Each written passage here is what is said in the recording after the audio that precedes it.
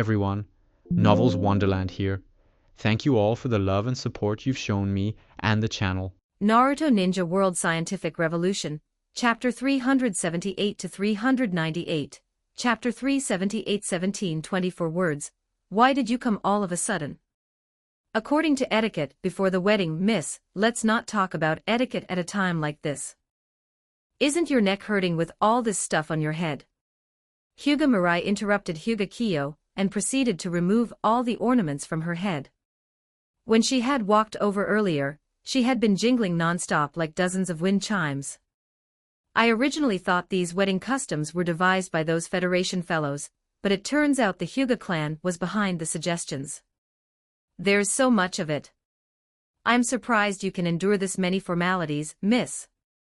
Hyuga Kiyo obediently let Hyuga Mirai remove all the accessories from her head before speaking softly, it's the clan members' good intentions. It wouldn't be good to refuse. That does fit your personality. As he spoke, Hyuga Mirai very naturally took hold of Hyuga Kiyo's hand. The back of her hand looked fair and smooth, but her palm was full of calluses from training, something every taijutsu ninja inevitably deals with, unsolvable even with frequent medicinal baths. However, once her hand was held, Kiyo's heart instantly grew tense. Isn't it too soon? Did locking the door earlier make him misunderstand? We should wait until the wedding day. But if you want to. The further she went, the softer Kiyo's voice became, until by the end she couldn't even voice a clear refusal. If Hyuga Mirai pretended not to hear and pressed on, this Hyuga Kiyo would clearly agree. It's all you's fault. Locking the door when you left, leaving me no way to escape. What are you talking about, miss? I just came to ask you about Niji and Hinata. But I didn't quite catch those last few sentences, Mississippi. Could you repeat them for me? Although Hyuga Mirai spoke to Kiyo with a perfectly straight face, the movements of his hands grew bolder. When holding Kiyo's hand met no resistance, he took hold of Hyuga Kiyo's arm, then her shoulder, and finally her slender waist. Kiyo had been very nervous, but upon hearing Hyuga Mirai's words, she realized he was teasing her. A flash of petty temper made her bump her head back against him twice before slowly relaxing her body and leaning against Hyuga Mirai's chest. This should have been mine long ago. Not only is it nearly 10 years late, but even the person I've finally gotten is shared 3 ways. Thinking this, Kiyo felt somewhat unhappy, even forgetting to answer what Hyuga Mirai had just asked. She slowly began to squirm, like a kitten burrowing into a warm blanket. However, her actions were too elementary. With just one move from Hyuga Mirai, she tensed up again completely, instantly wondering if her earlier behavior counted as a hint, and if things would really continue further. Fortunately, Hyuga Mirai merely picked Kiyo up without taking the next step, and said, there's no need for Hyuga Niji to stay with Orochimaru anymore. However, his strength increased so rapidly that his cover as a spy was blown not long after he arrived. If he wants to return, he can do so anytime. As for Hyuga Hinata and the other, now deceased, Hyuga main family member, Hyuga Mirai didn't mention them. That Hyuga main family member had joined Orochimaru out of hatred, but he didn't survive the cell fusion with the Hashirama's cells and died a few days after the experiment. Hyuga Hinata was somewhat of an accident. Her body was even more suitable for fusing with the Hashirama's cells than Hyuga Niji's. Although Orochimaru has only preliminarily integrated the Hashirama's cells into Hyuga Hinata's body, it has already caused her strength to increase rapidly. Sensing natural energy, bypassing hand seal methods, even achieving flight and levitation abilities according to White Snake Sage, Hyuga Hinata would do best to abandon chakra and focus solely on cultivating natural energy. That way, perhaps a deity could emerge in this era of shinobi. Besides the increase in strength, Hyuga Hinata's personality also seems to have been affected. Orochimaru is now extremely satisfied with Hyuga Hinata, and even wants to research and develop more of her potential. If Hyuga Niji wants to leave, he can go anytime, but it's a bit more difficult for Hyuga Hinata. After hearing Hyuga Mirai's words, Kiyo was somewhat undecided. She looked up, breathing slightly heavily, and asked, what do you think we should do? Hinata's departure is an exception. But I plan to have Niji become the next clan head. His current strength is sufficient, and in a few months I can pass the position to him. Hyuga Kyo had fallen back into her habitual reliance. Left to her own devices, she could indeed make decisions. But now, held in Hyuga Mirai's embrace with a deceptively well-behaved hand slowly roaming over her, she had to think about Hyuga Mirai's words while feeling nervous. Before long, her thoughts became insufficient, and her body honestly began to give feedback, her breathing growing slightly heavier. Then let him return. As for Hyuga Hinata, it's up to her or Orochimaru. Hyuga Mirai suggested. He was only using this matter as an excuse to come see what Hyuga Kyo was doing. He didn't much care about the entire Hyuga clan, let alone Hyuga Niji and Hyuga Hinata.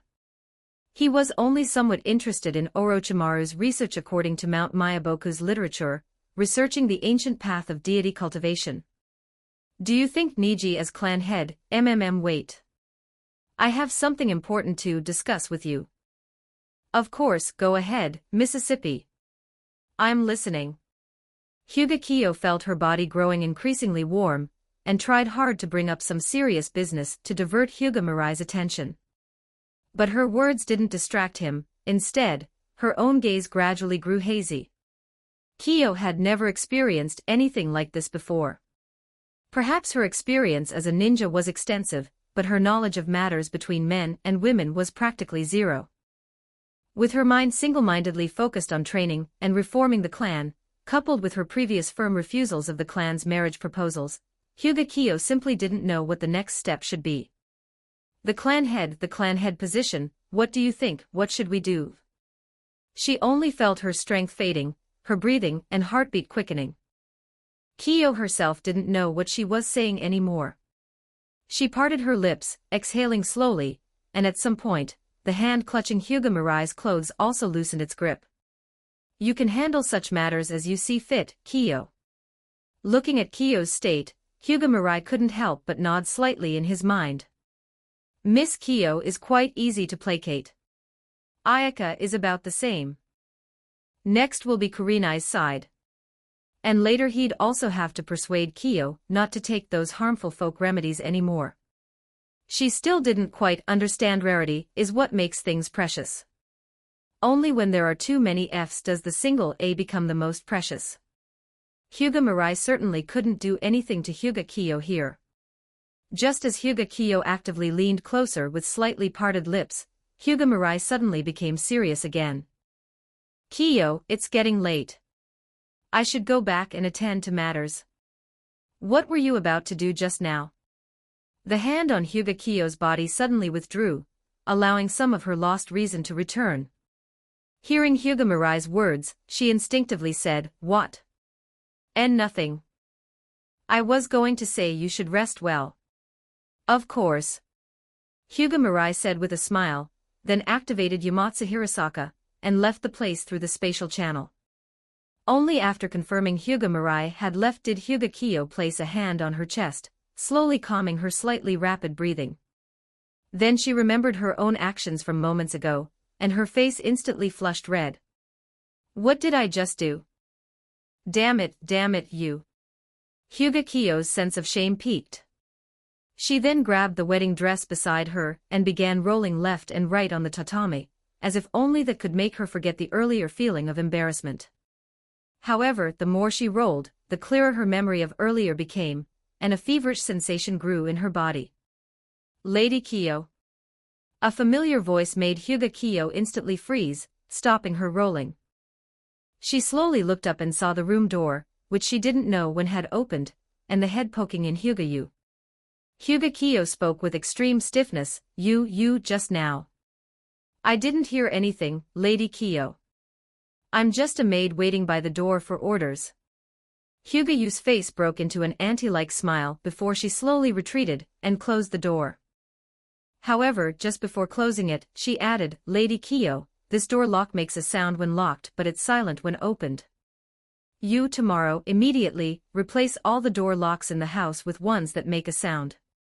After leaving the Hyuga clan compound, Hyuga Mirai did not return to the Sand Federation. Instead, he checked what Kurenai Yuhi was doing, then straightened his clothes, eliminated any sense, and headed for Kurenai Yuhi's residence. Kurenai Yuhi wasn't resting either, she had no missions since returning. However, Kurenai Yuhi had no clan behind her strategizing for her. Her father, Yuhi Kurenai, was busy with village affairs. Besides occasionally seeking out Hyuga Kyo, only Anko often offered advice, but with Anko's careless personality, her ideas were worse than Kurenai's own. This matter was harder than cultivating Sage Mode. When balancing the 3 energies for Sage Mode training, he'd had Unit 18 as support. Now he could only rely on himself. This bouquet should be enough as a gift. Hyuga Mirai took out an arrangement of flowers from his Amino Mahashara. It was a bouquet fused with the superior genes of multiple life forms, presenting 2 different blooming appearances under sunlight and moonlight. He remembered Kurenai Yuhi liked flower arranging, so he had prepared this gift. Given Hyuga Mirai's research level in genetic biology, creating this kind of arrangement, which combined both aesthetics and change, held some degree of difficulty. End of chapter. Drop them Power Stones. Please support me on Patreon if you'd like access on advanced chapters. I have finished all the chapters and uploaded them there. Pat Rayon. com/turd translations, just remove the space. Chapter 379.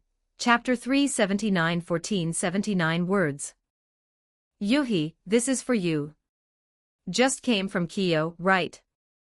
Hyuga Mirai's words were cut off by Kurenai Yuhi, but she still accepted the flowers, and he wasn't left outside the door. Even so, this was not something to admit.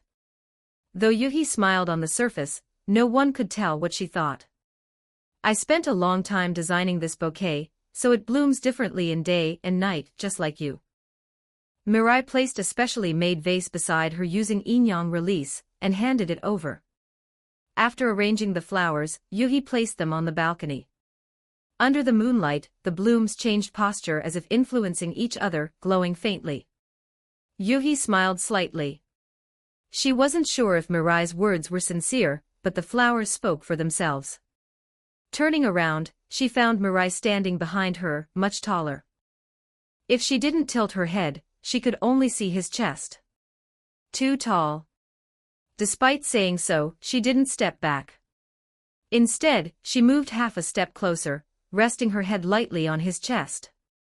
Mirai, since when did you have feelings for me? She couldn't say that she'd be kicked out. Was she listening to his heartbeat against his chest? Mirai wondered.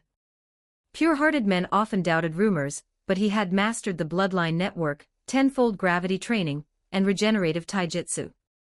Controlling a heartbeat was nothing, even if a heart skipped a year, it would be fine. About a year or so after we formed the team. We had to do boring missions every day back then. When I ran into trouble, the first person I could think to turn to was you, Kurenai. Mirai carefully chose the timing to speak. This was when he communicated least with her in the squad. Yuhi still clung to him, often visiting before missions. As expected, Yuhi held his hand slightly tighter, her lips forming a crescent. He could feel her chest press like 2 soft buns, similar to his experience with Kyo earlier. Among the 8, Yuhi required more attention to soothe than Kyo, more time than Ayaka, but understood consent better than 2 others. In terms of emotional pull, she was closer to Mirai. By dawn, she was breathing in shallow gasps, body curled up, red eyes dazed, almost defenseless. Underneath, a mature, alluring charm like a ripe peach was evident. As ninjas began work at daybreak, she regained composure, forcing Mirai away. She hurried to the bathroom to change for a bath.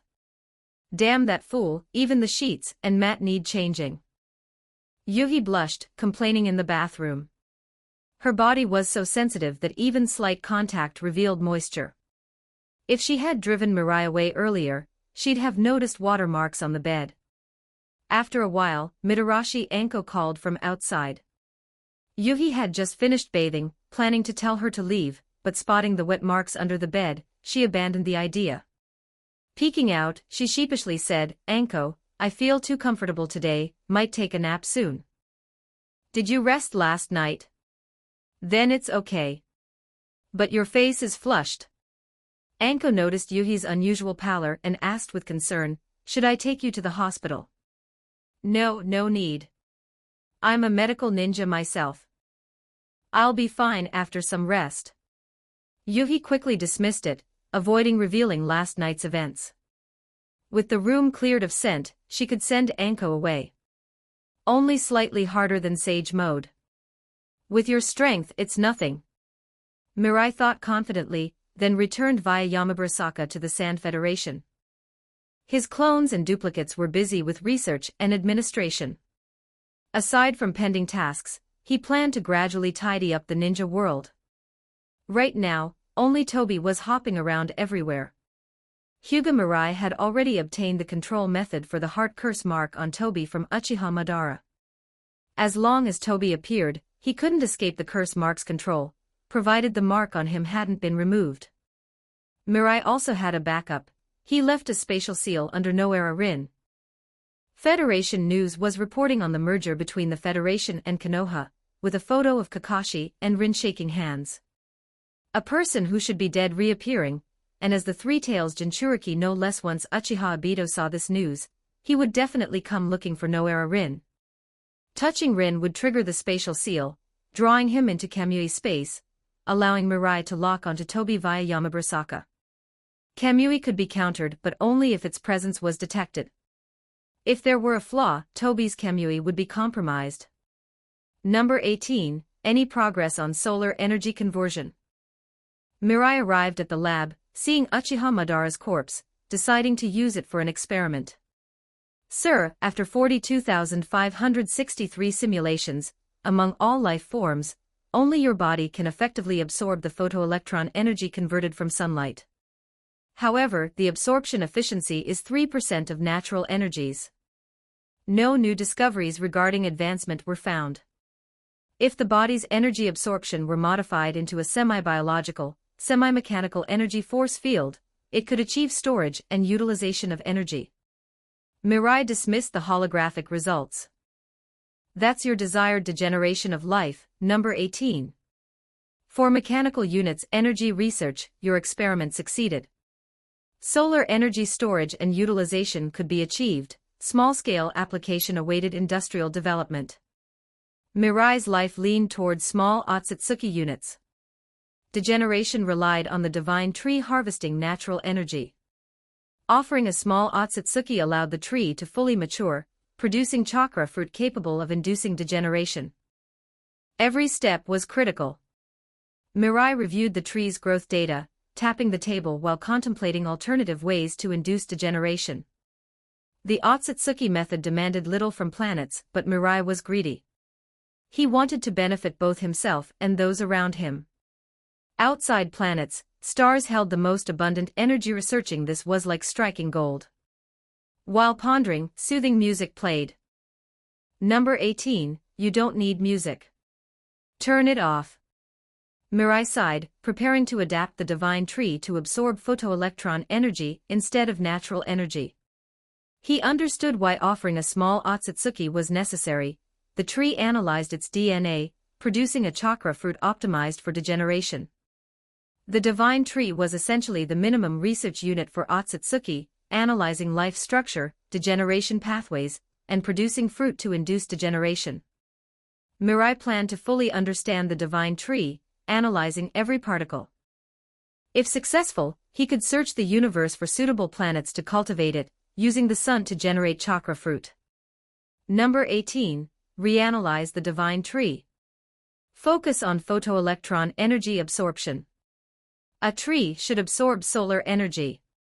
Right, number 18. He retrieved all data on cultivation and growth probability, instructing number 18. You are correct, sir. Recalculations have begun. However, individual cases make data comparison difficult. I need more data, sir. Mirai immediately thought of another living divine tree in the ninja world. I will bring back other divine trees in the near future. But before that, I need to set a rule: no music of any kind is allowed in the research lab from now on. 18. Your taste needs correction.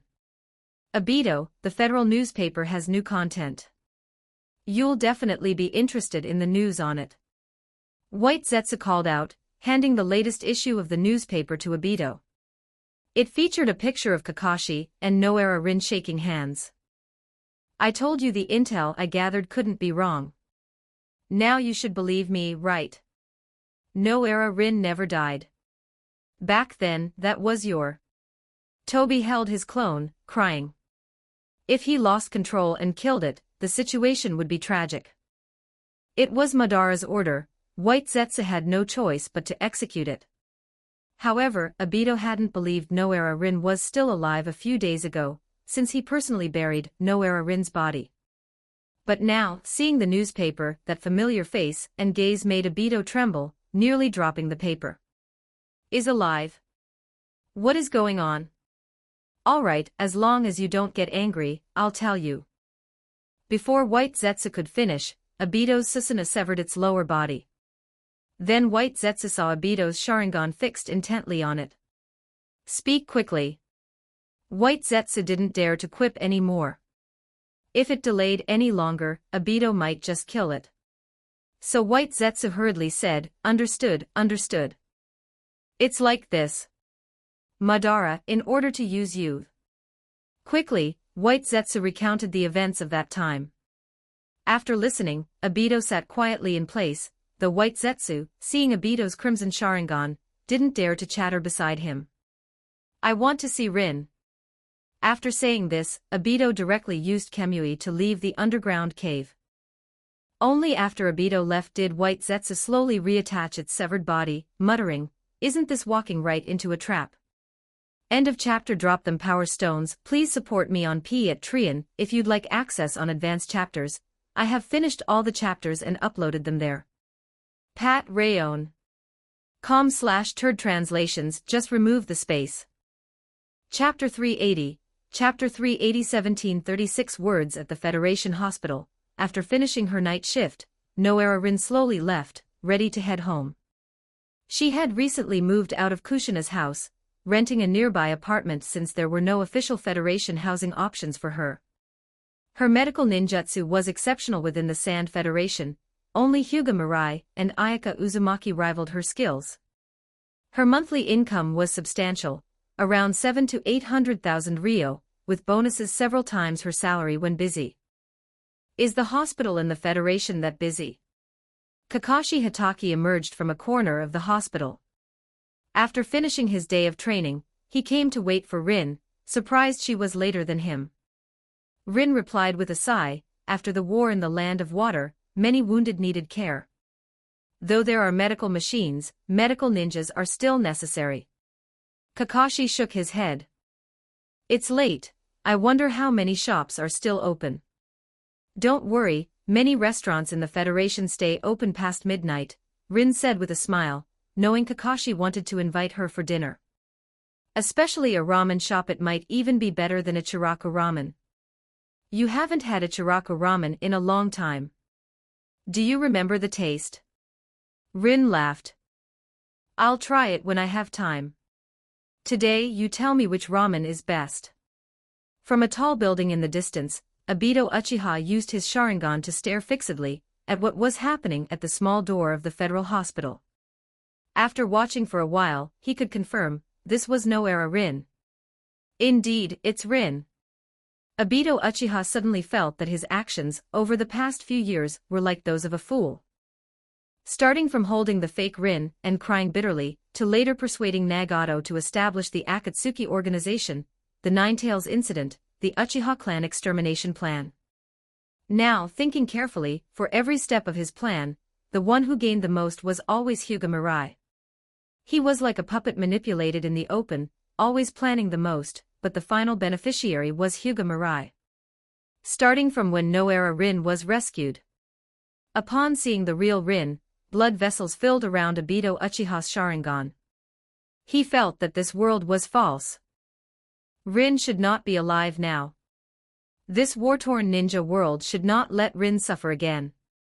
Until he used this Jigen, obtained divine power, and transformed this twisted, war-torn ninja world into a beautiful one, then would be the time for Rin's revival. In this unmodified ninja world, the revived, or rather, the Rin who never died, was not the real Rin. The space around Obito Uchiha distorted, and he directly entered the Kamui dimension. Below, Kakashi suddenly felt something was wrong.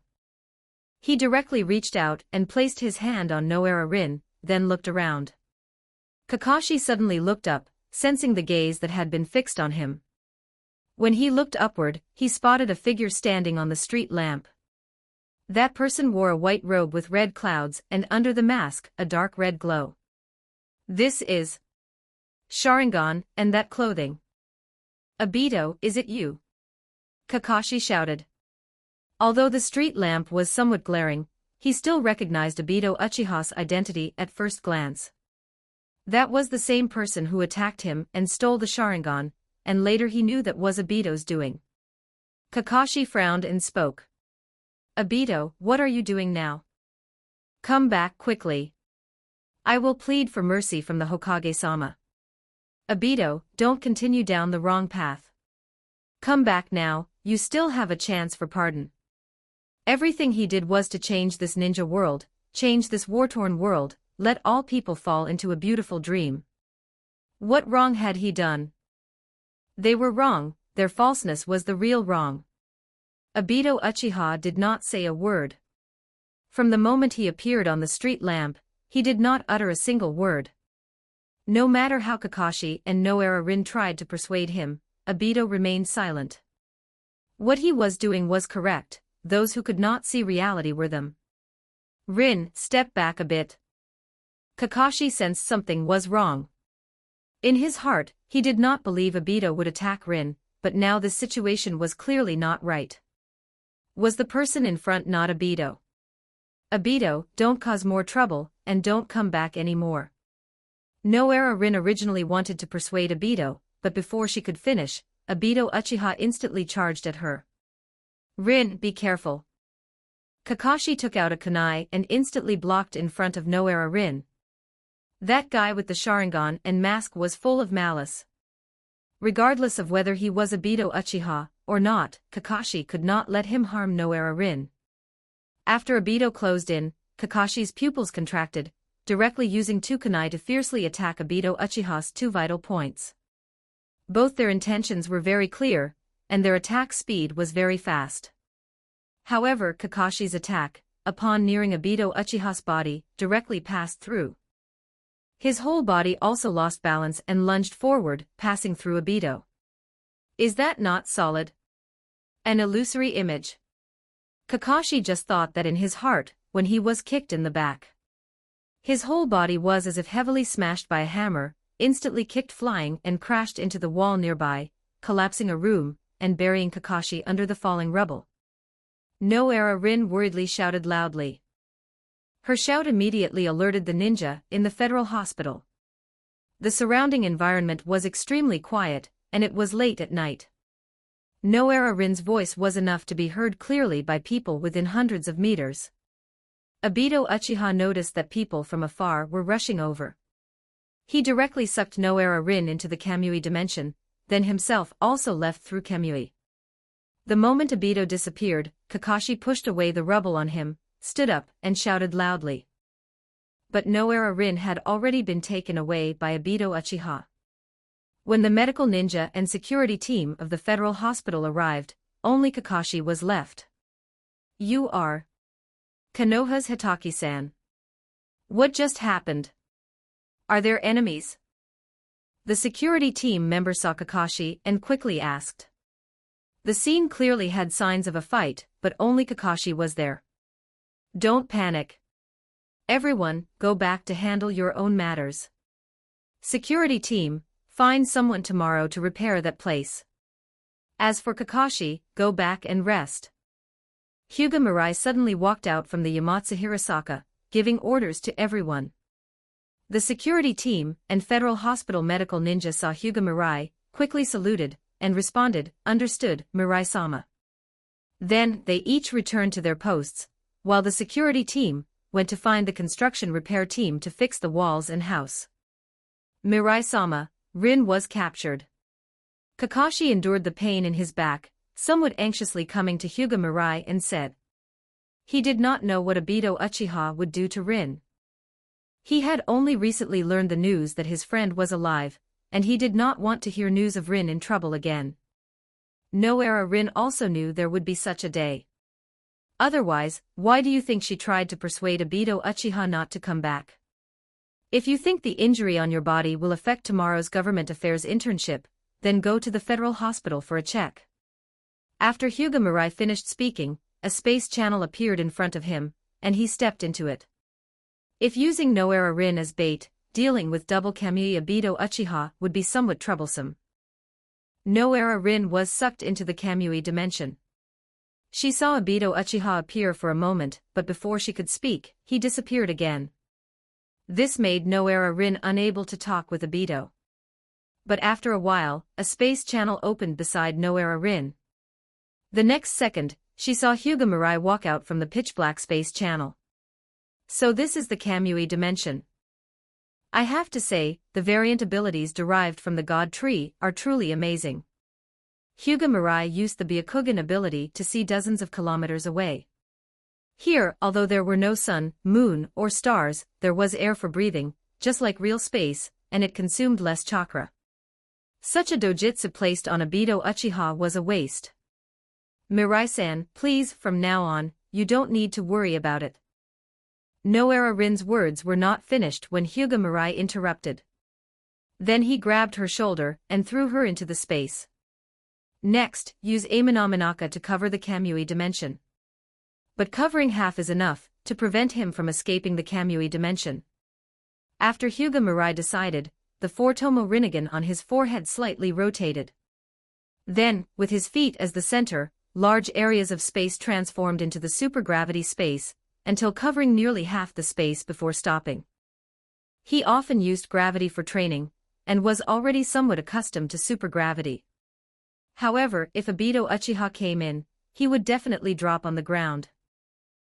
Something happened to the Kamui dimension. Obito Uchiha suddenly felt a strange movement in his Sharingan. After switching to the Mangekyo Sharingan, he seemed to find that using the Kamui dojutsu became difficult, whether for intangibility or distortion, etc. It couldn't be Rin. Let's go in and see.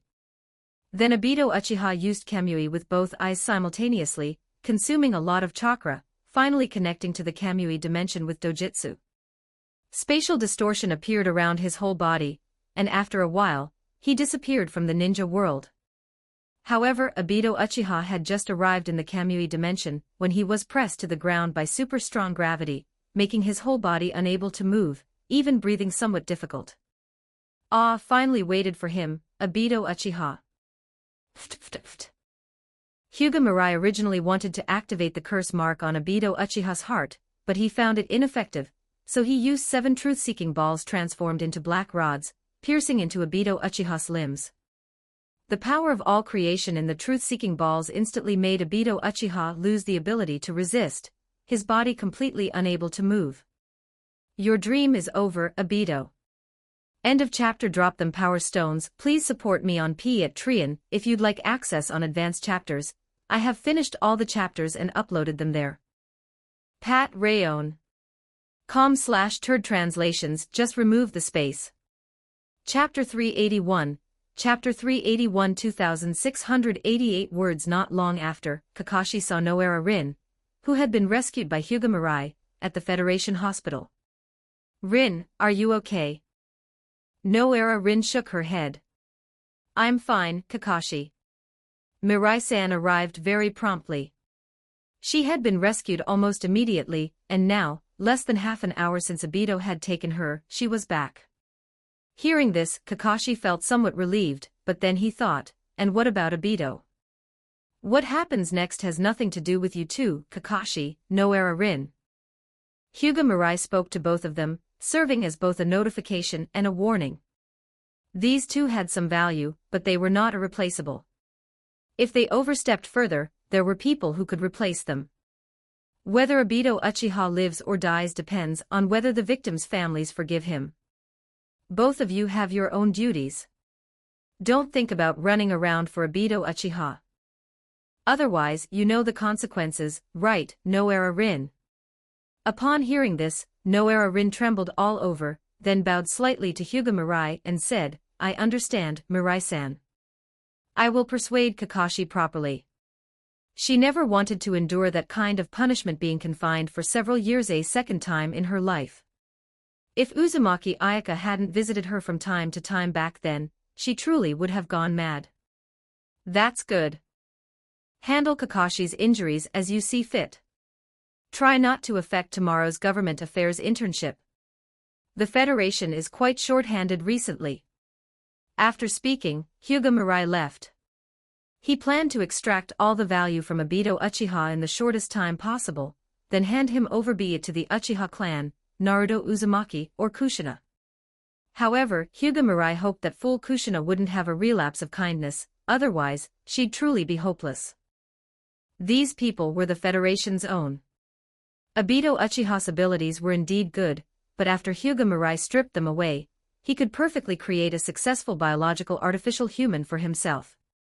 Viewed this way, apart from letting the Uchiha clan and Naruto Uzumaki take revenge, Obito Uchiha had no other value left.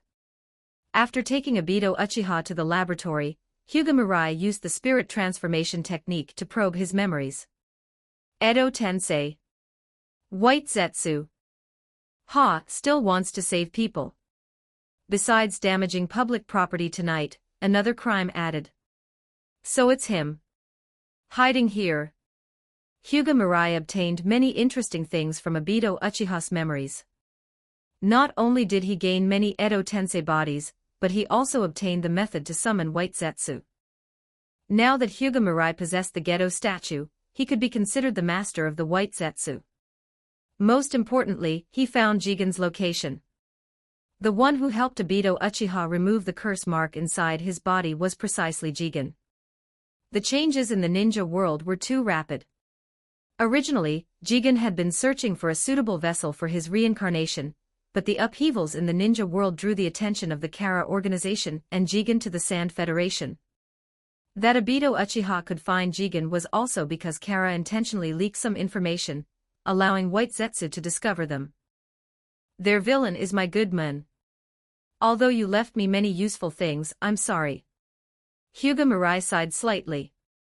People like Obito and Danzo not only hadn't caused him much trouble, but had actually brought many benefits. The reason the Federation could develop to its current state in such a short time was partly due to their contributions. But putting sentiment aside, Hyuga Mirai could let Obito Uchiha pass away in an illusion later, which would also satisfy his lifelong fantasy. Subsequently, Hyuga Mirai removed Obito Uchiha's Mangekyo, replacing them with a pair of ordinary Sharingan, and also took some of his flesh and blood. Thus, his greatest value was gone.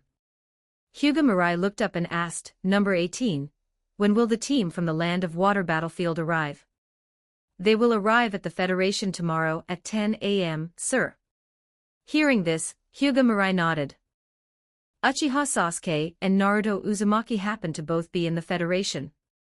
They could come listen together. Uchiha Tekka, as the current head of the Uchiha clan, and Kushina were probably the two people with the most say regarding Obito Uchiha's fate. Then issue the notice to prepare a welcome ceremony for our Kazekage-sama.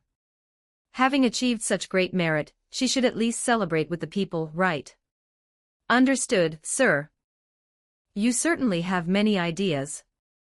What do you mean, no? Are you mocking me? Everything I do is for the Federation. Hyuga Mirai spread his hands, then said seriously, it seems I need to perform regular memory cleanup for you. Not everything on the internet is good, especially conspiracy theories. 18 didn't reply but played a piece of soothing music for Hyuga Mirai, which he sternly ordered to stop. Afterwards, with a little time left, Hyuga Mirai went to research the biological artificial human based on the Uchiha Madara template.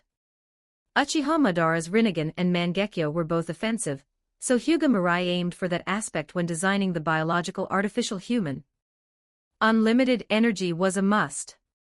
Since the main body was made of particles, even a small nuclear fusion reactor could be perfectly accommodated. Additionally, there needed to be an absorption and conversion photoelectric energy reserve. For offense, it would mainly use the Rinnegan and Mangekyo Sharingan. Hyuga Mirai already had many reserve artificial humans, this one needed to be different from previous ones. Uchiha Madara and Hashirama cells also had to be used. Apart from the photoelectric energy reserve, Hyuga Mirai also planned to use the 100 Healings mark as a second energy reserve. Moreover, unique Rinnegan abilities could only be used with chakra. Hyuga Mirai needed to research the interoperability between photoelectric energy and chakra. A night passed. By 9 a.m. the next day, Number 18 reminded Hyuga Mirai that the team from the Land of Water battlefield was about to return. He had also nearly finished designing an artificial human template. Now he just needed to check it a few times.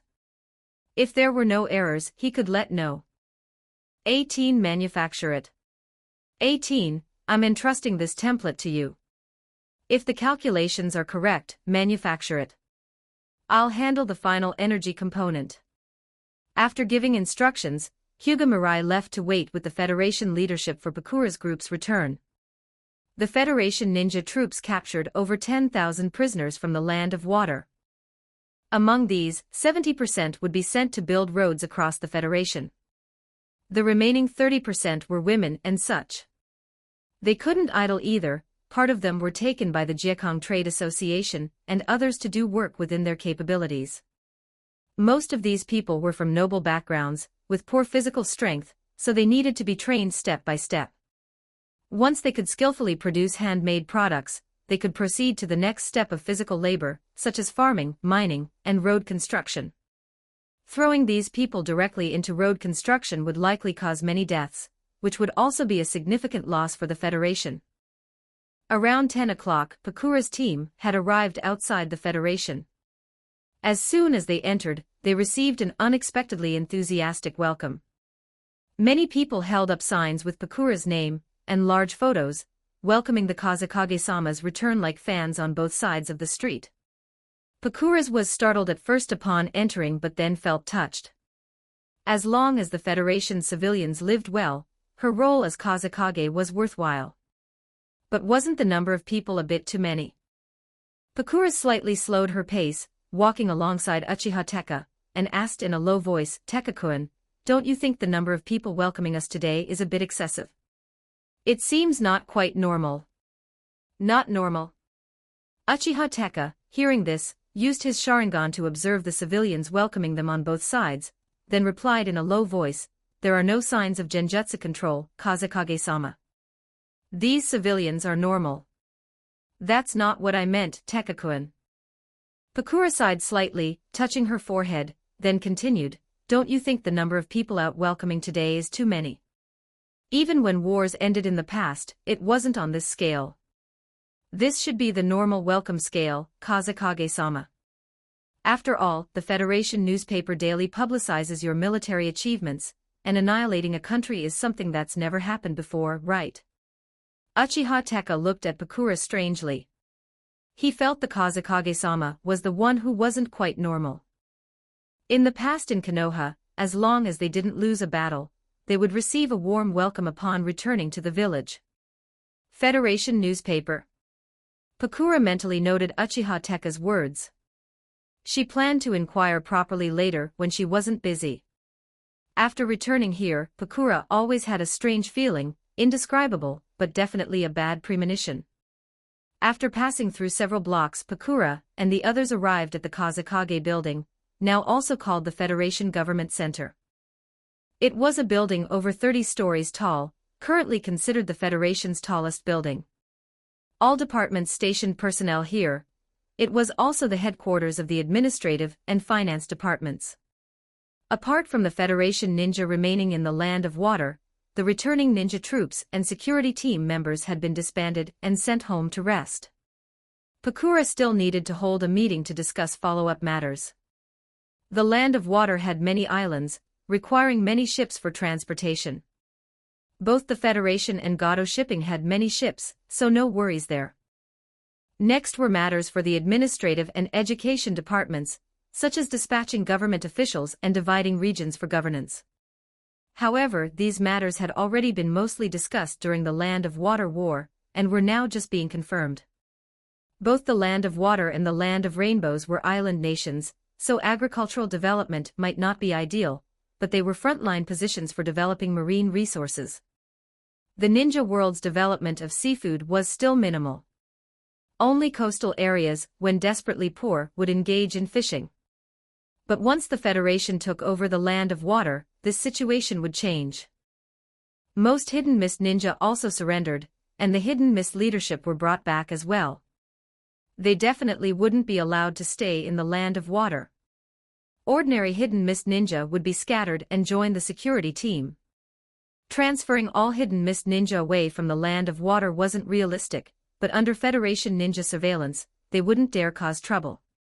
After all, the ringleaders were taken away, the remaining ninja couldn't stir up waves. Moreover, the ninja village system also needed to be phased out. Concentrating ninja power wasn't good either. The Federation's security team needed to be stationed in batches across various locations, using the Uzumaki Trade Association computers for meeting communication and order transmission. Even though many things were discussed in advance, the meeting still lasted 3 hours. And after the meeting, there would undoubtedly be more to handle. Pakura felt a slight sense of foreboding, but she had just returned. Immediately proposing to step down wouldn't be good. After a month, no, half a month, she planned to hand over the Kazekage position to Hyuga Mirai. Fifth Kazekage, Tekakun, there's something I need to tell you. After the others left one by one, Hyuga Mirai called Pakura and Uchiha Teka to stay. Pakura asked curiously, "What is it, Mirai-kun?" Hyuga Mirai replied, "Something that happened yesterday, quite related to the Uchiha clan. There are still a few people who haven't arrived. I'll tell you after everyone is here." Shortly after, Kushina, Naruto, Uchiha Mikoto, and Sasuke were called here. Pakura and Uchiha Teka were puzzled seeing them, even genin like Naruto and Sasuke were called. "It's like this, last night, Obito Uchiha attacked Federation Hospital Chief Physician Noara Rin and Kakashi Hitaki, but I captured him in the end." Obito Uchiha is the main perpetrator or accomplice of Konoha's Ninetales incident and the Uchiha clan extermination that masked men back then. Hyuga Mirai slowly recounted last night's events, but the focus was on what Obito Uchiha had done. Releasing the Ninetales was undoubtedly Obito Uchiha's doing. Hyuga Mirai merely seized the opportunity. Namikaze Minato, having used the dead demon-consuming seal, was doomed. He chose to ambush Hyuga Mirai before dying and ultimately died under Hiruzen Sarutobi's staff. Namikaze Minato's death had nothing to do with Hyuga Mirai. Kushina also understood this. Moreover, Hyuga Mirai saved Kushina, making her the only Jinchuriki in the ninja world to survive after having her tailed beast extracted. So it was that guy. Good, finally caught. Obito Uchiha, Konoha's hero. Uchiha Teka was so angry his face turned pale. He never imagined the one who nearly wiped out the security team was that guy Obito. The Uchiha clan never neglected any child in the clan. Even if they lost their parents, someone would be arranged to teach them ninjutsu, etc. Otherwise, how could Obito Uchiha possibly know the Great Fireball technique during his Chunin exam at age 10? What other civilian ninja had such treatment?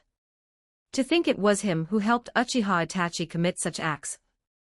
Although Uchiha Sasuke also hated Obito Uchiha, the other main perpetrator of the clan extermination was his brother. So Uchiha Sasuke and Uchiha Mikoto both lowered their heads, feeling somewhat guilty, not daring to speak up on this matter.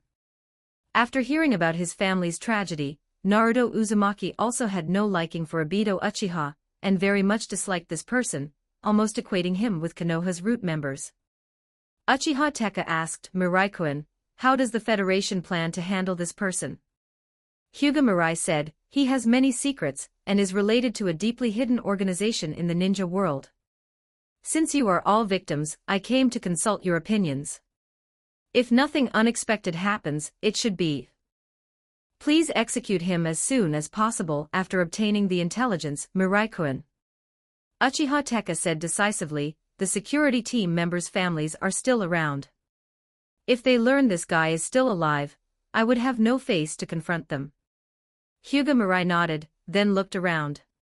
Pakura was indifferent about this matter. As long as the intelligence was obtained, she nodded in agreement like Uchiha Teka. Uchiha Sasuke glanced at Mikoto, then under Hyuga Mirai's gaze, said firmly, I agree with the clan head's opinion, Mirai uncle. I agree with Sasuke's opinion, Mirai uncle. Such a guy absolutely cannot be forgiven. Naruto Uzumaki said gravely. Since the Azura chakra was extracted from him, his personality had changed somewhat. Although slowly, under the Federation's influence, he had gradually developed his own character. Although he still stuck to Sasuke quite a bit, it was clearly Uchiha Teka's opinion. He said he agreed with Uchiha Sasuke. Kushina didn't speak. She had become a bit smarter this time. She chose to stand with Naruto. After seeing everyone express their opinions, Hyuga Mirai said, since that's the case, I'll hand the person over to you, Teka-kun. Obito Uchiha has sealing techniques on him. I'll have someone deliver him to the security team later. I understand. Then tomorrow morning, I will notify all clan members to witness this traitor's execution together. Kazekage-sama, Mirai-kun, please rest assured. I won't let this affect the Federation's stability. Uchiha Teka stood up and said to Pakura and Hyuga Mirai with firm assurance, his face filled with excitement and gratitude for allowing their Uchiha clan to have revenge. Pakura said, you handle this matter as you see fit. I believe in your abilities, Teka-kun. Yes, thank you, Kazekage-sama, Mirai-kun. I'll take my leave first. After speaking, Uchiha Teka slightly bowed, then prepared to leave to arrange this matter. But before leaving, he looked at Uchiha Sasuke and said to him, Sasuke, well done. Come back to see the clan when you have time. The revival of the Uchiha clan ultimately depends on you. End of chapter. Drop them power stones. Please support me on Patreon if you'd like access on advanced chapters. I have finished all the chapters and uploaded them there. Pat Rayon. com/turd translations. Just remove the space. Chapter 382. Chapter 382 1268 words. I thought you might plead for Obito, but this time you did well. Hyuga Mirai said to Kushina with a smile. He could tell she had no intention of pleading for Obito, and he was pleased with her stance. I'm not an idiot. I know who really matters to me, Kushina muttered. She could feel Naruto's disdain for Obito, and considering that Obito had nearly killed her, pleading for him would have made her an outcast. Who would do something so foolish? Hyuga Mirai nodded, then, noticing Kushina seemed to have some free time lately, added, it seems you've gotten smarter, but your lazy streak hasn't changed. Soon, the trade association and other major cities will be implementing barriers. I just remembered something I need to handle. Sensing a slight warning, Kushina quickly used a body flicker technique and left. Hyuga Mirai shook his head, letting it go. As for the barrier sealing, he had better personnel ready for it. After returning home, and having a meal with Ayaka Uzumaki, complimenting her cooking, Hyuga Mirai maintained the balance between work and life. He then went to the laboratory, formed the seals, and summoned all of Obito Uchiha's prepared Edo Tensei. Bang, bang, bang. 22 coffins rose in the lab at once. Inside were famous strong shinobi from various villages, former Kage excluding Konoha, Jinchuriki, the 7 ninja swordsmen, and others. Byakugan. From the Hyuga clan. What's going on? Last time, it controlled that masked person. But the Edo Tensei binding remains. TCH, this technique invented by the second Hokage, is cruel. It denies even the dead their rest. Wonder how the village and my brother are doing now. Once restored to consciousness, Edo Tensei bodies couldn't control their tongues. The technique's main flaw was this link between mind and speech. Before refining it, Hyuga Mirai had wished to gag them all. Everyone, I have a question that determines whether you can free yourselves from Edo Tensei and return to the afterlife. Who among you is skilled in sealing techniques? He asked firmly. All the Edo Tensei looked at him, but no one answered. After a pause, he continued, if none of you answer, prepare to mine until the end of the world. Forget about undoing Edo Tensei. A while later, the Eight-Tails Jinchuriki, Killer Bee, raised his hand in a strange rap-like voice. I know a bit, yo. I promise you, if you assist the Federation for up to 3 years, your Edo Tensei will be lifted. During that time, you can hold concerts or release albums. The Federation will accommodate you, as long as you work sincerely. Hyuga Mirai smiled at Killer Bee, offering the Federation's terms. Edo Tensei skilled in sealing could, in 3 years, establish city barriers in all major Federation cities. Music projects were trivial in comparison. Turning to the others who remained stubborn, his tone cooled. As for you, prepare to mine until all white Zetsu are gone. These individuals had been high-ranking shinobi in Life Kage, or elite jounin, and their pride was enormous. But before Hyuga Mirai, even the proudest could be subdued. The second Tsuchikage's dust release was ideal for mining and downtime. The second and third Raikage's physiques meant they could clear an entire mine in 5 years without sleep. Even cave collapses posed no issue. Stubborn Edo Tensei had no rights. Other Edo Tensei were assigned tasks based on their former abilities. Unlike Killer Bee, they could not return to peace until White Zetsu was gone. Some were even death row criminals. All remaining Edo Tensei, except Killer Bee, were sealed back into coffins for transport in a few days. I'll arrange your path. Endure 3 years and you'll be free. Afterward, whether you stay or return to the afterlife is your choice. Hyuga Mirai then gave Killer Bee a new appearance, and had him escorted away. White Zetsu. Hyuga Mirai extracted some power from the Gedo statue. Hidden White Zetsu quickly sensed it. Most White Zetsu clones were flawed products of the Gedo statue, familiar with its power. Though imperfect, they were under the original White Zetsu's control, with chakra, fusion, and sealing capabilities. Used well, this force was more useful than captives. With the Gedo statue and 6-tailed beast chakra, Hyuga Mirai could produce a massive White Zetsu army. Soon, he saw a White Zetsu poke its head from underground. Spotting him, it quickly retreated, intending to escape. But the ground around it instantly turned as hard as steel, propelling it upward. Ryuchi Cave's Sage Technique, Inorganic Rebirth. With his power, Hyuga Mirai could control the terrain for tens of kilometers, making it like an extension of his own body. Madara and Obito are dead. Bring your original, and that Venus flytrap here. From now on, all White Zetsu obey me. The clone acknowledged, then went underground to deliver the message. With Madara and Obito out of the picture and Akatsuki gone, White Zetsu had no choice but to submit to Hyuga Mirai. Once allied, it could lead the clones to capture the remaining shinobi coalition. However, Federation civil staff remained limited, and there were still captives. Hyuga Mirai checked 18's schedule. His wedding was first, ready when the time came. Ayaka's initiative was increasing rebuilding the Uzumaki clan required population. Other priorities, unifying the shinobi world and locating the Ten-Tails held by Jigen. The former required White Zetsu's cooperation to gather remaining coalition forces, the latter awaited reconnaissance from White Zetsu. Staff shortages were notable. Within a year, the Land of Fire, Land of Water, and Land of Rain joined the Federation. Schools graduated yearly, but civil training took 3 years before local assignments. Until then, ninja were converted into clerks. Corruption was minimal with 18. With networked computers, anyone could report misconduct directly, prompting investigation. The reporting software was mandatory on Uzumaki Trade Association devices.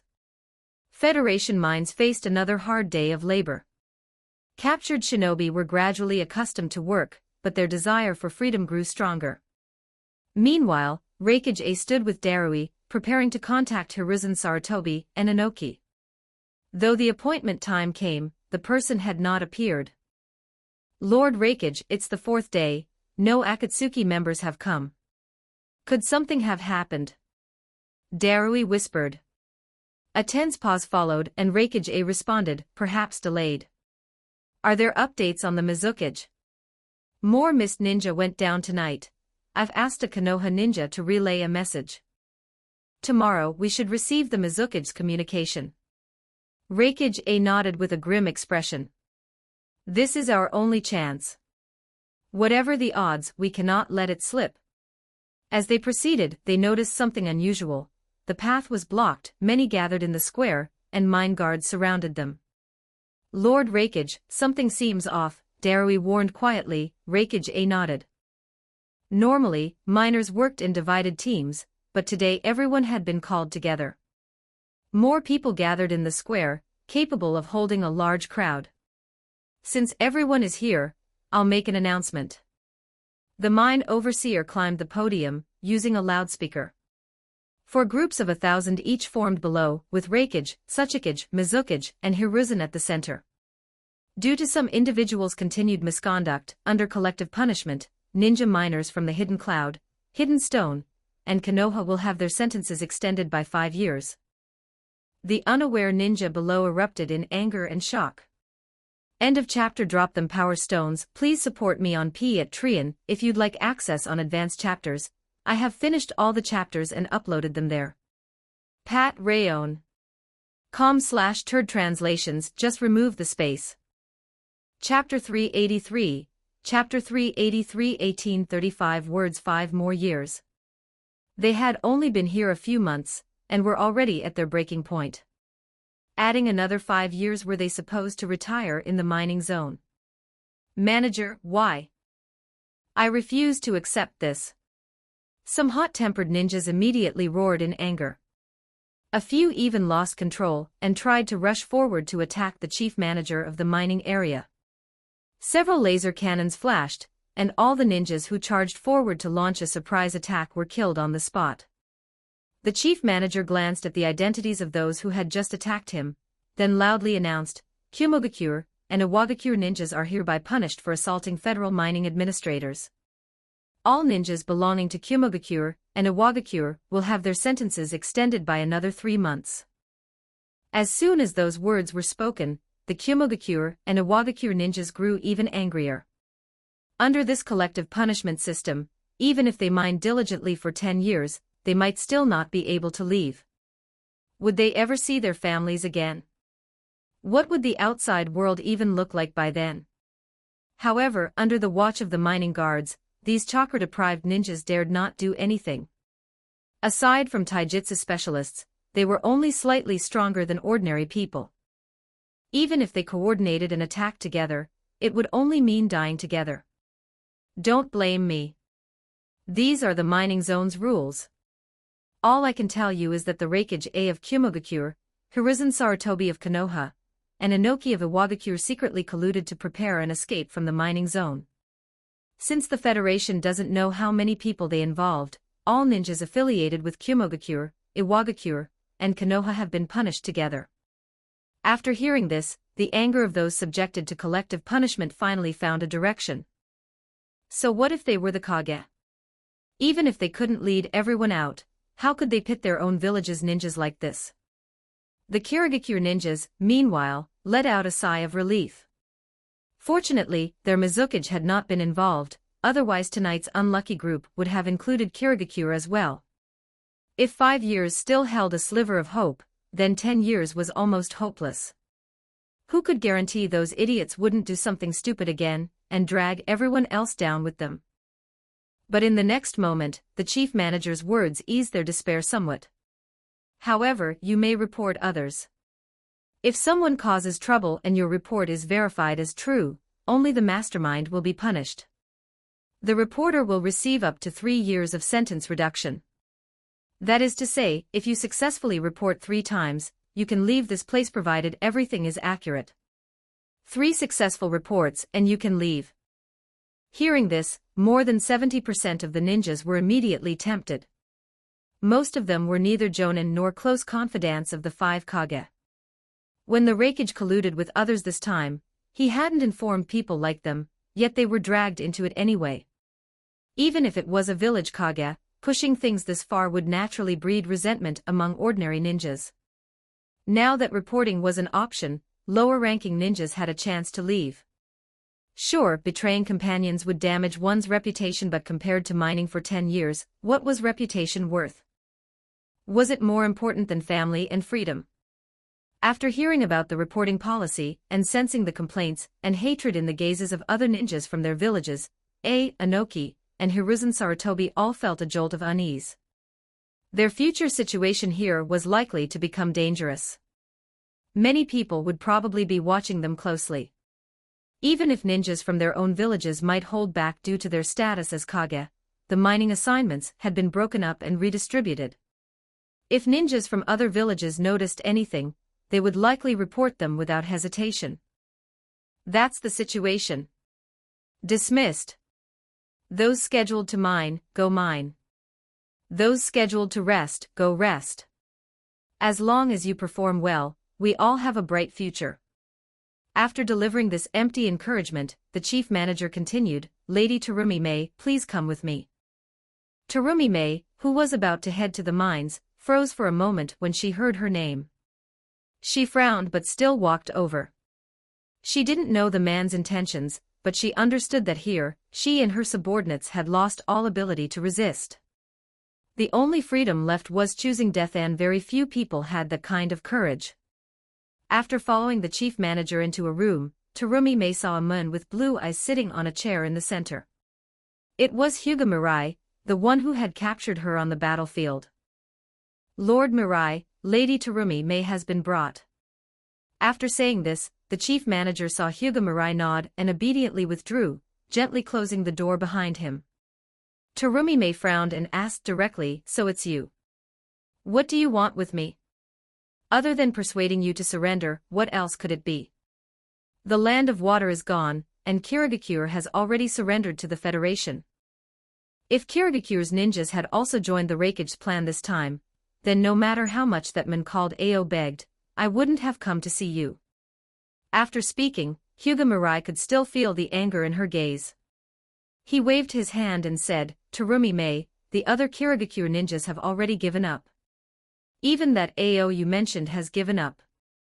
Do you think they loved Kirigakure less than you? This is the general trend.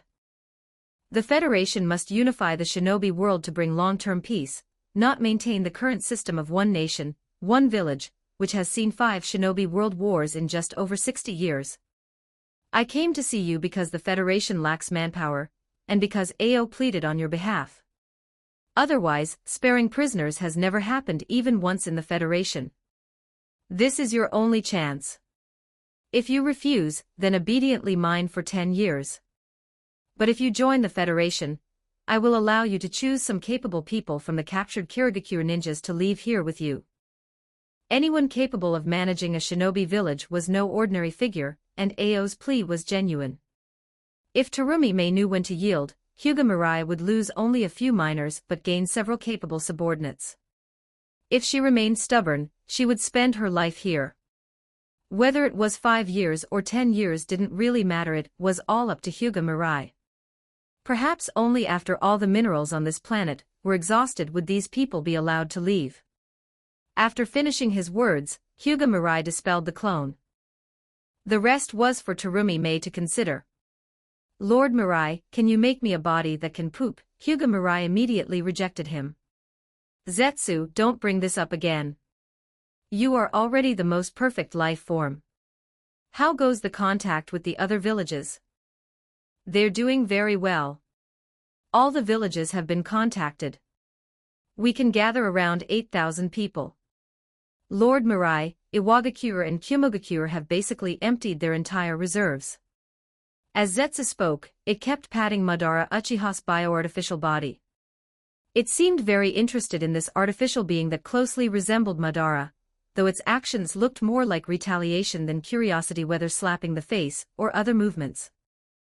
Of course, it might also be because my clone made contributions, so Lord Mirai, could you come back and notify me once everyone has gathered? Hyuga Mirai refused decisively.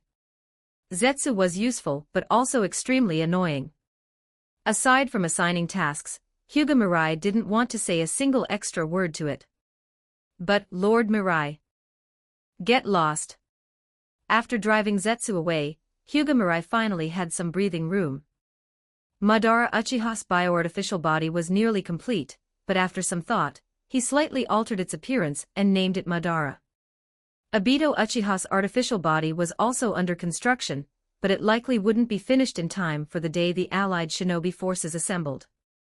Their plan was to use large numbers of ordinary ninjas on the front lines to draw attention, while gathering elite ninjas to strike from behind using Obito Uchiha's Kami ability, overwhelming the Federation.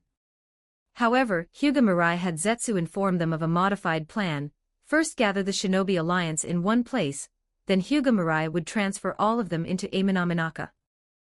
After locking them up for a week and then releasing them, even if they carried some soldier pills and water, they wouldn't be able to last 7 days. By then, there would be another batch of prisoners suitable for road construction. Without ninja support, the daimyo would no longer have the power to resist. The Land of Lightning might still have chakra cannons, but Hyuga Mirai had already sent Zetsu's clones to gather intelligence. If any were found, he would have the bioartificial being named Obito steal the chakra cannons back. Sir, Tsunade has arrived at the Sand Federation and asked me to inform you. Number 18 suddenly spoke, causing the busy Hyuga Mirai to pause. Why did she come? Right, to discuss the Federation merger. Number 18, you forgot to remind me. Sir, this matter was not added to the memo. In fact, you did not create any memo arrangements. Hyuga Mirai choked for a moment, then clicked his tongue. You should proactively create a memo for me, number 18. As a qualified assistant, you still have a long way to go. Number 18 did not reply, instead playing a piece of slow, mournful music. This time, Hyuga Mirai didn't dwell on it and directly left the laboratory through Yamatsu Hirasaka, though he had already decided that this type of mournful music must never appear in the future entertainment industry. After leaving the lab, Hyuga Mirai happened to run into Tsunade, who was planning to go to an izakaya. Not giving you even a moment to relax, huh? You won't be going to the izakaya for now. Come with me to the Federation Administrative Center. They have work meals there pretty decent.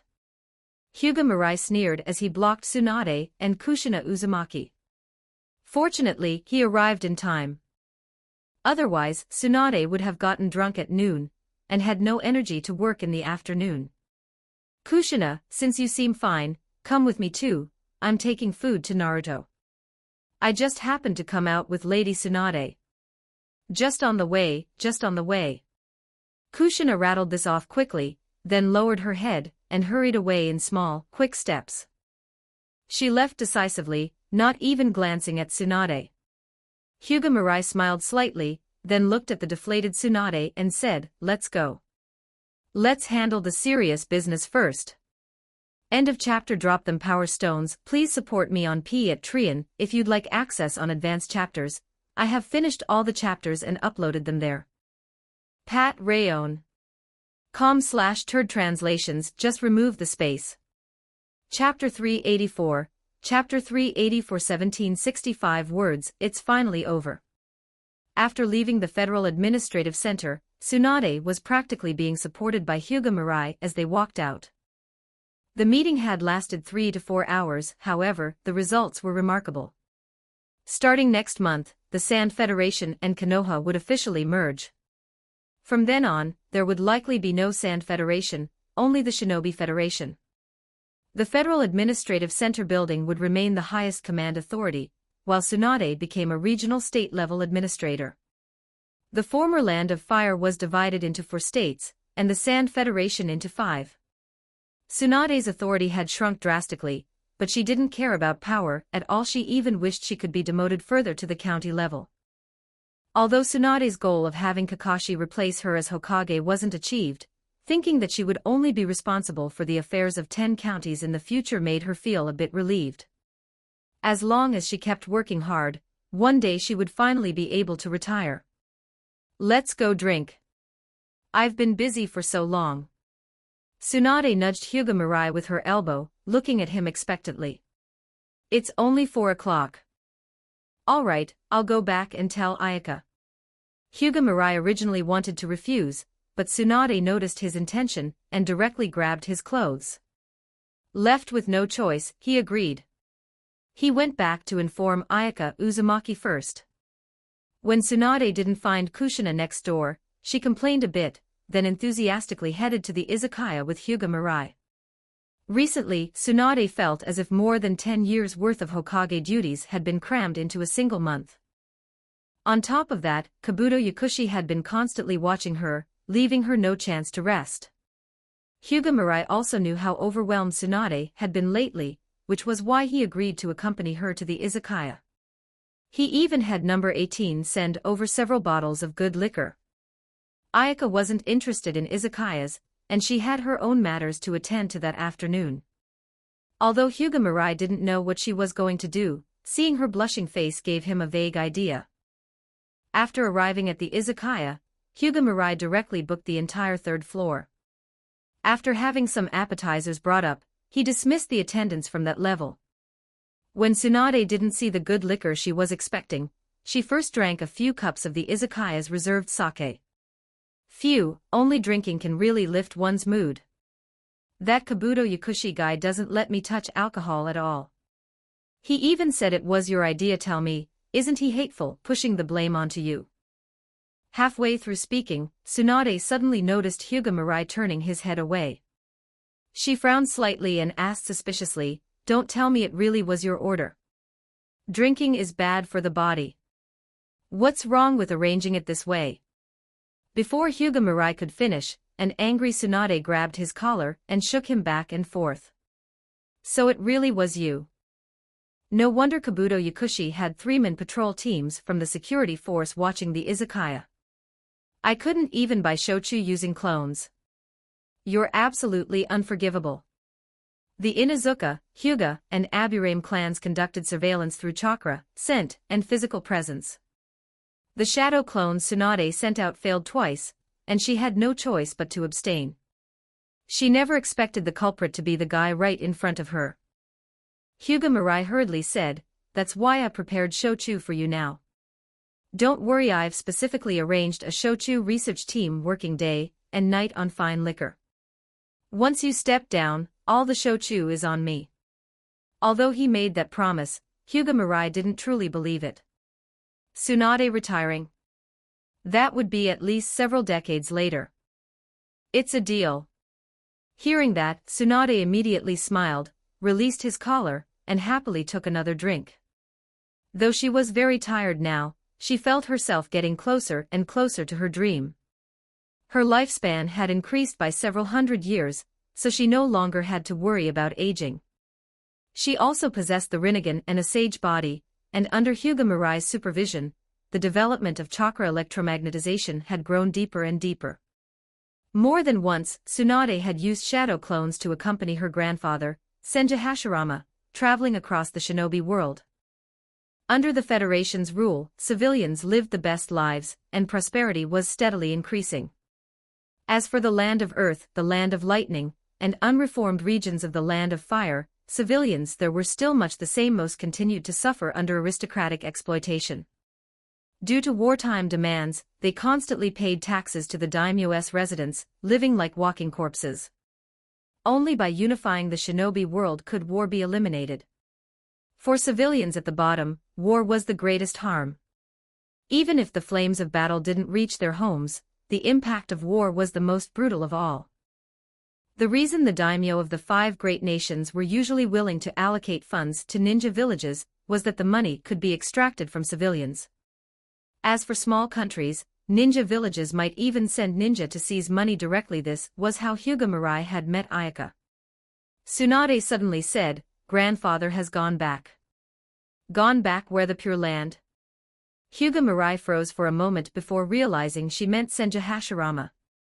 Tsunade exhaled a breath of alcohol and said, "Before he left, he let me take the yang power that the Sage of 6 Paths left him. After touring the shinobi world for a while, he also acknowledged your ideas." "Is that so?" "That's fine, but the first Hokage left a bit too early. He could have continued helping Konoha." "That's what I told him too." Tsunade strongly agreed, but in the next moment she saw the suspicious look in Hyuga Mirai's eyes. "Tsunade, the first Hokage returning to the Pure Land so early. Don't tell me you kept forcing him to handle matters that were supposed to be yours." Hearing this, Tsunade's face instantly flushed red as she loudly retorted, "That's slander. How could I do such a thing? That's my grandfather. Her voice grew softer toward the end. Hyuga Mirai had only asked casually, but seeing her reaction, the truth was probably just that. He changed the topic and asked, did the first Hokage say anything else? Nothing much, just things like governing properly and shouldering my responsibilities. Nothing else. Tsunade slightly turned her head. Thinking of her grandfather's final words, inappropriate images always surfaced in her mind. Senju family inheritance had nothing to do with her, and among so many people in the shinobi world, there was almost no one she fancied. The only one was about to get married anyway. In that regard, her grandfather only talked nonsense. Only that. Hyuga Mirai frowned slightly. He wanted to know more about the Sage of Six Paths, but Senju Hashirama had left so suddenly. The first Hokage was somewhat unreliable leaving in such a hurry. Could it be that he sensed Madara was already dead and rushed back? The Pure Land was also one of Hyuga Mirai's goals, though not an urgent one. Still, necessary information had to be gathered and recorded. Tsunade shook her head, then asked, that's all. By the way, are you interested in yang power? After absorbing the yang power from her grandfather, she still hadn't used it. Hyuga Mirai said to Tsunade, no interest. I can use yang release, but the Sage of Six Paths yang power might be problematic. Come to my lab in a couple of days, I'll check it for you. In the original story, the yin-yang power the Sage of Six Paths gave to Sasuke and Naruto seemed temporary. Uchiha Madara could preserve it because he had the Rinnegan and could absorb all chakra. Tsunade used the same method. However, Hyuga Mirai didn't trust the Sage of Six Paths. Their stances were different, and maintaining basic vigilance toward every action of an enemy was necessary. You're really cautious. Tsunade casually agreed, then happily enjoyed the fine liquor. As they drank, they chatted about other things. Hyuga Mirai didn't really like drinking, so Tsunade ended up finishing all the alcohol on the table by herself. As a result, she passed out completely in the end, and Hyuga Mirai had to take her back. It's already confirmed. Kakuzu said in a deep voice, still harboring some doubts. Is that guy really Madara? Does he really have such strength, able to use space-time dojutsu to transfer so many people at once?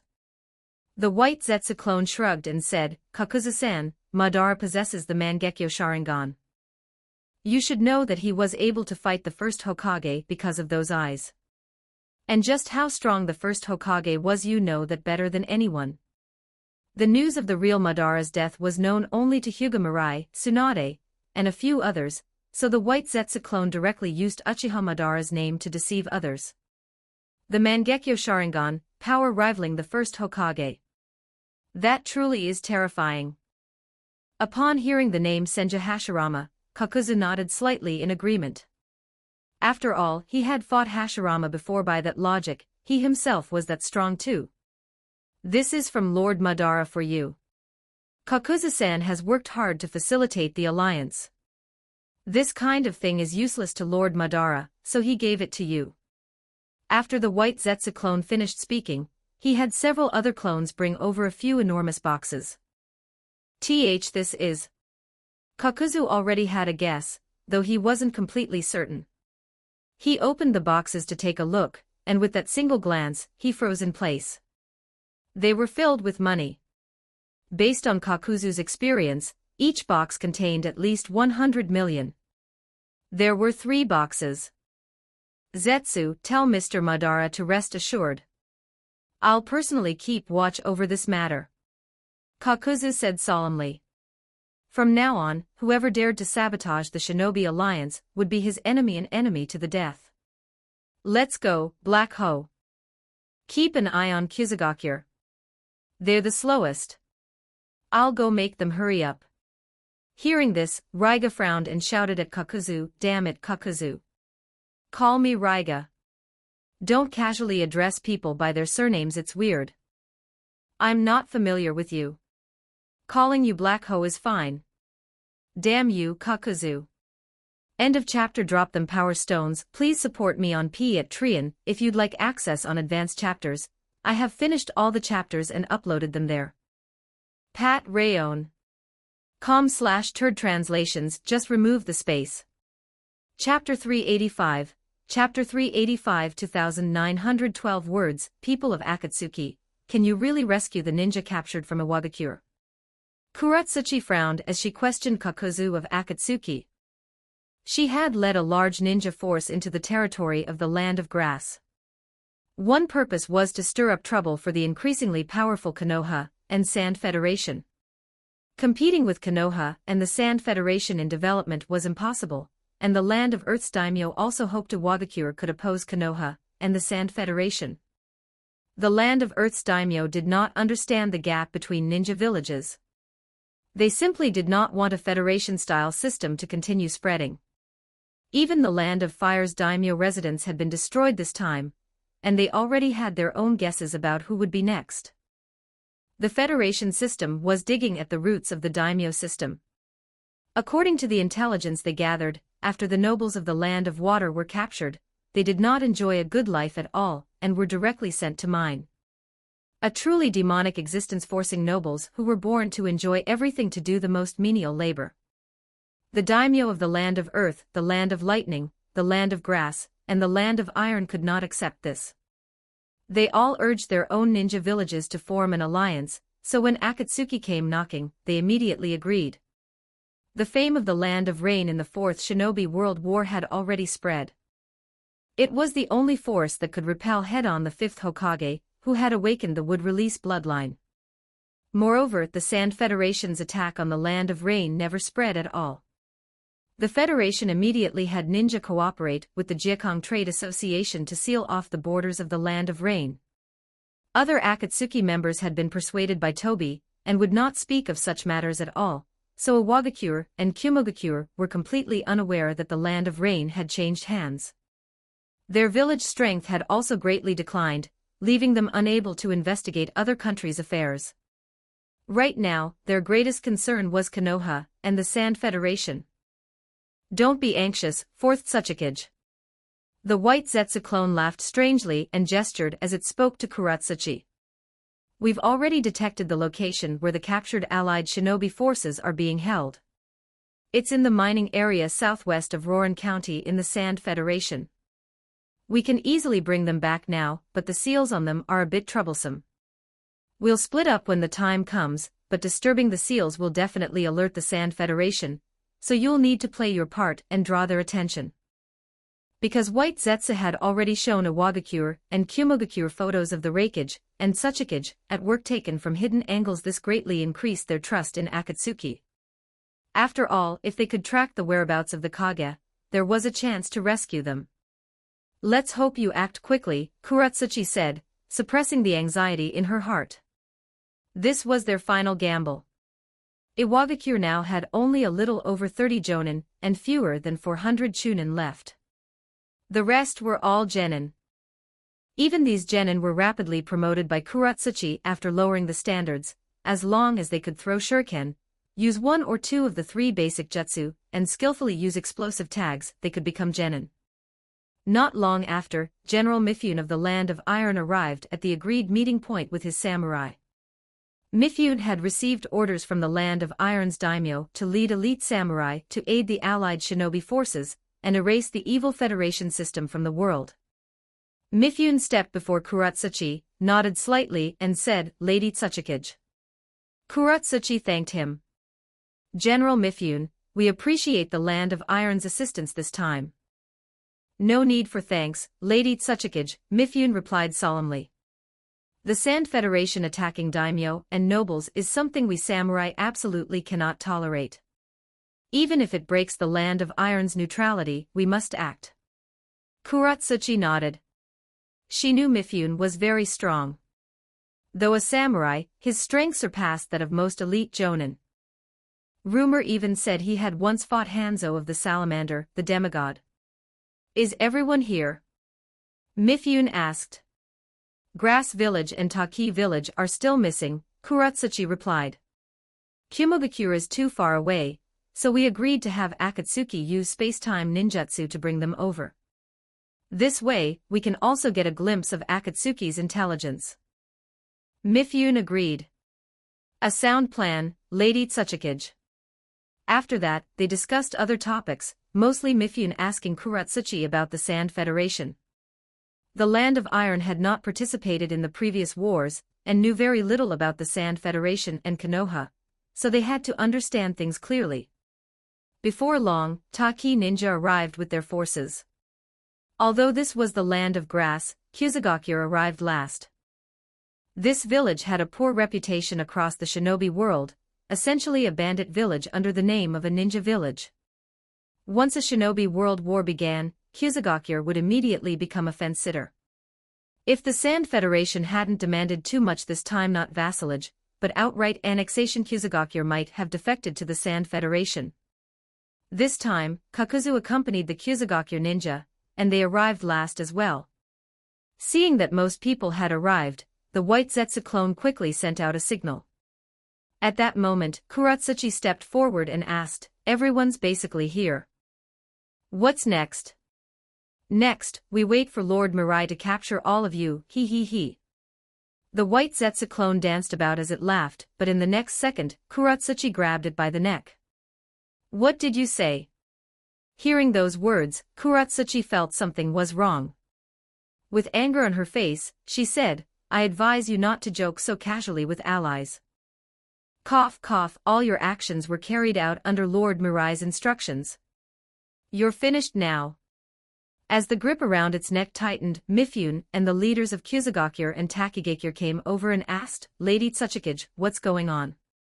Akatsuki may be on the Sand Federation's side. We've been deceived." The others were shocked and all turned to look at Kakuzu and Raiga. Nearly everyone present had been contacted by them. As for Kumogakure, they had been contacted by Kisame Hoshigaki, Haiden, and Deidara. "Don't spout nonsense," Kakuzu said in a deep voice. If they were labeled traitors with so many people here, even if they lined up to be killed, he would die of exhaustion first. "Nonsense. Your companion said it himself," Kuratsuchi shouted angrily. Kakuzu then turned his green eyes to the White Zetsu clone and asked coldly, "Zetsu, what's going on?" "Sorry, cough. Kakuzu-san, I was just following orders." After coughing out those words, Kakuzu realized something was very wrong. This thing had ill intentions from the beginning. He had been deceived by money. What exactly is going on? Before Kakuzu could finish asking, he caught sight of a black spatial passage opening in the air.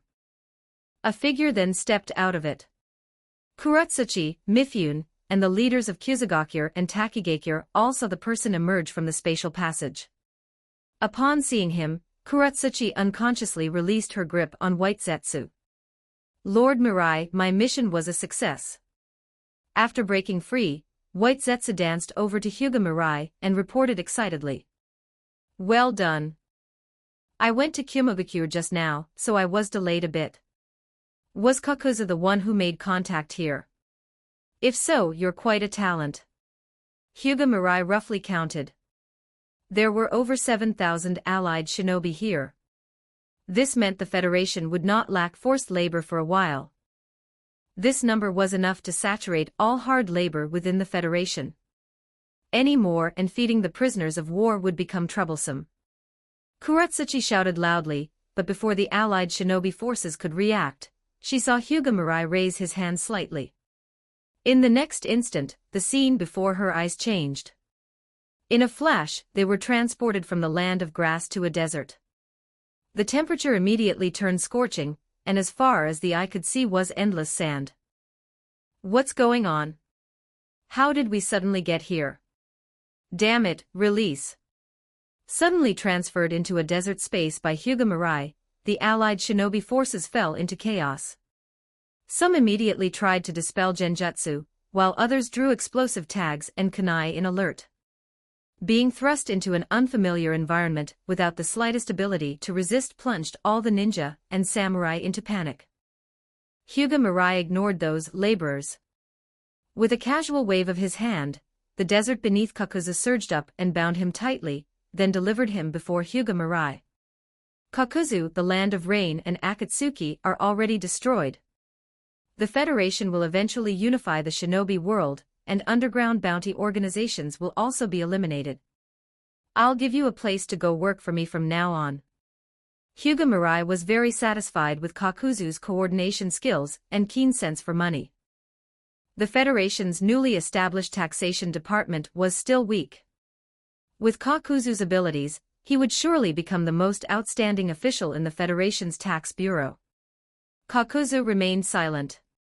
Ever since being bound by the sand, he had been trying to break free, but the sand restraining him was harder than steel. Even the earth grudge fear within his body could not break it.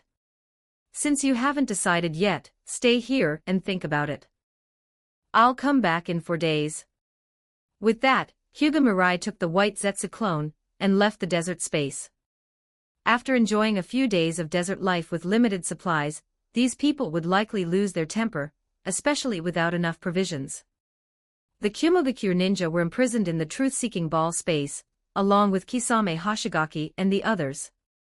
These people still had a chance to be persuaded, but like taming a hawk, they needed to be worn down for several days until their tempers were gone. After returning, Hyuga Mirai told Pakura about the matter. Tsunade happened to be there as well, so Hyuga Mirai simply gathered Yamanaka Inoichi, Kakashi, and the Federation's high-level officials for a meeting. After hearing the news, everyone showed great interest in the captured laborers. The Federation's engineering construction department and mining department fought the hardest over them. In total, over 9,000 were captured. One applied for 6,000, while the other was not to be outdone, and applied for 7,000. At that rate, Hyuga Mirai would have to go capture more people from Iwagakure and Kumogakure. Before they could argue further, Pakura spoke up and told all departments requesting manpower to submit applications detailing their plans and personnel needs. Some departments were directly disqualified. This was a rule set by Hyuga Mirai to protect Federation civilians. Easier jobs that required recruitment could only use Federation civilians, while grueling labor would use prisoners. As for occupying several small countries, no one proposed it and no one supported it. There was already no one left to spare within the Federation. Administrative departments were running with one person doing the work of 3. Hyuga Mirai was even considering that once Mei Terumi joined the Federation, he would directly make her a deputy in a state, have her study for 3 months, then immediately assign her to another state. The Federation still had a personnel shortage of over 40%. It would take at least 2 to 4 years to fully recover. Only then could the staffing pipeline from Federation schools, along with network infrastructure and computer development, truly ease the manpower shortage. In the end, the Federation had simply developed too quickly. Each time, it barely met its own staffing needs before annexing another major nation. From the founding of the Sand Federation to now, only a little over 10 years had passed, yet it already occupied more than half of the shinobi world's territory. Grassroots administrative staff were already working non-stop, resting only about 12 days a year, and they would have to endure this for at least 3 more years. As for people at Pakura's level, even relying on shadow clones might not allow them to rest. Hyuga Mirai had number 18 develop an administrative assistance system and install it on the computers of Federation officials. This system could be used for internal communication and had many other functions, such as reports, auxiliary planning, and maps. The computers later sold by the Uzumaki Trade Association were now divided into civilian and public versions. After the meeting ended, it was about time for dinner, and Hyuga Mirai walked back with Tsunade. Kakashi looked at you several times today. Did you trick him again? Hyuga Mirai asked curiously. After successfully turning Kabuto Yakushi into anti-Tsunade number 1, was Tsunade now cultivating anti-Tsunade number 2? Tsunade snorted. Don't say nonsense. He just asked me to talk to you about pleading for Obito. I didn't agree. No wonder. Obito Uchiha must have died this afternoon. I didn't see Uchiha Tekka at the meeting. Let me take a look. After saying that, Hyuga Mirai used the Byakugan to search for the Uchiha clan's movements within the Federation capital. He found them soon enough, but it was already too late. Too late. Obito Uchiha is already dead. Tsunade asked in confusion. Too late. You wanted to save him. How could that be? I was just curious how the Uchiha clan would deal with traitors. Hyuga Mirai shook his head. Didn't see it. Tsunade, how would the Senju clan deal with traitors? Tsunade snorted and raised her fist at Hyuga Mirai. I don't know. Besides, the Senju clan has no traitors. If I couldn't beat you, I'd already have punched you for that remark. Hyuga Mirai laughed. Then you'd better restore the Senju's surname first. Otherwise, it wouldn't be legitimate. Strictly speaking, the Senju clan was already gone. There were still people of Senju blood, but none bore the Senju surname anymore, like Tsunade herself, either only a given name or another surname. Tsunade ignored that remark and changed the topic. You're getting married in half a month. Yeah, everything's basically ready, Hyuga Mirai said, feeling a bit of a headache. The Hyuga clan dug up etiquette from 1,000 years ago. A hint of schadenfreude appeared on Tsunade's face as she smiled. That's what happens when you're the most powerful person in the shinobi world. Luckily, you don't have any crooked intentions, or the shinobi world would really be in danger. My ambition is still quite large. I need to climb step by step. Once the shinobi world is mostly unified, I'll prepare for the next step. Hyuga Mirai turned his head toward Tsunade. Orochimaru's research is quite interesting. I originally planned to enter the Pure Land using the Rinnegan's abilities, but Orochimaru seems to have given that child Hinata Hyuga an authority similar to ancient native deities, roughly equivalent to an Onmyoji. Divine authority. Tsunade looked shocked. This exceeded her understanding. When Hyuga Mirai learned of it, he was also surprised. Using Mount Myaboku's archives and gathering materials from Ryuchi Cave, Orochimaru experimented step by step and actually created a half-finished god. By purely using natural energy and rituals, it could achieve effects even closer to nature than senjutsu, essentially summoning wind and rain. At present, Orochimaru had only roughly explored basic rituals based on the senjutsu of the three great sage regions, but he had already sent people across the shinobi world to search for records. With enough materials, Orochimaru could turn Hinata Hyuga into a true Onmyoji one, who could communicate between yin and yang and perceive the Pure Land. It was unrealistic for Orochimaru's own subordinates to gather information from the entire shinobi world, so he asked Hyuga Mirai for help. Although Hyuga Mirai agreed to keep an eye out, he did not hold much hope. After all, more than 1,000 years had passed. The only places that truly valued inheritance were the three great sage regions. Expecting to gather such information from ordinary people and ninja was unrealistic. In that case, it might be better for Hyuga Mirai to build a time travel machine himself and return to ancient times to witness these matters personally. When this thought flashed through Hyuga Mirai's mind, his interest was already sparked. He was confident he could build a time travel machine.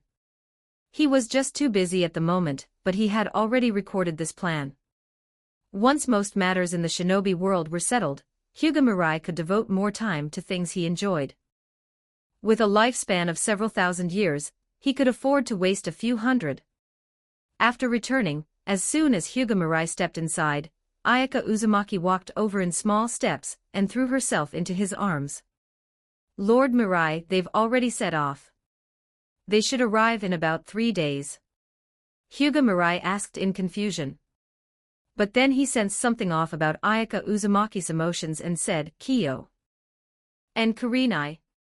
Ayaka Uzumaki replied softly, hugging him even tighter, as if wanting him to feel it clearly. How did they start communicating? Hyuga Mirai felt a sense of danger. End of chapter. Drop them power stones please. Support me on Patreon if you'd like access on advanced chapters. I have finished all the chapters and uploaded them there. Pat Rayon. com/turd translations. Just remove the space. Chapter 386, Chapter 386 3583 words. It was expected that Kiyo Hyuga and Kurenai Yuhi would set off for the Federation. By calculation, the timing was about right. The name Konoha had already been abolished. Although some nostalgic people were still not used to it, joining the Federation was the general trend, and it meant that true peace had arrived. So even if one missed Konoha, it was useless. The residence for after the wedding had already been built, 500 meters behind this house. It had 6 floors, not very tall, however, the underground held hidden depths. During construction, Hyuga Mirai had handed it over to number 18 to handle. It was not only secure but also very spacious, more than enough for Hyuga Mirai to carry out many experiments. The house had been prepared according to the wedding date. Since it was already completed, the wedding date was naturally drawing near. "Ayaka, what have you all been talking about lately?" Hyuga Mirai asked calmly while changing his shoes. At the moment, Ayaka Uzumaki, dressed lightly, was clinging to him. With even a slight movement, he could feel the friction. Do people in other worlds who practice traditional martial arts have shortcuts like this? It really stirs up the blood and chi. That's not it. It's just that Kiyo and Kurenai want to know about Mirai-sama's past, what Mirai-sama secretly did before his teens. Ayaka Uzumaki spoke like a cat with narrowed eyes as she rubbed against him. Calling her cat-like was not only because of her behavior, but also because of her tongue. After Hyuga Mirai finished changing his shoes, he directly lifted her up. Ayaka was the type who lacked ability, but had a strong craving and still wanted to play. She was more proactive than Kurenai and Kiyo, but she could not last as long as Kiyo. As long as Hyuga Mirai took the initiative, her limbs would soon go limp. Mirai-sama, with a squeeze, Ayaka Uzumaki instantly lost all strength, as if this place were the source of her power. Once seized, even using the adamantine sealing chains became difficult. Last time she could still use the chains for support, but now Ayaka only felt as if she were falling into the clouds, her body burning hot, all the heat gathering in one place. What else? Ayaka Uzumaki's delicate body seemed to be stimulated by waves of electric current. Fine beads of sweat quickly appeared, and with unfocused attention she replied, "Kiyo wants to know more about what Mirai-sama secretly did outside in the past." Kurenai wants to know who you often interacted with." That was close. They almost connected all the dots around him. Hyuga Mirai's heart skipped slightly. Although he was confident he had not done anything inappropriate, who could ever guess a woman's thoughts? Still, there was no need to overthink those suspicions.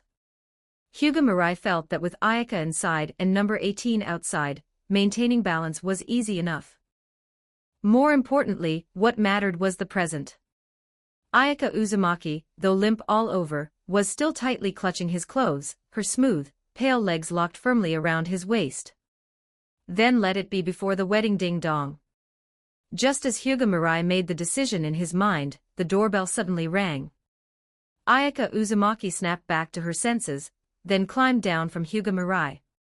Clarity returned to her eyes as she said, "Mirai-sama. Go take care of it first. I'm not in a hurry." With that, Ayaka Uzumaki turned and ran upstairs. She was going to change clothes quickly. What she was wearing now was not suitable for receiving guests. Hyuga Mirai felt somewhat helpless. Force worked both ways. What kind of move was retreating alone? However, since someone had come, he knew it was impossible to continue. He stirred sage chakra within himself and walked to the door. After opening it, Hyuga Mirai paused briefly, then said, "Orochimaru, you came this early. I thought you'd only show up on the day itself and leave. Don't think of me that way, Mirai-kun. This is, after all, a major event in your life. I can set my research aside for a bit. By the way, Niji-kun applied to return, but I haven't agreed yet." Orochimaru laughed hoarsely as he entered. Seeing Hyuga Mirai personally pour him tea, he raised an eyebrow slightly. There should indeed be 2 people in the house. After mastering sage mode, Orochimaru's perception should not be wrong. Still, Orochimaru was only mildly surprised and did not dwell on it. The tea Hyuga Mirai brewed was not particularly good, even worse than before. After taking a sip, Orochimaru did not plan to drink more. Niji-kun still has some potential. I already have some ideas about his eyes. And after Kabuto left, Niji has been gradually managing the Sound Village. If he were to leave rashly, I would find it hard to adapt. That's for you to decide. But you came so early, was it really just to congratulate me? Coming empty-handed makes it hard for me to believe you, Orochimaru. Hyuga Mirai said this while carefully checking to confirm that Orochimaru truly had not brought a gift. In the past, no matter what, he would at least carry a gift box. This time was far too perfunctory. That's not important, Mirai-kun. Orochimaru ignored Hyuga Mirai's hint and continued, I came because I've made an important breakthrough. After Orochimaru finished speaking, Hinata Hyuga gave Hyuga Mirai a slight bow, then stood up and moved to the open area of the living room. I've made a major discovery regarding Hinata Hyuga.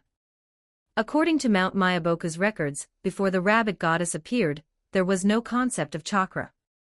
The extraordinary beings of that era all used natural energy. The more proficient one was at using natural energy, the stronger they became, until they could possibly turn into an existence akin to a god. As Orochimaru spoke of his research, his eyes gleamed as he explained to Hyuga Mirai. Natural energy is the fundamental existence that gave birth to life on this planet. When one's control of natural energy is sufficient to touch the planet's foundation, the level of life may further transform with the help of natural energy, becoming what people before the appearance of the rabbit goddess called a god. The physical body cannot disappear, but the spirit can endure. In other words, natural energy can help the soul evolve. After listening, Hyuga Mirai looked at Hinata Hyuga and asked, So you mean Hinata Hyuga is what you're talking about? That's right. I've always suspected that the Shinigami does not possess chakra. The power of the Reaper Death Seal surpasses other sealing techniques of the Uzumaki clan. It can instantly separate the Nine-Tails Yin and Yang chakra. In the entire ninja world, only the Reaper Death Seal can do that. And now, through rituals, Hinata Hyuga seems to be able to possess part of the Shinigami's authority. After saying this, Orochimaru turned his head to Hinata Hyuga and said, Hinata, please. Yes, I understand. Hinata responded softly and began preparing on her own. Looking at her, Hyuga Mirai could not tell how much she had changed from before, but he felt she was no longer the same gentle, soft-spoken girl she once was. Hayashi Hyuga had been inquiring about Hinata Hyuga. If Hinata had changed too much, it would be hard for Kyo to explain things to the Hayashi family, even though Hinata had left of her own accord. Soon, Hinata Hyuga began to move. It was very peculiar, somewhat like a ritual dance, with special hand movements. What caught Hyuga Mirai's attention most, however, was the natural energy around her. She did not condense chakra, but instead used natural energy in conjunction with these strange gestures. Before long, she gathered a great amount of natural energy from the surroundings, even affecting the electrical currents in the house. After sensing the commotion downstairs, Ayaka Uzumaki changed clothes and came down. Seeing the situation in the living room, she guessed what Hyuga Mirai and Orochimaru were doing. She quietly walked over and sat beside Hyuga Mirai. Although a fair amount of natural energy had gathered, in Hyuga Mirai's eyes it was not particularly impressive, at most equivalent to an S-rank forbidden technique. But in Hinata Hyuga's hands, that natural energy seemed to obey her command. Orochimaru whispered to Hyuga Mirai, Mirai-kun, I'm not sure whether Hinata still has the Byakugan bloodline. Some time ago, she was able to achieve X-ray vision and long-distance vision without activating the Byakugan. As for now, we haven't conducted new tests yet. That's impressive. Wait, Orochimaru, you just said. Hyuga Mirai suddenly realized something and asked quietly, You mean Hinata can use long-distance vision and X-ray vision without her veins bulging? That's right. So sometimes even I don't know whether she's using the Byakugan. Seeing Hyuga Mirai lost in thought, Orochimaru asked, What's wrong? Hyuga Mirai let the topic drop, but he planned to prepare sealing barriers at home later, just to feel more at ease. Meanwhile, Hinata Hyuga's actions were gradually coming to an end. The natural energy slowly gathered into her two palms. In Hyuga Mirai's view, this was already astonishing.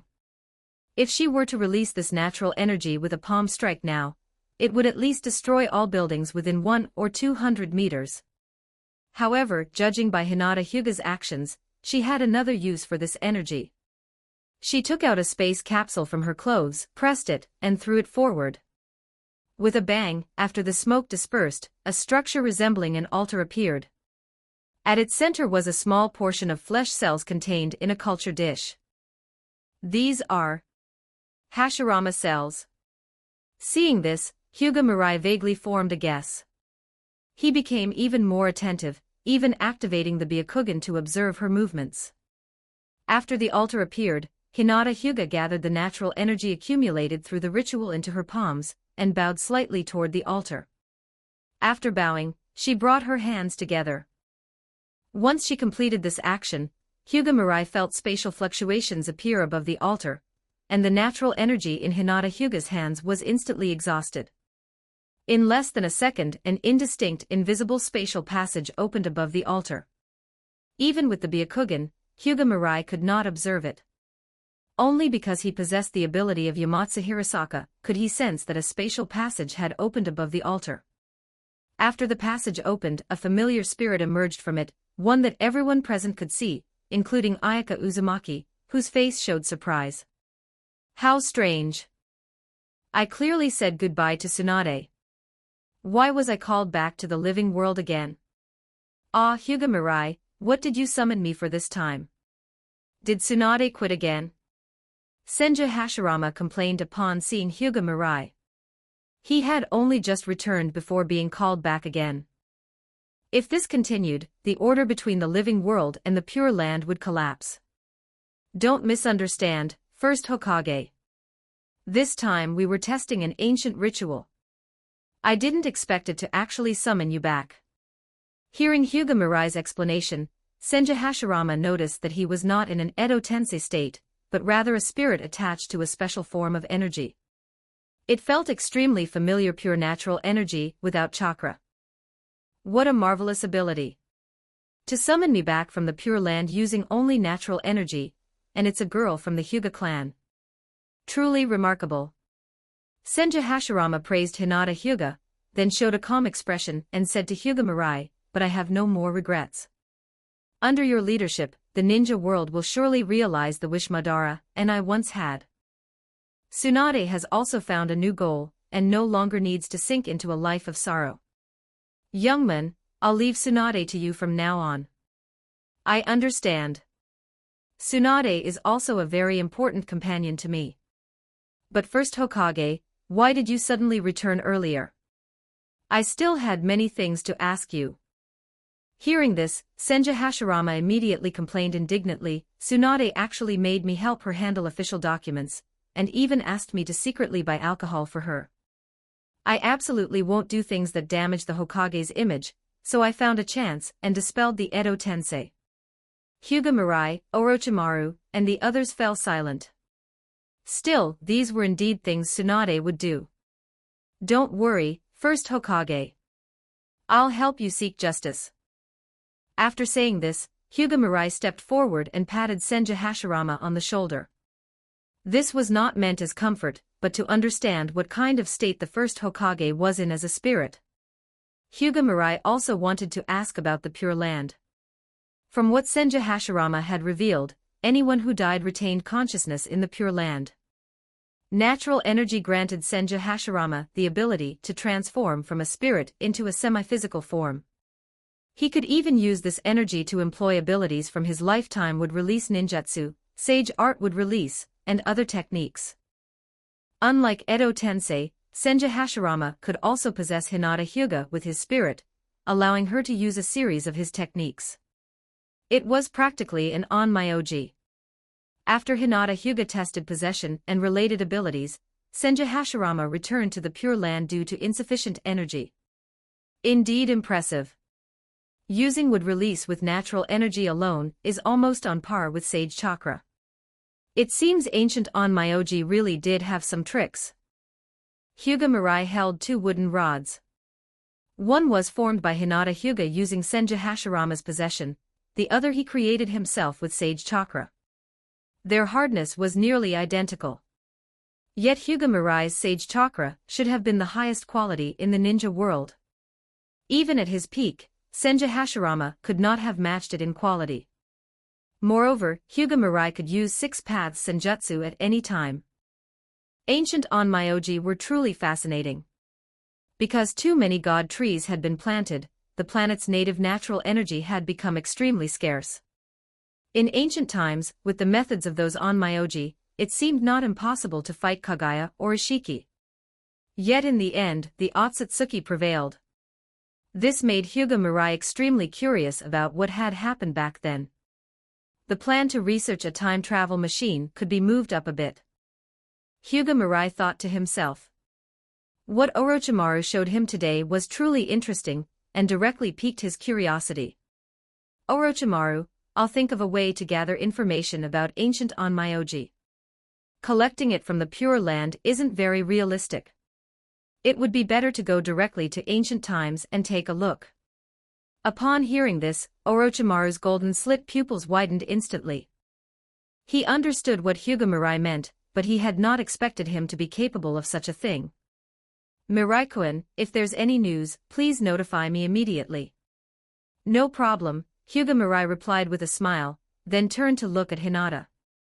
Even he found it hard to read this girl's current temperament. Hinata, do you want to go back and see Hayashi Hyuga and Hanabi Hyuga? Or stay here a few days and let Naruto Uzumaki show you around the Federation? Hinata Hyuga remained expressionless. She had worn this expression ever since entering. Hearing Hyuga Mirai, she replied without changing her expression, no need. I want to look around on my own. Hearing this, Hyuga Mirai glanced at Orochimaru. Seeing no objection, he said to Hinata Hyuga, all right. I'll inform the security team, so they won't interfere with you. After that, Orochimaru discussed other research matters with Hyuga Mirai, such as whether Hinata Hyuga's constitution could be replicated. However, Orochimaru had too little data.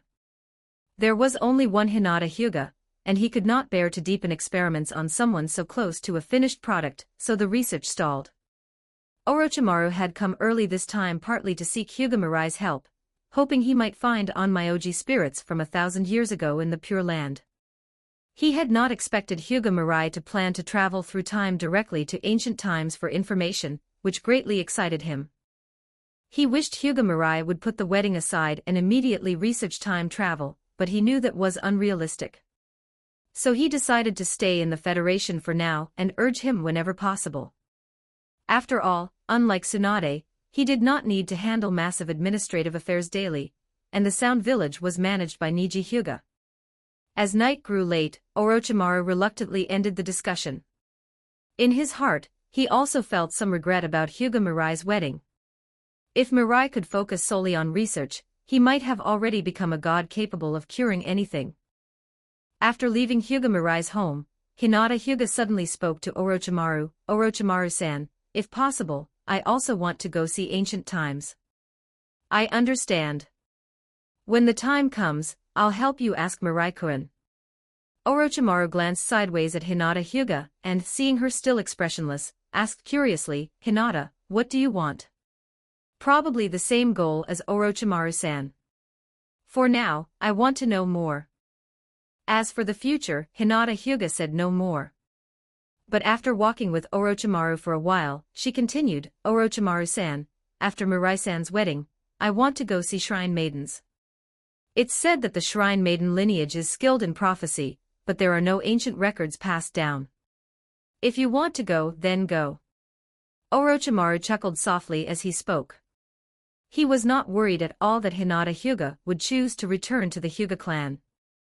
Although the Hyuga clan had undergone reforms and abolished many old systems like the caged bird, in Orochimaru's view, aside from their bloodline, they were still a dull clan. Hinata Hyuga was different. She would have many possibilities in the future. It was destined that she could not return to that dull clan and become an ordinary ninja. Hard to believe Konoha Ninja just disappeared like that. It feels like we were Konoha Genin just yesterday, and today we've become Federation Ninja. Ino Yamanaka sighed. This time, Team 8 and Team 9, due to their good performance in the Chunin exams, were allowed to study at the Federation Administrative Building. The 6 of them were the only young ones there. The others were all famous Konoha ninja, like Kakashi Hatake and Inoichi Yamanaka. The ninja uniforms do look pretty good, Shikamaru Nara said with a troubled face, scratching his head. It's just that we won't be able to slack off anymore. I've heard the Federation has a lot more work than Konoha, and we're supposed to do this for a few more years. At this rate, when can we ever retire? There's no helping it, Shikamaru. Konoha has practically taken over the entire Land of Fire, and with your talent, you'll definitely be put to good use, Choji Akimichi said, holding lots of food he had bought along the way. Seeing Shikamaru's gaze, he held the food closer. Want some? Shikamaru shook his head. No, I'm already full. There were more than 400 people in the group. The core figures were Kyo Hyuga and Kurenai Yuhi. Others included members of the Hyuga clan and Kurenai Yuhi's family. From Shikamaru's perspective, however, that Jonin and Yuhi Shinku did not seem to be in a very good mood. Their 2 genin teams benefited from their teachers and were arranged into this group. After arriving, Federation Ninja would also guide them in administrative work. Most importantly, they were there to attend the wedding. Through newspapers, almost the entire ninja world already knew about the marriage of Hyuga Mirai, principal of the Federation School. There were only a few days left, and once they arrived, everything would likely be arranged in haste. Ino Yamanaka missed Konoha for less than 3 minutes before finding Sakura Haruno. The two whispered and giggled, laughing and bickering. Without guessing, it was obvious they planned to look for Sasuke Uchiha. They had once been enemies, but now both sides had merged into one country, rekindling their hopes. In the carriage at the center of the convoy, Kurenai Yuhi saw Kyo Hyuga's restless appearance and smiled as she asked, "Kyo, are you nervous? What nonsense are you talking about? I've attended countless weddings as the head of the Hyuga clan. This time it's just my own turn. What is there to be nervous about?" After saying this, Kyo Hyuga closed her eyes. But in the next moment, she felt Kurenai Yuhi's slightly cool hand touch her face. "You forgot to turn off your Byakugan. Don't rush, Kyo. We're almost there." Kyo Hyuga hurriedly deactivated her Byakugan and tilted her head slightly. "I'm also responsible for vigilance. In this group, no one's long-distance vision surpasses mine. This is the duty of a clan head ninja. Yes, I hope you can keep it together, humph." Although Kurenai Yuhi spoke in a relaxed tone, recalling that night, her own nervousness was no less than Kyo Hyuga's. She simply eased it by teasing Kyo. When that day came, she would have no reason to stop Hyuga Mirai's next move. Thinking of this, Kurenai Yuhi clenched the cushion beside her slightly. End of chapter. Drop them power stones please. Support me on Patreon if you'd like access on advanced chapters. I have finished all the chapters and uploaded them there. Pat Rayon. com/turd translations. Just remove the space. Chapter 387. Chapter 387 1677 words for someone visiting the Sand Federation for the first time. The modern city built amidst the oasis could easily leave them jaw-dropped. A forest of colossal trees, tens of meters tall, surrounded the city's left rear, while on the other side lay a massive artificial lake. Rivers had been dug through the lake, weaving across the capital, and combined with skyscrapers shrouded in a semi-transparent barrier, the fusion of modern architecture and primeval forest was unlike anything anyone had seen before. "No matter how many times I come here, the scenery never gets old." Narashikako looked on for a moment, thinking that if he ever retired, coming here to rest wouldn't be a bad idea. The capital was encircled by a river. Once Konoha's team crossed the bridge, they could enter the Federation directly. There were 16 entrances to the Federation, each built atop one of 16 bridges. As they neared the Federation, those arriving from Konoha could already see figures standing on the bridge to greet them, led by Hyuga Mirai and other Federation officials. Lord Mirai. The lead Federation ninja saluted upon seeing Hyuga Mirai and prepared to report on the success of their mission. But before he could speak, a figure leaped past him and tackled Hyuga Mirai. The familiar scent of flowers immediately filled Mirai's nose, and he felt two firm pressures pressing against his chest, leaving him momentarily stunned, unsure of what to do. Sakura and the other two, who had only been symbolic escorts, gawked in surprise. Kurenai-sensei is way too bold, there are so many people here. Mirai didn't know what to do with his hands, hug her back and risk being noticed, or refrain, and be held tightly by Kurenai-yuhi. Before he could decide, Kurenai released him with a polite smile. Sorry, I got a little excited. Her words were immediately met with two nearly lethal glares, one from Kiyo Hyuga, the other from Kurenai's father, Shinku Yuhi. Kurenai had financed much of Mirai's ventures, mostly money borrowed from her father, Shinku. Shinku could only conclude that such behavior must have been taught by Mirai unforgivable. What a shameless woman. Just in the car she was comforting me, and now this. Kiyo's eyes narrowed in anger, nearly rolling into the white of her eyes. She felt the urge to react, but with so many people around, she could only tremble slightly without taking action. Kiyo then hurried to Mirai's other side, standing opposite Kurenai. Ahem, it's getting late. Let's go inside. Mirai coughed, drawing everyone's attention, then snapped his fingers. Nearly 500 people present felt the scene blur for a moment, and in the next second, they were at the central plaza of the Federation. Mirai had used the Rinnegan to spatially transport everyone first to the Shikyu space, then immediately to the Federation's central plaza before anyone could react. Only highly perceptive ninja could notice the dual teleportation. Sakura looked around in disbelief. Amazing, what just happened? How did we get here so fast? A large-scale space-time ninjutsu. This is the Federation capital's central plaza, thought Nara Shikaku. Seeing Mirai perform a teleport that moved hundreds of people at once, he realized just how terrifying his strength was. Everyone, your accommodations and other needs have already been arranged by the administrative department. Royoki and Yukata will help you settle in. As for the rest, this is your home. Feel free to explore if you missed anything last time. Mirai smiled.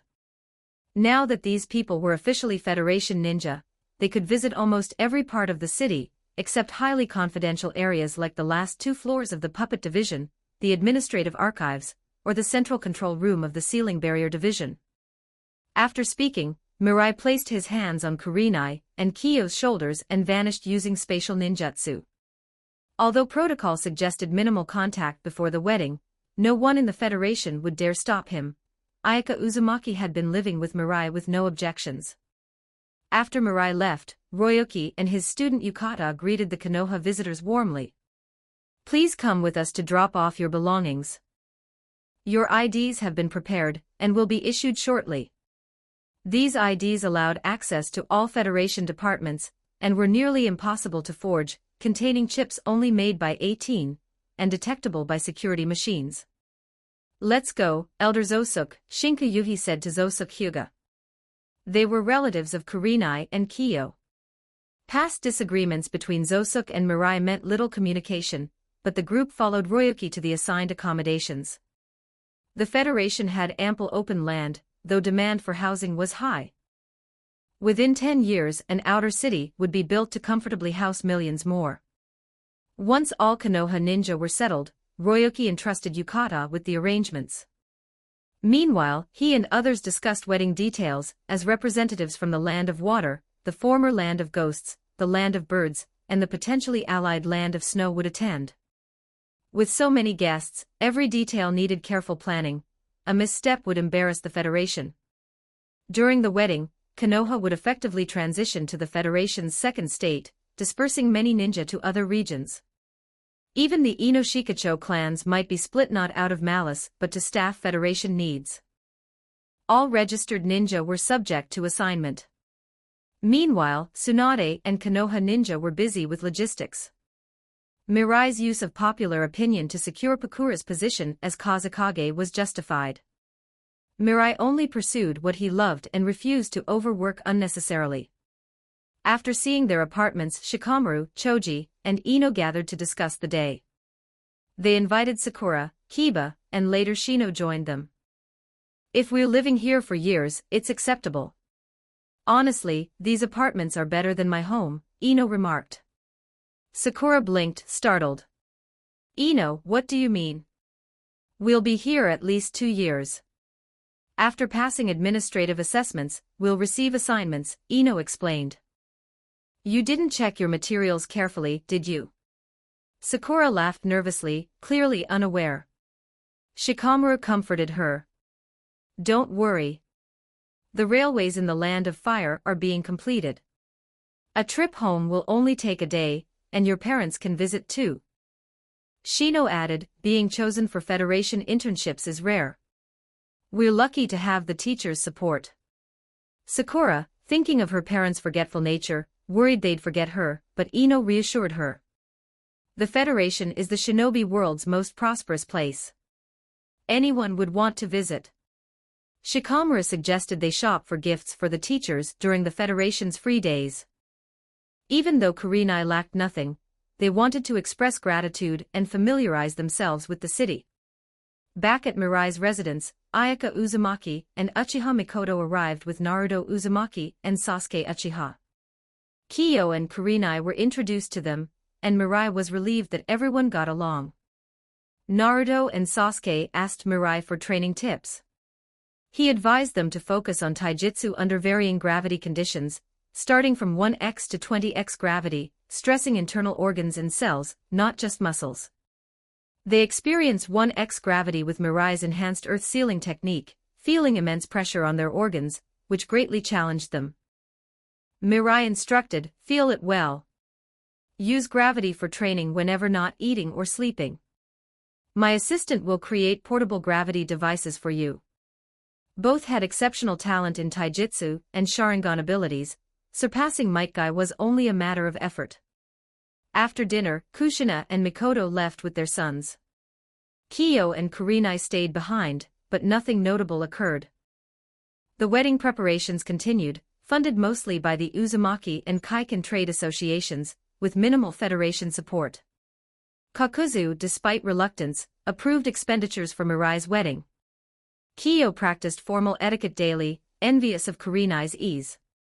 They eventually involved Ayaka Uzumaki, though all three relied on shadow clones to cope. Mirai observed, realizing the wedding had become a ceremonial spectacle. Orochimaru, watching briefly, laughed and left, understanding why Sasori hadn't appeared. On the wedding day, the Federation capital was filled with specially made fireworks, quiet yet visually stunning. Pakura served as the officiant, with Tsunade, Federation leaders and family present. A 10-kilometer carpet lined the route, a costly expenditure that Kakuzu begrudged. The ceremony spanned 9 steps across 3 sections, from 10A, open to all residents in a festival-like atmosphere. Local shops offered free treats, later reimbursed by the Uzumaki and Kaiken trade associations. Mirai noticed Kiyo's shadow clone outfit simply showing her face, which was perfectly beautiful. Grandfather and clan warnings left me no choice, Kiyo thought, embarrassed. Using Sage Chakra, Mirai camouflaged them for observation from a distant building. For shadow clones observed, 3 enjoyed watching Kiyo, witnessing her as if at an ancient sacred rite. As the sun set, the wedding concluded. Time to rest, Mirai said, looking at the sky. He had subtly reduced the barrier's transparency, signaling nightfall inside the Federation. Kiyo, Kurenai, and Ayaka scanned their surroundings, alert for intruders. Mirai transported them back home using spatial ninjutsu. In the instant, Kurenai and Ayaka attempted to escape, and Kiyo, caught off guard, tried to form hand seals but was restrained by hands pressing against her waist. Where do you think you're going, Lady Kiyo? From the stubborn little girl she once was to the now mature Hyuga clan leader, Kiyo was helplessly guided, increasingly shy, eyes closed, legs lifted by natural energy. Mirai held her close, applying gentle pressure. Kiyo's breaths came in gasps. Despite her physical training, repeated assaults on her weak points left her dazed, as if under genjutsu. Her long legs wrapped around his waist, securing her in place. Without natural energy, she couldn't fall. The encounter lasted a long time. Kiyo's restrained cries ebbed and flowed like waves, until they were replaced by another's voice. A/N, sort of an epilogue. What follows is the wrap-up of the ninja world and some side stories. End of chapter. Drop them power stones. Please support me on Patreon if you'd like access on advanced chapters. I have finished all the chapters and uploaded them there. Pat Rayon. com/turd translations. Just remove the space. Chapter 388. Chapter 388 1207 words. Year 65 of the Federation. Since the Federation originated from the hidden sand village in the Land of Wind, it inherited the ninja village calendar, starting from the year the Warring States period ended. It had been 2 years since Hyuga Mirai's grand wedding, as counted from the event by the Federation's Minister of Education and head of the Ninja Academy. In these 2 years, the only major event in the ninja world was probably the destruction of the Land of Lightning a month ago. This catastrophic event awakened the Federation, which had been quiet for 2 years. Fortunately, during these 2 years, the Federation had repaired all the main roads and railways across its 12 states and 36 districts.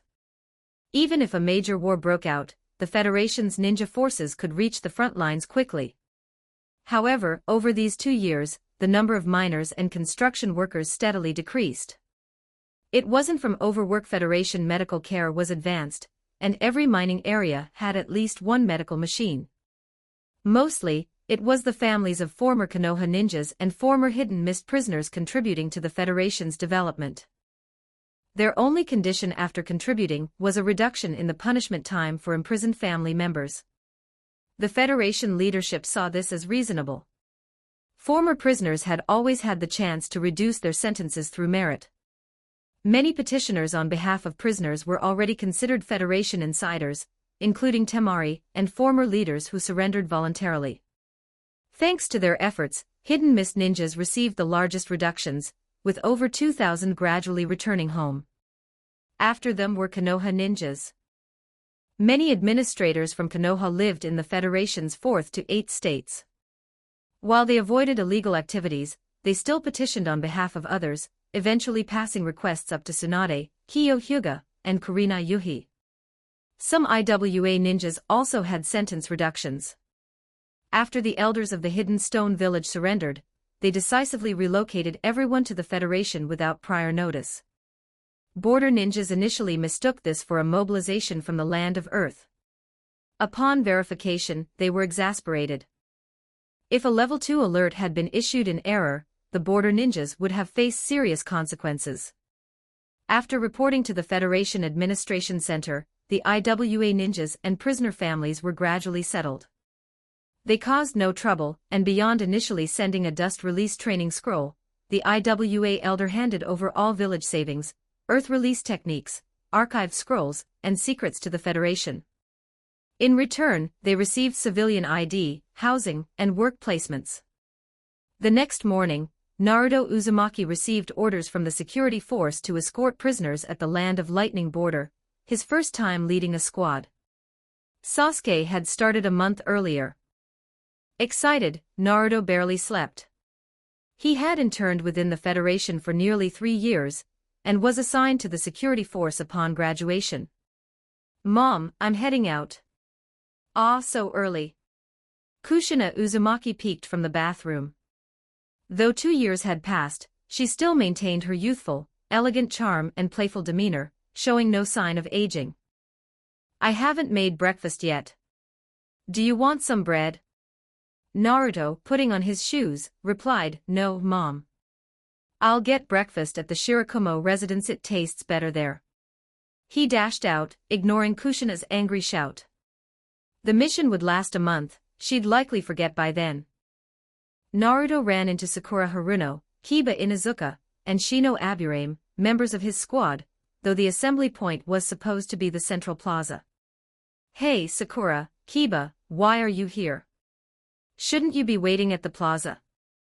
Sakura awkwardly explained that she was anxious about tomorrow's mission. Naruto, skilled in reconnaissance, saw through her excuse. Sasuke isn't here, he left earlier for his mission. This is your first time, I'll let it slide. But next time, follow my orders or it goes in your mission record. Sakura quickly apologized and Naruto waved it off. These were his former classmates and students of Aunt Kyo. Let's go, the train leaves at 9. Mirai uncle. Hyuga Mirai appeared with a basket of groceries, wearing combat attire and carrying a Byakugan-equipped protective device. Heading out on a mission, he asked. Yep, first time leading a squad, Naruto replied with a grin. Mirai handed them an eel rice ball. Kiba had not eaten, so he accepted gratefully. Sakura and Shino, also skipping breakfast, followed suit. Mirai's rice ball stock decreased by 3. The Shirakumo breakfast was popular, especially the eel rice balls, of which Mirai had bought 7. 2 years ago, Mirai's wedding had made the Ninja Academy principal memorable. With his striking looks and blue eyes, many let him buy rice balls first, even the shop owner. A shout made him shiver. He quickly told Mirai and the others, let's go plaza, now. Using chakra-enhanced agility, Naruto and his squad quickly ran through the Federation capital. Kushina, in her blood pepper mode, chased after him. Buying groceries. Seeing Naruto gone, she muttered. He'd dare scorn her cooking, he'd regret it after the mission. Mirai sighed, recalling Kyo's demands for nutritious meals. Using space-time ninjutsu for shopping was prohibited in daily life, only emergency situations allowed it. Kushina teased, wanting Mirai to let her eat without cooking herself, but he refused. In the meantime, Kyo and Mirai's family continued their morning routines. With childcare nutrition preparation, Kyo was meticulous, Mirai delegated tasks to a clone while preparing for research. The Federation had merged the Konoha security force, dispersing many Hyuga family members. Kyo had resigned as clan head after 6 months of marriage, with Iroha acting as interim leader. Mirai had reduced his research hours, assigning calculations to Android 18, who also managed his education department duties. The time travel machine in Roran was near completion, capable of trips up to 70 years, though stability beyond that remained uncertain. He focused on acquiring the body of Ashiki for his quantum time-space experiments. Meanwhile, Sasori tested high-temperature-resistant materials on the moon, though expenses were high. Mirai planned to call Orochimaru and Tsunade for further support. Tsunade had resigned as governor of the 6th state 3 days prior. Mirai located her 16 kilometers away in an izakaya. She had quietly resigned, telling only Pakura. You still found me, she said. There's nowhere in the ninja world I can't find you, Tsunade, Mirai replied. He intended to take her to the land of Earth for the time travel project. The time travel machine required a guiding light from the land of Earth, which the Akatsuki network could identify. Tsunade, busy with electromagnetic research, protested, but her interest was piqued. Mirai intended to explore the Pure Land afterward, intrigued by reincarnation phenomena. Meanwhile, in the former land of demons, Hinata Hyuga had been visiting the Miroku shrine for 2 months. She prepared to return after teaching Cheyenne, a fellow prophetess. Their training had strengthened their abilities, surprising Miroku. Hinata reflected, if I could go back and study with stronger onmyoji, I might see more clearly. She regarded prophecies as fluid, they could represent the future, or just dreams. End of chapter. Drop them power stones. Please support me on Patreon if you'd like access on advanced chapters. I have finished all the chapters and uploaded them there. Pat Rayon. com/turd translations, just remove the space. Chapter 389. Chapter 389 2021 words. The Kara organization was considered one of the most deeply hidden groups in the ninja world. At this time, its members were not as formidable as they would be decades later. Though many had strength, they were extremely secretive, making it nearly impossible even for sensory ninjas to detect the power they concealed. Moreover, most Kara members still held public positions as nobles, and had not participated in ninja battles. Hyuga Mirai did not bring along the artificial humans modeled after Obito Uchiha, only one modeled after Madara Uchiha. Since its creation, it had been under the care of Kiyo Hyuga and Kurenai Yuhi. Ayaka Uzumaki, who had half of the nine tails inside her, was already the strongest among the three females, so she didn't need protective devices for the time being. However, this time they needed to counter a Shiki residing within Jigen. So Hyuga Mirai brought the Madara Uchiha artificial human, whose Rinnegan had a sealing eye technique. Even a person at the level of the Sage of Six Paths could be sealed by Madara's eyes if careless. After arriving in the land of Earth with Tsunade and Orochimaru, Hyuga Mirai first called for Zetsu to confirm information. Lord Mirai, this one is incredible. It took him 3 months just to relieve himself once. That's enough, Zetsu. Let's focus on business. Once we return, I'll have some artificial organs transplanted for you. Hyuga Mirai sighed deeply. If he could use artificial organs to prevent Zetsu from constantly talking about bodily functions at first sight, he should have done it long ago. Zetsu's face brightened at this and he said, "Thank you so much, Lord Mirai. That guy has been in his lair recently. I sent my clone to monitor him.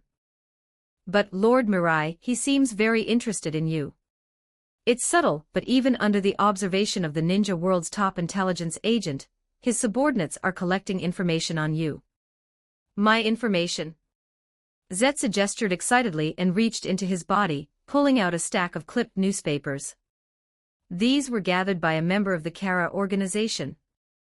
Many of them are reports about you, Lord Mirai.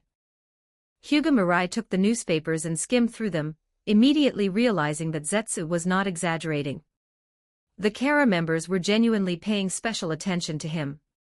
Though federal newspapers rarely reported on him in recent years, for these people to collect scattered clippings, it would take fans at least of the eye level to do the same. Tsunade peeked at them and chuckled.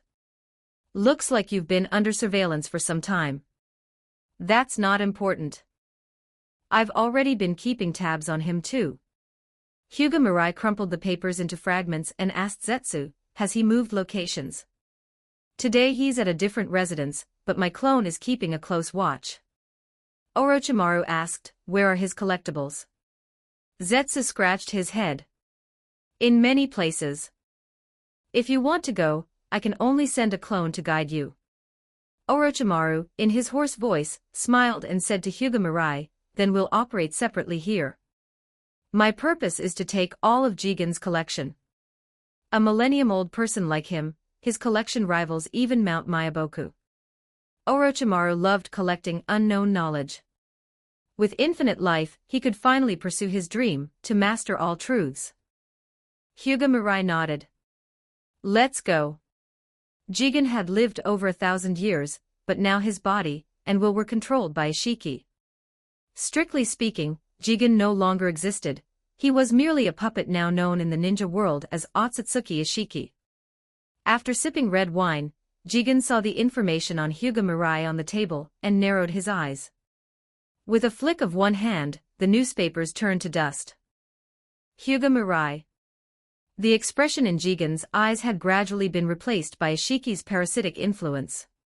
His hatred for Hyuga Mirai stemmed from memories 1,000 years old, the helplessness of being toyed with like an ant and barely escaping after kneeling in supplication. What had sustained him for 1,000 years, cultivating vessels, was not just the Otsutsuki clan's mission, but also the anger he never forgot.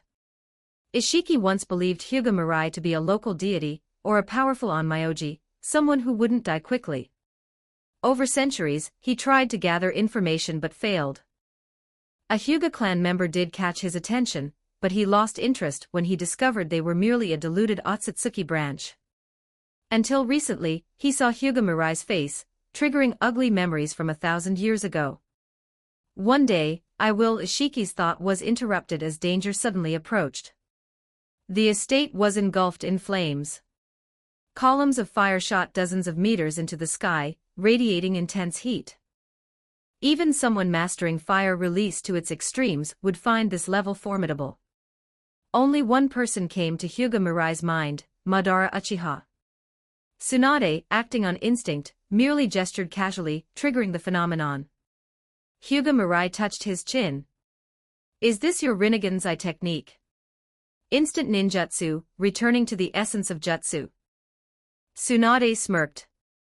Not just instant ninjutsu, but senjutsu, and all her techniques could be deployed wherever she gazed. Though she usually hid her abilities from allies, she wanted to win against Hyuga Mirai once before fully revealing herself. A figure erupted from the flames. Tsunade and Hyuga Mirai saw the person matching the intelligence reports, but now, Jigen's body was covered in black markings. The fire ninjutsu had reached the level of senjutsu. Without Otsutsuki power, it could have harmed him. Hyuga Mirai. Jigen's shock turned to hatred, an intense, palpable loathing that even Tsunade found unsettling. If she remembered correctly, this was their first meeting. How could he harbor such hatred? I knew of your existence long ago, but this must be our first meeting. When did your hatred begin? Hyuga Mirai asked, narrowing his eyes. He noticed Jigen's black markings, growing horns, and altered eyes. Hyuga Mirai. I know I can't defeat you normally, so I immediately released all my power. In this body, I've restored a millennium of strength. You will regret what you've done to me. Jigen, now fully transformed by Ishiki, could release more of his power. Using this form reduced his lifespan to possibly 2 or 3 days, but he had no choice, only his full power could kill these two. Hyuga Mirai frowned. After all that, you still haven't explained why you hate me so much. A massive black cube suddenly appeared above his head. Though only a few dozen cubic meters, its density and weight defied belief. Hyuga Mirai braced it with his arm. Otsutsuki Ishiki charged, wielding a black staff. Don't think so. Tsunade intercepted, but merely a glance from Ishiki caused black rods to pierce her vital points. Black rods erupted from her body, halting her advance. Cubes struck her, and she crashed to the ground.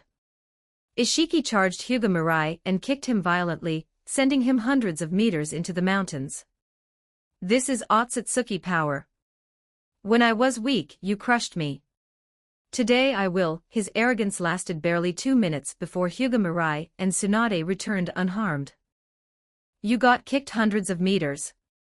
That's unlike you. Even the strongest taijutsu ninja would be mocked for such a scene.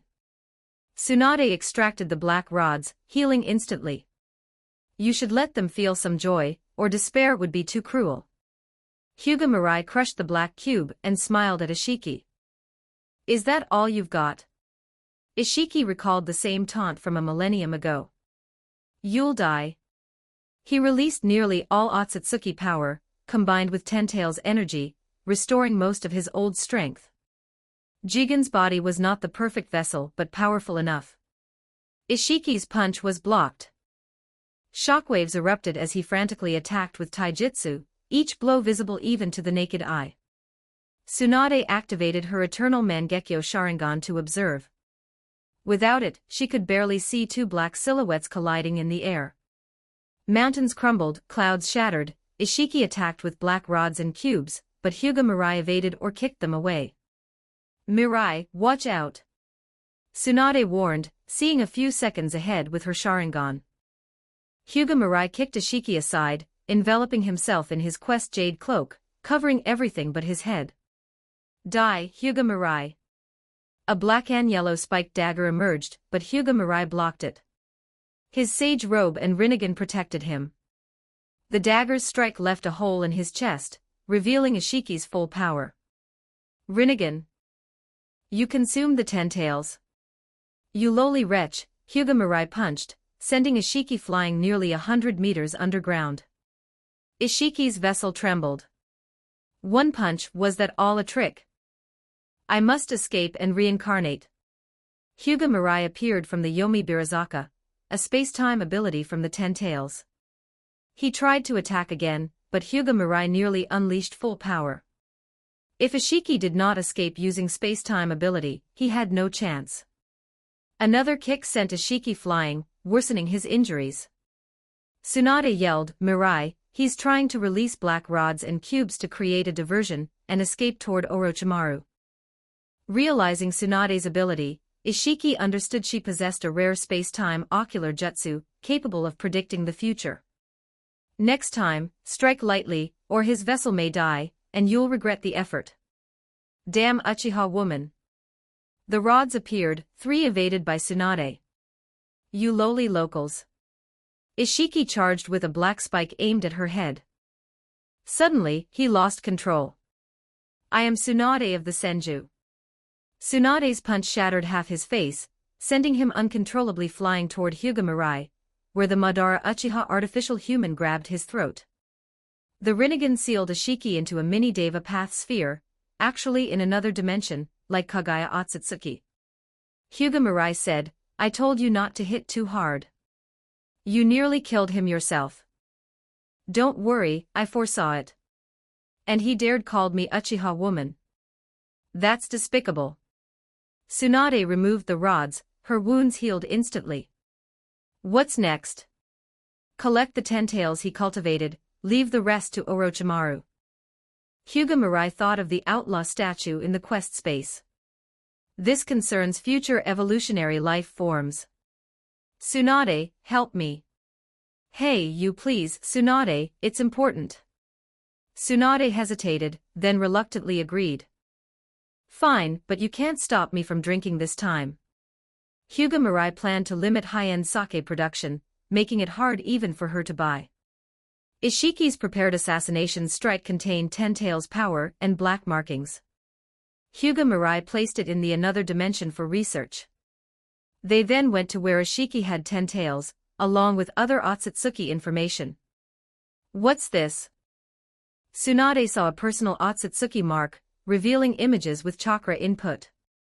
Except for Ishiki's destroyed image, others remained, though Hyuga Mirai doubted the Otsutsuki numbered only a few. This contains Otsutsuki clan info. Later, I'll extract it from Ishiki's mind. They secured the 10 tails into another dimension. It was small, weaker than the real 10 tails, but with integration, it could become a second 10 tails. After releasing Ishiki's seal, Hyuga Mirai put the rebelling 10 tails into another dimension. Seeing Tsunade still studying the images, he said, let's meet Orochimaru first. We can study this later. Hyuga Mirai brought Orochimaru's collected items into quest space, and returned to the Federation via Yomibirazaka. Upon returning, he began researching Ishiki, reincarnating his life info into an immortal form similar to Orochimaru's cursed seals, but geared toward electronic life forms. Part of Ishiki's life was also used to locate space-time travel nodes. These tasks would keep Hyuga Mirai busy for a long time. He assigned Tsunade to help and used clones to monitor progress, ensuring safe travel through space-time. He speculated Ishiki's hatred stemmed partly from the time-space machine. Otherwise, they had little contact. After 2 months of research, some progress was made. Memory extraction from Ishiki wasn't fully successful, but node location for space-time travel was complete, pinpointing a 1,000-year-old timeline. The first trial could now proceed. End of chapter. Drop them power stones. Please support me on Patreon if you'd like access on advanced chapters. I have finished all the chapters and uploaded them there. Pat Rayon. com/turd translations. Just remove the space. Chapter 390. Chapter 390 2046 words. After the Land of Lightning gradually stabilized, the Federation's administration, construction, education, and security forces all became busy, but this no longer concerned Hyuga Mirai. Over the past 2 years, the widespread adoption of computers had allowed more than 70% of Federation officials to use them for office work. The construction of nuclear fusion power plants and networks further accelerated computer adoption, making Unit 18 increasingly powerful. With Unit 18's calculations and assistance, Federation officials could save half their energy, allowing them to devote more effort to their duties. The only unsettled nation left was the Land of Earth. Many Federation ninjas knew this was their last chance to prove themselves, so they petitioned leader Pakura to launch a campaign to reclaim the Land of Earth. This would unify the ninja world while also earning them battle merits. Leader Pakura now received numerous petitions daily, and even Naruto Uzumaki and Sasuke Uchiha came to Hyuga Mirai to gather intelligence. Both wanted to prove themselves on the battlefield.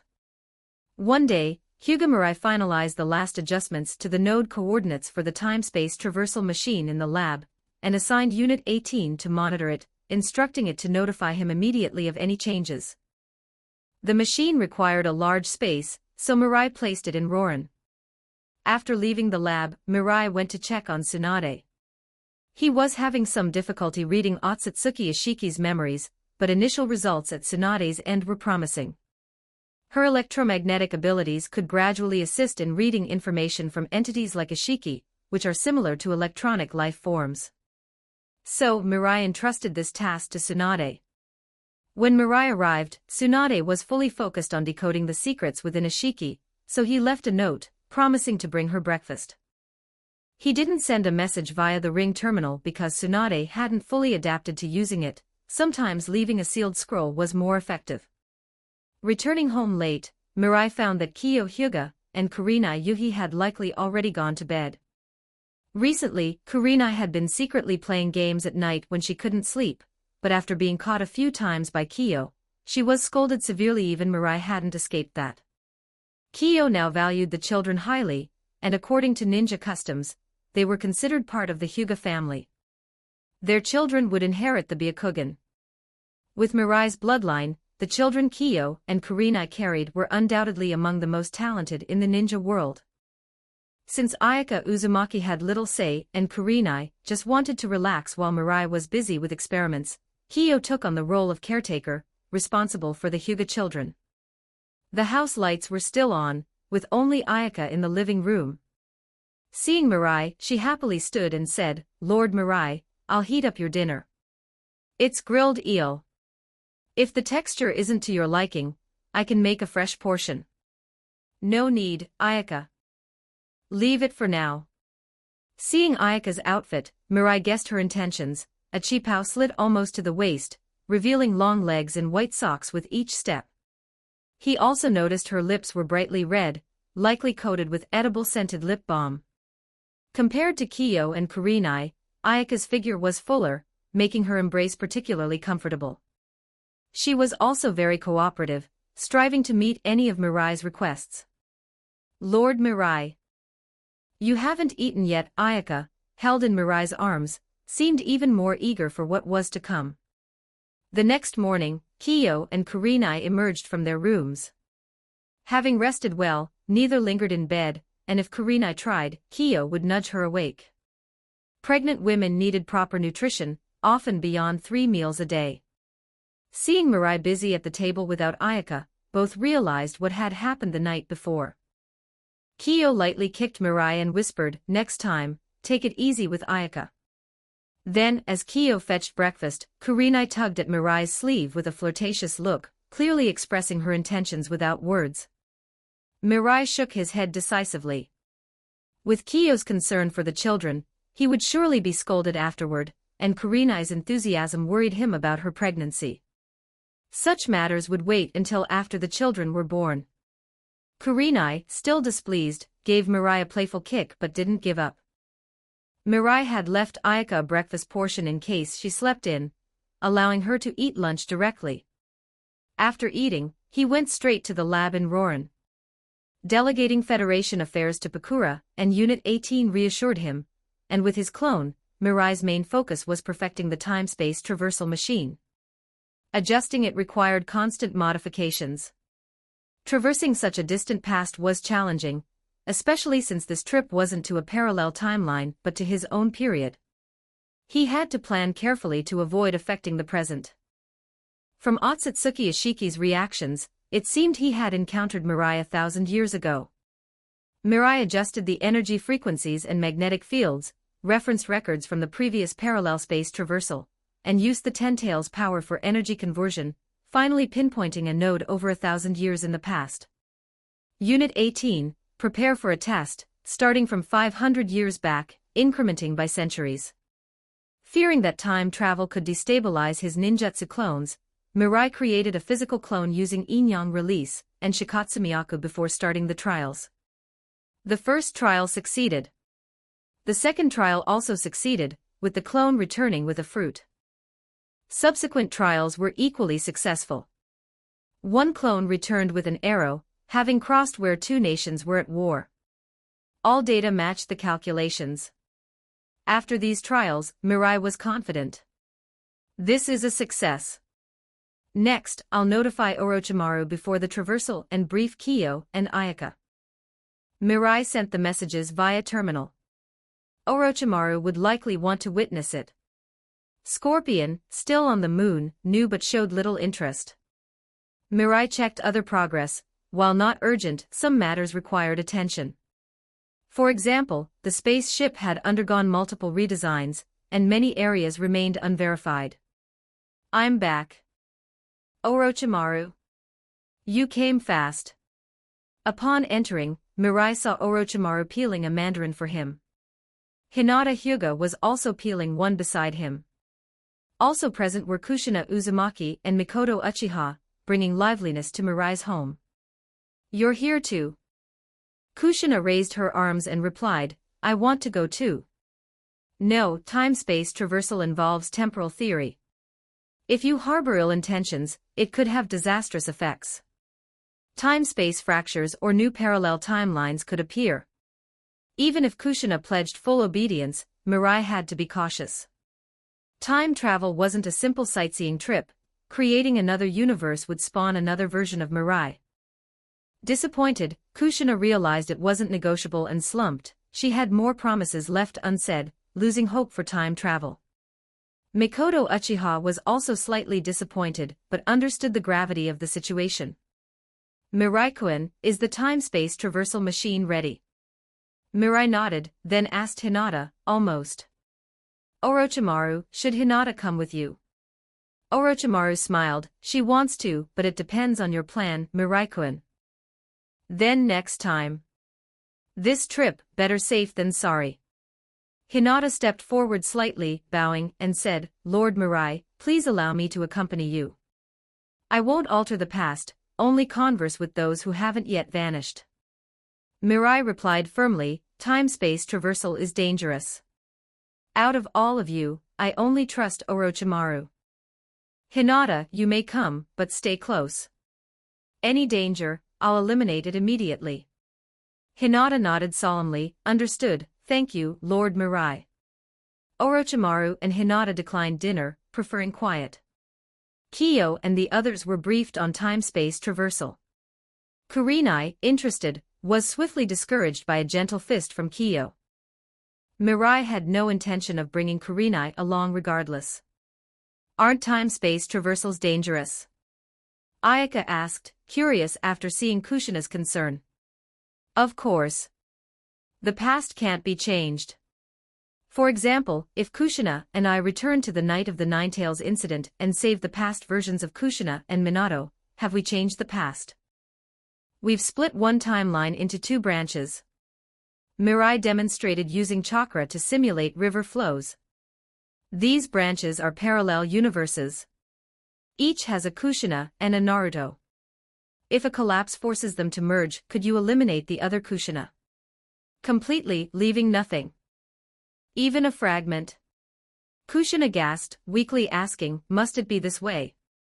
For any altered node, existing things can only be fewer, not more. Otherwise, the timeline autocorrects or the node collapses. Even if you hesitate, that world's Kushina would act for her Naruto. Mirai himself could face another version of himself. If that world's Mirai developed a massive superfield, even Six Paths mode wouldn't help. Time travel sounds simple, but each step is critical. Any action altering the future risks splitting the timeline. Upon traveling back, Mirai and Orochimaru only collected lost or destroyed Inyang master records, avoiding impacting the past. Is it really this dangerous? Kushina, intimidated, abandoned any thought of participating. So ordinary people can't join, Mirai concluded decisively. As evening fell, Kushina and Mikoto rested. Kurenai reluctantly returned to her room. Later, Kurenai sneaked into Mirai's room. Seeing Tsunade appear in Roran, Mirai stroked his chin, you're coming too, Tsunade. Why the fuss? I've decoded part of Ishiki's life information. Who could guide you better? Tsunade said proudly. She had checked the ring terminal just in time, avoiding missing the traversal. With my guidance, you won't make grave mistakes. I'm here to correct errors, she added. Orochimaru chuckled hoarsely. Never thought I'd hear that from Tsunade. Rare indeed. Indeed, Mirai nodded. Tsunade, usually reluctant, had confidently taken command. Tsunade clenched her fist in mock frustration at Mirai and Orochimaru. Mirai briefed her on the traversal's dangers, and had Unit 18 prepare protective gear. No matter how long they stayed 1,000 years ago, they'd return in 10 seconds like a spiritual time chamber. The four travelers, Hyuga Mirai, Orochimaru, Tsunade, and Hinata Hyuga. On the traversal platform, after Unit 18 calibrated all energy and settings, the green light for traversal lit up. The machine activated, a dazzling white light filled the room, and the four vanished. 1,000 years ago, the land was in constant war. Near harvest season, several nations could perish in a single day. Only the rulers and warrior leaders were eliminated. Guards and civilians often surrendered. Invaders would integrate the guards into their forces, while civilians produced food or other valuables. In an era with scarce iron, it was common to travel dozens of miles without seeing a village. If not for Yin-Yang master records, it's hard to believe gods existed in such a time. Orochimaru, using his snakes, observed a farming village. Primitive power is truly terrifying. According to Fukasaku, Yin-Yang masters of this era even intimidated him, Tsunade remarked. Mirai was still scouting the era and surroundings.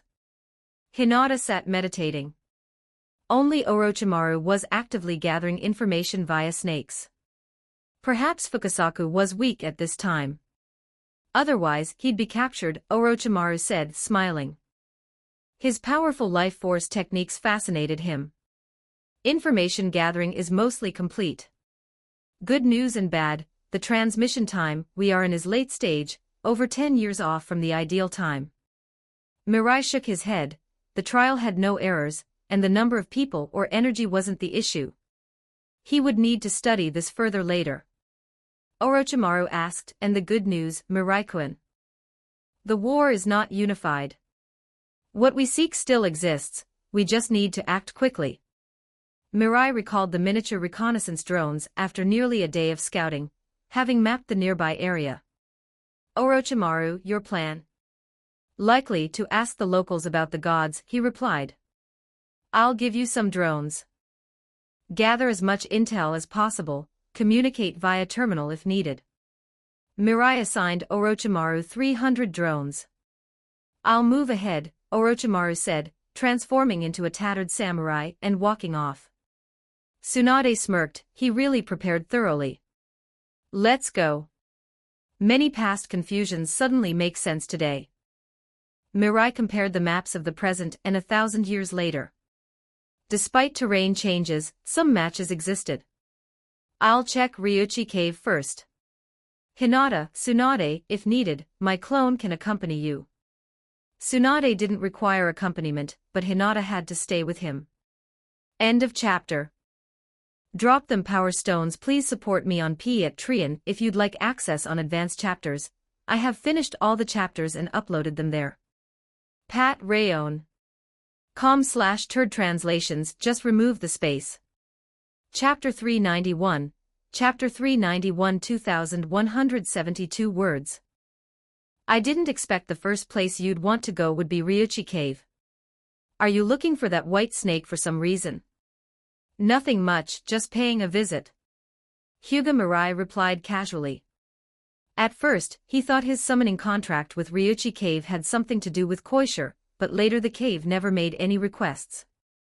Even the three great snake priestesses had only demanded a natural eye from Mount Myaboku, and Ichikishimaheim had even lost much of her internal organs and flesh to Hyuga Mirai.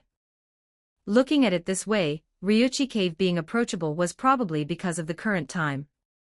As Hyuga Mirai flew through the air, he tilted his head and said to Tsunade, Tsunade, do you want to meet the slug? It shouldn't affect anything. I remember the slug's personality is more reclusive, right? Both he and Tsunade could fly. After Mirai checked her body, the yang chakra she had received from the first Hokage was confirmed safe. Mirai then helped her fully absorb the yang chakra, granting her mastery over the six paths sage techniques. Now she and Hyuga Mirai were only missing the 10 tails. As for Hyuga Hinata, she had to follow Mirai, riding the truth-seeking orb. Hinata could briefly fly using natural energy, but she didn't control much of it yet. Even though the area was rich in natural energy, she couldn't sustain long flights. Hyuga Mirai had visited Ryuchi Cave many times. First, he used the Yomi Barasaka to reach near the cave, then flew less than half a day to arrive at its entrance. The reason the 3 great holy sites 1,000 years later were increasingly distant was likely that the white snake, toad, and slug weren't very powerful yet. Being far from humans would be dangerous. The white snake was only a few dozen meters long. Though it inherited Ryuchi Cave's lineage, it wasn't particularly strong in the world.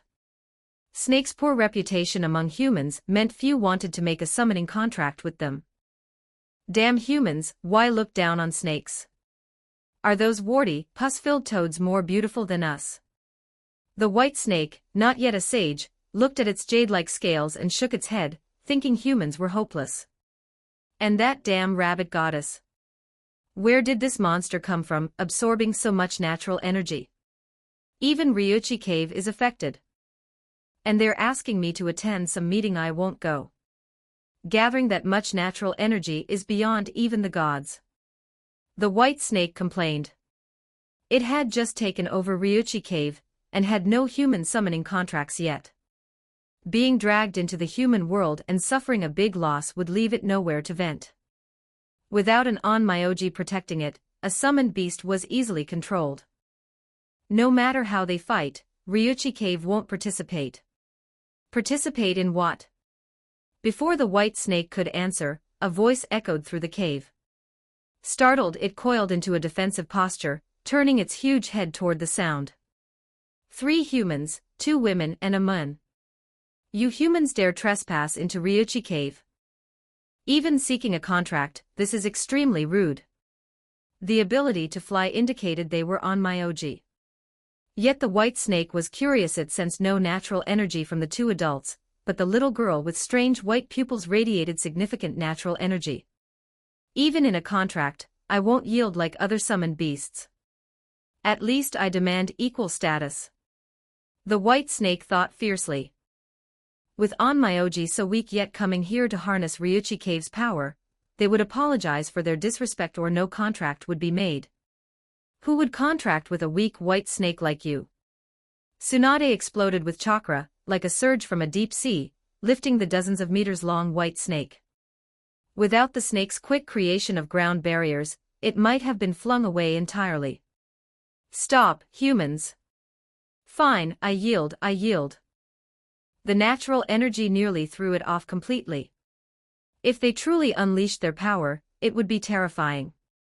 The white snake was shocked. When had humans ever had such strong onmyoji? The woman's energy felt strange yet familiar.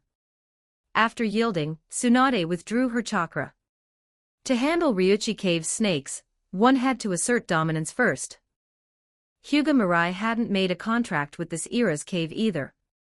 Once Tsunade stepped back, Mirai asked, "What did you mean by not participate? Don't you know?" The white snake looked surprised. Even Ryuchi Cave far away received word, and humans didn't know. If such strong onmyoji hadn't joined, Ryuchi Cave wouldn't go either. Spill it. Mirai pressed. The white snake, foolish as it was, hurried to explain, "All right, it's nothing major. The rabbit goddess's threat is too great. Recently, an onmyoji approached Ryuchi Cave, asking for our involvement in eliminating her. They claimed it was a warning from the gods." Spitting disdainfully, it said, "Ha.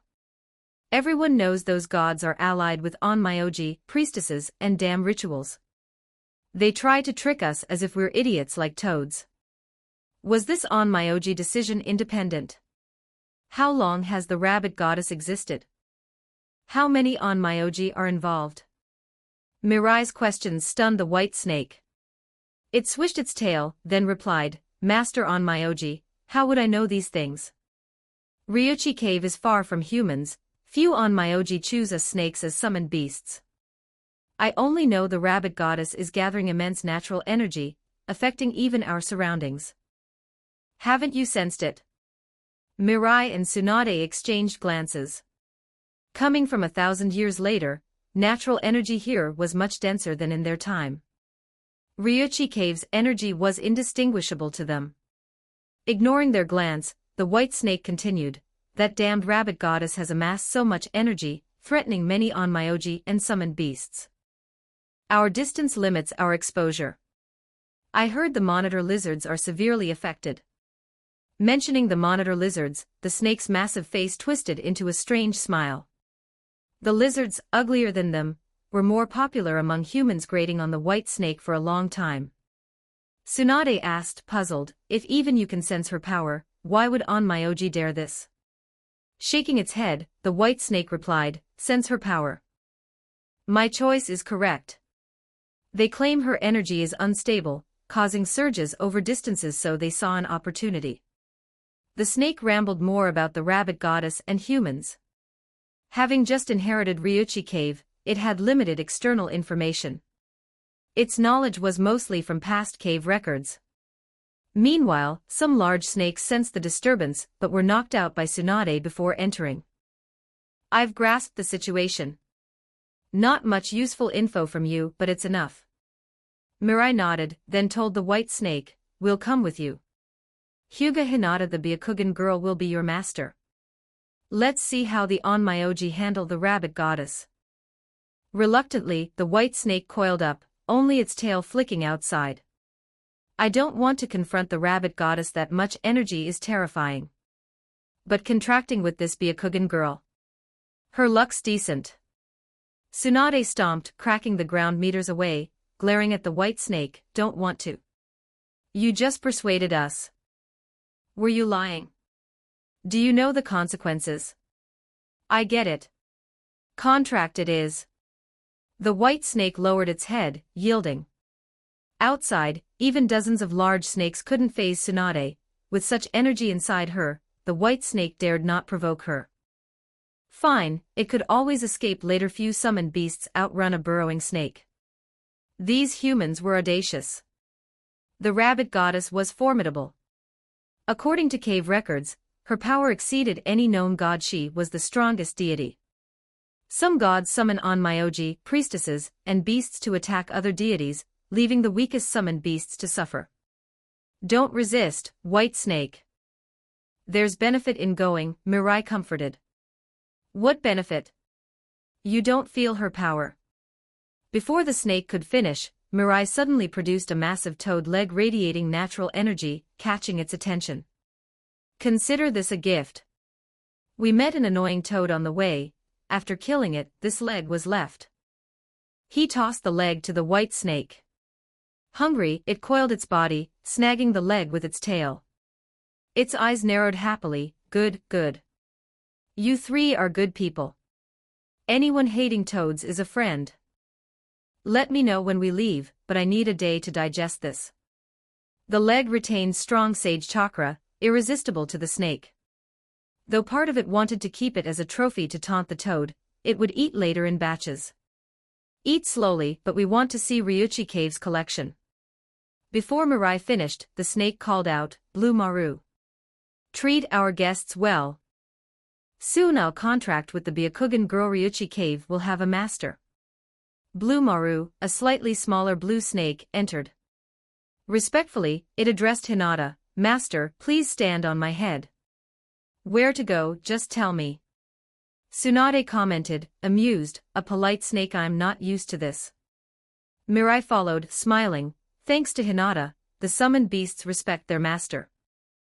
Once on Blue Maru, it slithered outside, explaining, groups with a master are safe. Without one, they're almost equal to monsters in the human world. Through Blue Maru, they understood that in this era, Ryuchi Cave wasn't a holy site, just summoned beasts absorbing natural energy, fighting with tough bodies. Absorbing energy strengthened them physically, but they were weaker than Onmyoji. Some allied beasts could learn human techniques, but Ryuchi Cave could not. Past generations' records were all it had. Even the white snake fought physically. Seeing Ryuchi Cave's collection, Mirai was disappointed. Ancient snakes' collections were crude. The carvings on walls were twisted, even the snake who carved them might not recognize them. Bluemaru asked, "Is something wrong, guests?" Mirai waved his hand, "Nothing." "Wait outside, Bluemaru." Bluemaru looked at Hinata for guidance. Seeing her nod, it slithered out but promised to stay nearby. These items aren't very useful, but back at the Ninja Academy, they enrich history lessons. Even 1,000 years back, I uphold the Federation's education. Mirai glanced at Tsunade, silently saying, "Learn from me." Tsunade ignored him, having grown smart enough to avoid work-related topics. Mirai recorded the wall carvings on his wrist device, and ran analyses, learning what past snakes had left. Many records were irrelevant and were discarded. A day later, the white snake arrived energetically. "Master, to Onmyoji, when do we leave? If we meet any annoying toads, let me handle them." "Do you have a meeting place?" "In the human holy nation." "Gods protect it, they say." Mirai hadn't collected info on that nation. He said, "I'll take you to the human world first, then you can guide me." "This isn't far from the human world." "Is this Master Onmyoji's technique?" "Didn't expect even I, White Snake, to have it." Mirai interrupted, "Enough. Remember my name, Hyuga Mirai." He then opened a huge Yomi Birasaka portal, large enough for the white snake. The other end led to where he came from. Before Otsutsuki Kagaya quelled the wars, there were many countries here, more than during the Warring States period. Some ruled only a few villages but claimed kingship, others were powerful, with ancient traditions, Onmyoji, priestesses, and many warriors. They weren't unified. Even strong countries didn't seem to seek world domination, an era of extremes. Only the first to unify could demonstrate new possibilities. You can unify all nations and reach the peak of power. After emerging from Yomi Birasaka, Mirai asked, "White Snake, which way to the holy nation?" "I don't know." First time leaving Ryuchi Cave, it had no idea. The name was told by an Onmyoji. "Snakes are irritating, far worse than slugs." Tsunade scolded, shaking her fist. The white snake ducked. Still, it flicked its tongue. "Compared to that ugly slug, I'm better. Stand on me, avoid villages, and we'll lure Onmyoji, then we'll know the way." Using itself as bait. Mirai sighed, impressed. He deployed all reconnaissance robots, messaged Orochimaru, then leapt onto the white snake. "Let's go." "No problem." First time outside, but entering the human world means no annoying toads, lizards, or lynxes. The white snake slithered along. It sometimes left tracks to attract humans, then Onmyoji. Perhaps because Mirai chose a remote area, no Onmyoji came in 2 days. Did they go to Holy Nation ahead of time? "I've made enough noise, why no one comes?" The snake noticed Mirai's sharp gaze, then quickly said, "No worries. If needed, I'll stir up a human village and attract attention." "Better keep quiet, white snake. Rely on Orochimaru instead." Mirai checked Orochimaru's reply. He didn't know Holy Nation's location, but was near the other nation, gathering information. He tried asking villagers, but ordinary people rarely knew. Only wandering Onmyoji had full knowledge. Passing a larger village, an elderly woman stopped them. "Please wait a moment, travelers." End of chapter. Drop them power stones. Please support me on Patreon if you'd like access on advanced chapters. I have finished all the chapters and uploaded them there. Patreon.com/turd translations. Just remove the space. Chapter 392. Chapter 392. 2292 words. The old woman's clothes were nothing special, but she was the only person Hyuga Mirai had seen wearing head ornaments. Though somewhat unattractive by Mirai's standards, the key point was the natural energy radiating from her. Both Hyuga Mirai and Tsunade were adept in the Six Paths Sage techniques, while Hinata Hyuga practiced natural energy. She could sense the old woman's natural energy very clearly. Do you need something? I am Futake, the former priestess of Natachi town in the land of bamboo. I saw you wanting to enter the village, so I came to ask. Hearing this, Mirai's expression brightened with realization. He said, so it's Priestess Futake. The three of us are contract holders of Ryuchi Cave. We intend to go to the Land of Saints, but we haven't traveled much before, so we don't know the route. The Land of Saints, I see. Are you going to confront the goddess of the rabbit? I've heard of Ryuchi Cave. It was the contracted summoning beast of the Autumn Nation priest 100 years ago. Because of its greed, the priest nullified the contract. You should be careful with Ryuchi Cave. Hearing Mirai's explanation, the old woman's stern expression softened. So these young people were friends aiming to confront the goddess of the rabbit. Though contracted to Ryuchi Cave, they might have been deceived. If it's about the route to the Land of Saints, I happen to know. It's just a bit unfortunate the current priest of Natachi left yesterday. But I can draw a map for you. Every priest, before succeeding, travels elsewhere, and I happen to be familiar with the Land of Saints. With that, Futake led the three into the village. Natachi village wasn't large, but in this era, nearly 2,000 people made it a considerable town. Any place with simple trade could be considered a town. Some capitals of certain countries weren't even this large. The land of bamboo had no sovereign. They worshipped the bamboo god, and the priests governed everything within the land. Were ancient nations all this small? Even a single town in the Land of Fire is larger. It's not bad. Even with wars depleting the population, after thousands of years of development, their population would be thousands or tens of thousands of times larger. Tsunade and Mirai exchanged glances. They noticed the pride in Futake's description of the land of bamboo. Tsunade, having seen true prosperity, felt that even a major ancient nation couldn't compare to a bustling district in the modern era.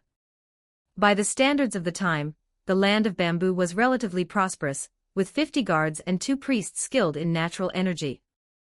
Futake led Mirai to a central house in the village and drew a rough map.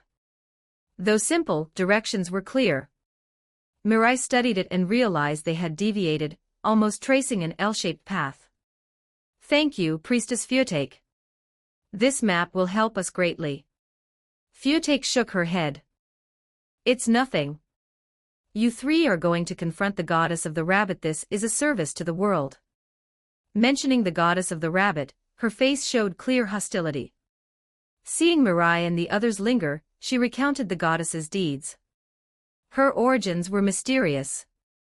No skilled seer, priest, or shrine maiden could predict her history.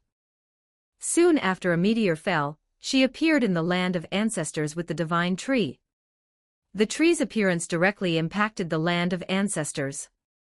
They saw it as a miracle, protected the tree, and worshipped the accompanying woman as a goddess day and night. Over time, the divine tree absorbed natural energy faster and faster. Before they could react, the amount was unimaginable. Futake's face still showed fear. It felt as if the sky would collapse. For ordinary people, changes in natural energy were negligible. But for priests, shamans, and gods, losing access to natural energy was catastrophic. Without it, they were like ordinary humans. They lost the ability to communicate with yin and yang, alter celestial phenomena, and summoning beasts lost intelligence, reverting to animals. The divine tree was the greatest menace. If the goddess of the rabbit planted it again, it would be a disaster for all priests, shamans, and gods. As Mirai prepared to leave, Futake warned him, if he could find other summoning beast clans, he should release them from their contracts with Ryuchi Cave. After leaving Natachi and returning to the White Snake, Tsunade finally said, so planting the divine tree can cause such events on a planet. Mirai tilted his head. Weren't you aware? There should have been information in Ishiki's memories about planting the divine tree. Did you not notice? Of course not. I only decoded partial information, and the most memorable segment didn't show him planting the 10 tails. Tsunade rebutted, life information isn't easy to decipher. Memories are only a fraction. If fully decoded, you could recreate a complete Otsutsuki Ishiki. Enough about that. Let's head to the Land of Saints. Before leaving, Mirai left a surveillance robot in Natachi. Soon, except for chakra, all training systems would vanish. It was better to record everything, so future methods of restoring planetary life energy could be rediscovered in the ninja world. With the map, Mirai and the others knew the route. He intended to find practitioners of natural energy in this era, and, with the surveillance robot, document their treasured techniques. Without him, these traditions might be lost in war. Out of respect for knowledge, he preserved it in his own way. Tsunade didn't yet understand his intentions, often teasing him. But those bearing the burden must walk alone. Tsunade would eventually be curious enough to ask. With the map, there was no need for the white snake to crawl slowly. Mirai opened a spatial path via Yomihirazaka, estimating the distance, and arrived near the Land of Saints. The environment is nice, almost like the Land of Fire, Tsunade said upon leaving the spatial path, surveying the area. Despite sparse buildings, it was clearly fertile land. Following Mirai's signal, Hinata Hyuga began channeling natural energy. Soon, the nearby buildings detected her movements. Cautious priests of the Land of Saints came to investigate and saw Mirai, Tsunade, Hinata, and a large white snake. "Who are you?" The white snake caused some speculation, but the others were unfamiliar. The snake swayed its massive head toward the priests. "Hey, you came to Ryuchi Cave recently, why don't you recognize me now?" Mirai tapped the snake's head and said to the priests, "We are contract holders of Ryuchi Cave. We came at the invitation to discuss confronting the goddess of the rabbit." "So you are Ryuchi Cave's masters. You've arrived just in time. In 2 days, the God Master will convene." Curious, the priests asked, "Are you a family?" Mirai shook his head. "Just curious. Please follow me." The priests apologized and led them inside. Tsunade clenched her fists but followed. The Land of Saints likely had the largest population, with over 1,000 guards and dozens of natural energy-trained warriors and priests. Most importantly, it had divine protection. Only the God Master knew the full truth, others occasionally witnessed miracles. Mirai and Tsunade showed only basic natural energy control. Hinata Hyuga needed no concealment. With her modifications by Orochimaru, her skill level was unknown, but she likely knew the 3 major sacred arts. The white snake wasn't allowed inside, smaller summons could follow their master, but a massive snake had to stay outside, preserving farmland. The capital of the Land of Saints dwarfed Natachi. Using Byakugan, Mirai estimated over 10,000 people, with at least 20,000 including laborers outside. "Why only one room?"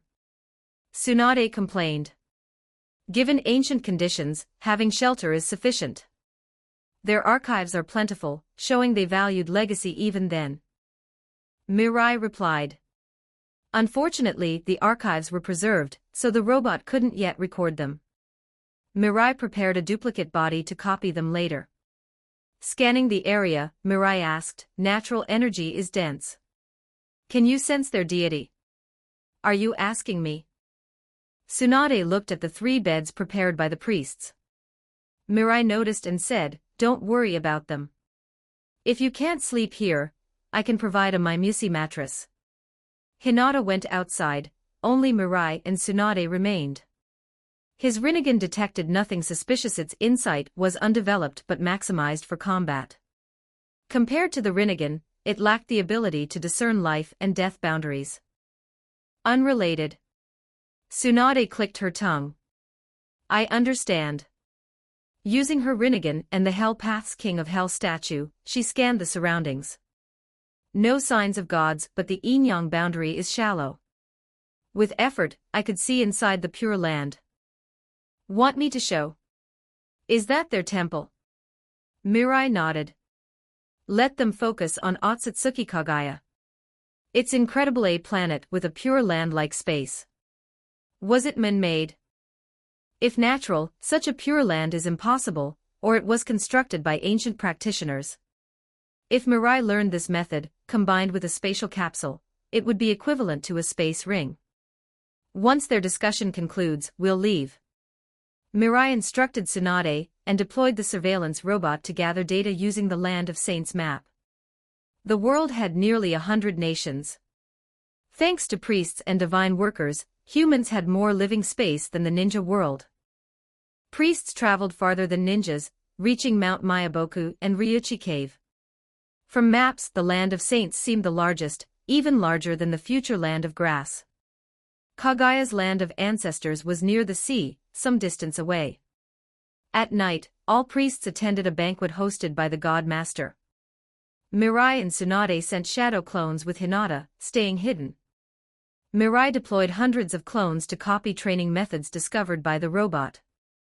Some techniques were oral traditions, which he intended to document later. Studying the priest's techniques, he realized slight modifications could yield powerful sage techniques. Adding chakra reduced their effectiveness, as the world was dominated by natural energy and divine presence. Techniques resonated with natural energy, central to priests and shrine maidens' power. Chakra mixed in was like adding sewage. Only 6 paths level chakra could surpass natural energy. Ordinary ninja chakra couldn't match priests' techniques, even in sage mode. Only mastery over advanced yin-yang transformations could make chakra qualitatively surpass natural energy. Tsunade, help out. Mirai suddenly said, causing her to hesitate. What is it? Deploy 2,000 clones to find Otsutsuki Ishiki. If he could raise the 10 tails, he must have divine tree seeds. His knowledge likely exceeds Kagaya's. Tsunade frowned. Search the entire ninja world. That won't be easy. Mirai nodded. Jigen is a wandering monk. Even under Ishiki's control, traces of his life remain. 4,000 clones will suffice. You really know how to command people. Tsunade followed Mirai to a secluded valley and split into 2,000 shadow clones, each comparable to first Hokage era would release clones. Mirai also split into 2,000, altering appearances slightly, and dispersed to gather information on Ishiki. The sudden increase in wanderers might attract attention, but most divine workers were in the Land of Saints, unlikely to report anomalies. After preparations, the God Master concluded the banquet. Discussions lasted 4 to 5 hours, deciding on a direct assault, 1,300 warriors, 120 priests, shrine maidens, and contracted summoning beasts. A large force but with little strategy. The God Master's main asset was divine protection in the Pure Land. After the banquet, a priest from the Land of Forest noticed Hinata. He learned her name and escorted her back, despite Mirai and Tsunade clones nearby. Miss Hinata, after defeating the goddess of the rabbit, will you continue traveling? I invite you to visit the Land of Forest. Before he finished, Mirai interrupted, return. Do not disturb us again. Mirai's clone used voice genjutsu to enforce the order. Even without genjutsu mastery, he could control Kage-level opponents. After they left, Tsunade remarked, Hinata is popular even in the past, she had admirers. Mirai nodded, glanced at Tsunade, then looked away. Tsunade noticed and scowled, gesturing with a fist. What did that look mean? Nothing, just happened to glance that way. You were speaking ill of me, weren't you? Don't dwell on it. Here's your mattress, go rest. Mirai didn't answer directly, pressing her head back and handing a soft Mimusi mattress. I won't participate in recruiting, my power is too weak. Ancient history is fascinating, like mythology but without exaggeration. Gods, huh? Orochimaru, examining historical scrolls from the priests, was enthralled. The uncovered truths were a paradise of knowledge. Excuse me, may I borrow your fire? I've run out of torches and need to cook. Seeing someone approach, Orochimaru smiled. Of course, go ahead. The person said, apologies. There's no village nearby to resupply torches. Have you eaten dinner? If not, I'd like to treat you to a specialty from Kayamiza Temple. Orochimaru waved off the offer. I've eaten. He studied the person carefully. No natural energy traces, yet polite and well-mannered for this era. A wandering noble. A fallen royal branch. Either was possible. Orochimaru's curiosity flared briefly, then he returned to his scrolls. In the forest at night, two strangers, one reading, one eating quickly. The eater's manner and quantity of food exceeded ordinary standards, yet with elegance. After a while he paused, smiled at Orochimaru, and said, "Apologies. I hadn't eaten lunch today due to no fire." "No problem, I understand." Orochimaru shook his head internally. No ordinary person would insist on cooked food when starving. His manners were extraordinary. End of chapter. Drop them power stones. Please support me on Patreon if you'd like access on advanced chapters. I have finished all the chapters and uploaded them there. Patreon.com/turd translations. Just remove the space. Chapter 393. Chapter 393, 2190 words. What are you reading, sir? Some ancient history. From the records you can see information that was overlooked at the time, like the birth of gods. Orochimaru answered in a hoarse voice, growing increasingly interested in the person before him. To an ordinary person, seeing his golden vertical pupils would inspire fear. Even among ninjas, such reactions were not uncommon. Only someone extraordinary could remain completely unfazed. About gods, the Buddha never explicitly spoke on this, but he did say that all living beings are equal. Perhaps that's a hint of something. After speaking, the man bowed to Orochimaru and continued, "My name is Jigen, a wandering monk." "I don't yet know your name, sir." "A monk, huh? A respectable vocation." "I am Orochimaru. My goal is to know all truths of the world, and I am working toward that aim." Orochimaru's smile grew brighter after saying this, as if he were genuinely delighted to share his dream. Jigen nodded slightly. For a native, having such an ambition was impressive. Though it was a little nauseating, those insects in the mud, greedy, and wanting to control everything, things no lowly reptile should even dream of. Like Kaguya, a servant who dared to seek the chakra fruit, people like that deserved death.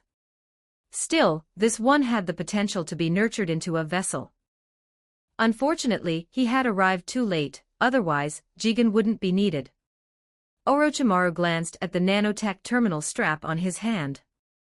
Since his back was to Jigen and his expression remained unchanged, Jigen didn't notice the high-tech device.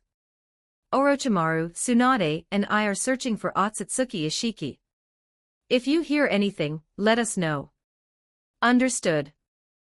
I'll inform you if there's news about Otsutsuki Ishiki." After replying, Orochimaru smiled at Jigen again.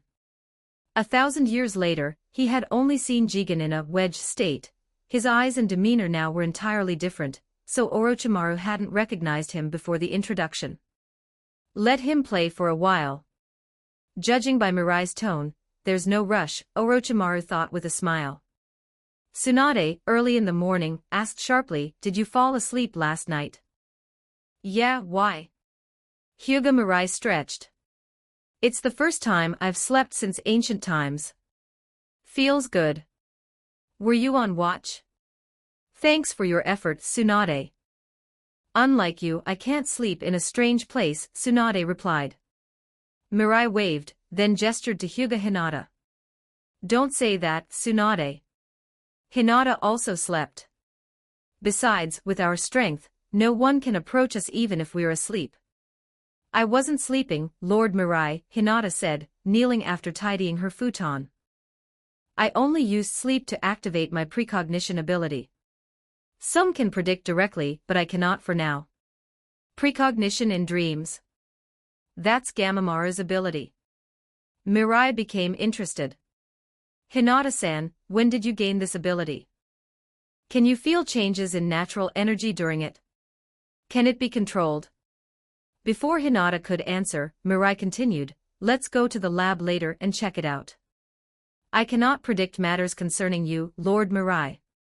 In fact, my predictions mostly cover trivial things like, in 3 hours, the Lord of the Holy Nation will lead a team out. Hinata's expression was calm. She had gradually learned to attempt precognition in sleep, but still couldn't foresee what she most wished. Mount Myaboku's precognition power was difficult to control. Even entering Cheyenne's body using a spiritual technique only allowed her to explore methods gradually. 3 hours. I remember he said yesterday it would be in the afternoon, so it's earlier. Before Mirai could finish, a Shinto priest from the Holy Nation knocked and reported that the departure had been moved forward by 3 hours. Through this, Mirai confirmed Hinata's prediction. After sending off the priest, he looked at Hinata with a burning intensity.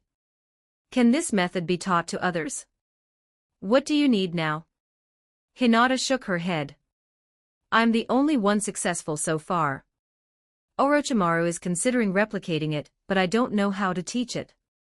Perhaps the next generation can inherit it. The next generation. Since Orochimaru couldn't replicate it, he must have considered cloning or genetic methods.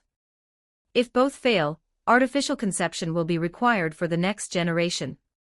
Mirai was cut off as a fist flew at him. He ducked. Tsunade warned, "Don't say things like that in front of a child." Mirai retorted, "This is scientific spirit, Tsunade. I recall your ocular jutsu relates to time. Can you use it now? Such god-defying ocular powers can't be used in a short time."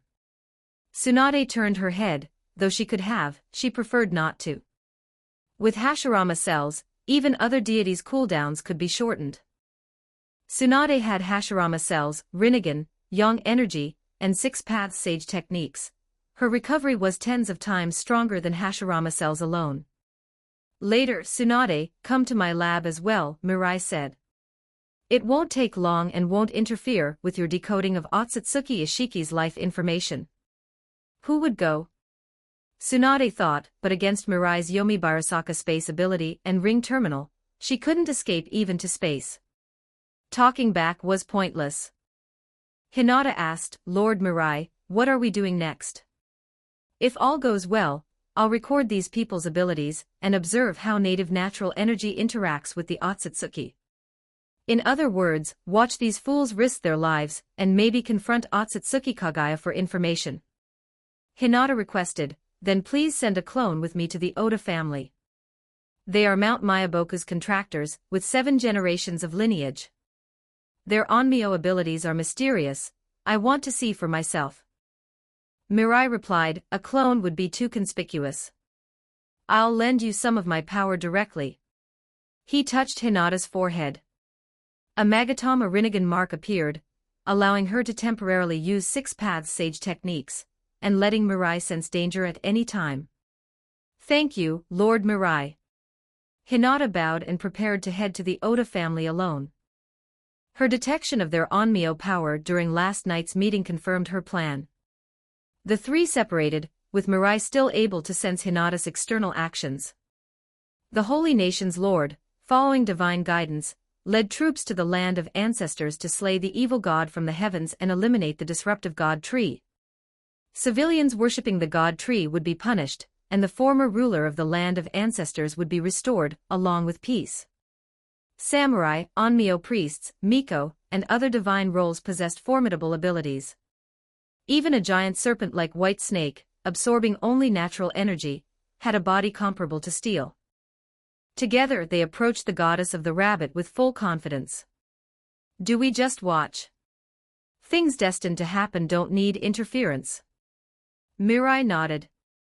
After this battle, except for a few fleeing samurai, almost all divine personnel's lineages would be broken. When Otsutsuki Hagoromo appeared, chakra would rise. The natural energy users moved quickly. With generous support from the Holy Nation, dozens of ox and horse carts were used. In under 2 days, they reached the land of ancestors' border. After overthrowing the land of ancestors' ruler, Otsutsuki Kagaya became the ruler as the goddess of the rabbit. She delegated governance to others, focusing only on her 2 children and the god tree. The children's energy from the chakra fruit was enormous. After using Ishiki as a sacrifice, the 10 tails grew faster than expected. The god tree's growth is related to the sacrifice, Kagaya thought, staring at the towering tree across the mountains. Otsutsuki Ishiki's power exceeded Kagaya's. The god tree's chakra fruit almost turned her into an uncontrolled ten-tails. Had she not split half into her two children, the planet might have been destroyed. Kagaya could not yet handle all the chakra. Half the chakra fruit's energy was her limit. She needed to wait until she became accustomed before reclaiming the chakra from Hagoromo and Hagoromo's child. If another Otsutsuki came, she'd be in danger. Train white Zetsu warriors, she thought. The white Zetsu cultivated over time by the god tree could gain some of its power. Longer cultivation produced stronger white Zetsu, some potentially controlling part of the ten-tails. This gave Kagaya confidence against other Otsutsuki. Kagaya cared little for anything beyond strengthening herself. Her sole order after overthrowing the ruler was that the people must worship the god tree. Worshippers would become white Zetsu warriors. A land of ancestors guard knelt. Enemies have invaded. They're almost here. Yes, goddess. They come with ill intent. Some guards have already been captured. After a long pause without reply, the guard looked up. She was gone. Kagaya used her Byakugan to observe those entering the land of ancestors. Samurai and Onmyo priests wielded strong natural energy. If cultivated by the god tree, many powerful white Zetsu warriors would arise. As Kagaya flew out, the god tree transformed from a towering tree to the ten-tails' true form, moving mountain-shaking steps toward the enemies. The ten-tails, over 1,000 meters tall, was unstoppable. Their survival and power came from natural energy, but the ten-tails consumed it to grow. What's that? A monster. The allied forces of the holy nation saw the ten-tails and felt the ground shake. Even kilometers away, its grotesque height was visible. Don't panic, keep attacking. Despite fear, the holy nation's lord and senior Onmyo priests encouraged them. They thought they could handle the goddess of the rabbit until they engaged her. The ten-tails' tree roots, tens of meters long and incredibly resilient, resisted even the strongest samurai's attacks. Only powerful Onmyo techniques could sever them. Hundreds of such roots made the first wave of defense grueling. After repelling the first attack, the goddess of the rabbit still sat atop the ten-tails, motionless, while the defenders were exhausted. From a distance, Tsunade and Mirai watched from within a barrier.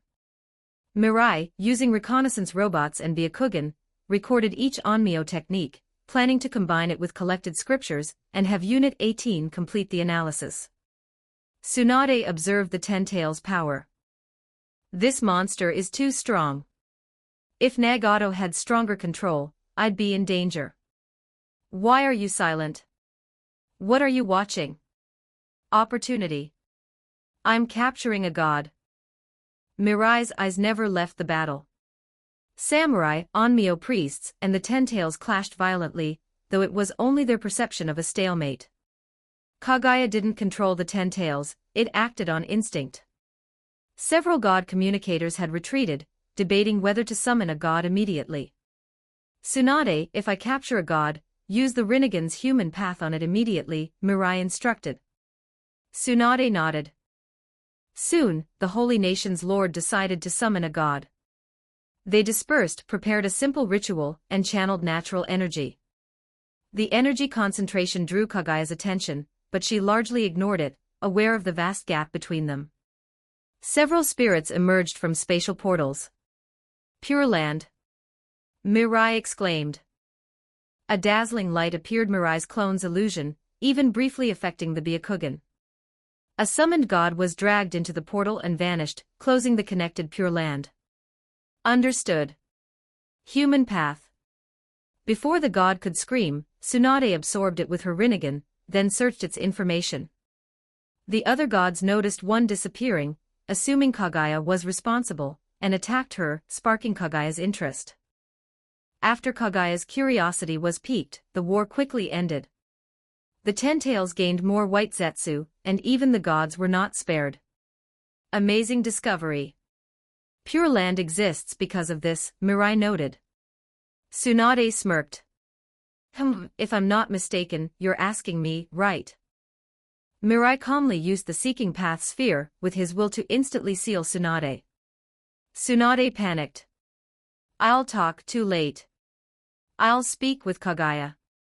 Mirai suspended Tsunade from a tree, leaving her embarrassed. He stepped out, wearing a Magatama sage robe and Magatama Rinnegan, two horns appearing as he unleashed his full power. Mirai now fully embodied an Otsutsuki, having consumed the chakra fruit. His taijutsu surpassed Kaguya's, and with the reincarnation I developed, his offensive techniques reached their peak. Kaguya would likely refuse diplomacy, he'd have to strike first. Orochimaru, where do you intend to go next? Jigen sought to cultivate Orochimaru into his next vessel, sharing secrets of Kayamizadera and information only Ashiki knew. They had traveled together for a while. With Ashiki recently inside Jigen, it would take at least 2 years to implant the wedge into Orochimaru, so he needed to keep him close. Orochimaru's goal was clear. He didn't expect Otsutsuki Ashiki to trust him completely, accepting water and food without hesitation. Orochimaru thought he could wait until informing Mirai to collect Ashiki, he could handle him alone. Jigen, you decide. Following you has given me much useful insight, Orochimaru said with a hoarse laugh. If you don't mind, I'd like to travel with you a bit longer, he added. Jigen smiled knowingly. Of course, Orochimaru. You're welcome. Thank you. This water I prepared has some sugar. Please, Jigen. The poison-suppressing neurons had a slight taste, masked perfectly with sugar. Orochimaru handed the bamboo tube over with a smile. End of chapter. Drop them power stones, please. Support me on Patreon if you'd like access on advanced chapters. I have finished all the chapters and uploaded them there. Pat Rayon. com/turd translations, just remove the space. Chapter 394, Chapter 394, 1855 words. Where did this unfamiliar clan member come from? Otsutsuki Kaguya was starting to question her own existence. After she had nonchalantly dealt with and bound the native gods, the so-called Onmyoji, samurai, and others to the Ten Tails, suddenly, this person appeared before her. He carried the aura of their Otsutsuki clan, and possessed the Rinne Sharingan after consuming a chakra fruit, but he was far stronger than her. No matter what technique Kaguya used, this unfamiliar Otsutsuki could dodge it effortlessly. Kaguya used all her trump cards combined, killing Grey Bones, Heavenly Seal, Yomi Barasaka, Rabbit Hair Needle, Divine Void Strike, but none inflicted even a scratch on this clan member. Instead, Kaguya was ruthlessly taught a lesson. A single punch sent her hurtling from a kilometer above into the ground nearly 100 meters deep. Then he grabbed her legs and hurled her across the mountains, smashing 3 peaks. In midair, she lost control of her body, spinning and crashing uncontrollably, and even one of her horns was broken. Terrifying. If this clan member wanted to kill her, Kaguya knew he could. Though she was immortal, anyone with the power of combined killing Grey Bones had a chance to break her immortality. After being taught such a lesson, only one emotion remained in Kaguya's heart toward this man. To deal with you Otsutsuki, only fists speak the truth. You won't listen when spoken to nicely, you must be beaten into submission to calm down. Hearing these words from Hyuga Mirai, Kaguya felt a bit wronged. He attacked her from the start, yet now he spoke as if she had done something wrong. After subduing Kaguya, Hyuga Mirai sat opposite her and asked, I'm not an Otsutsuki. I just want to ask you something.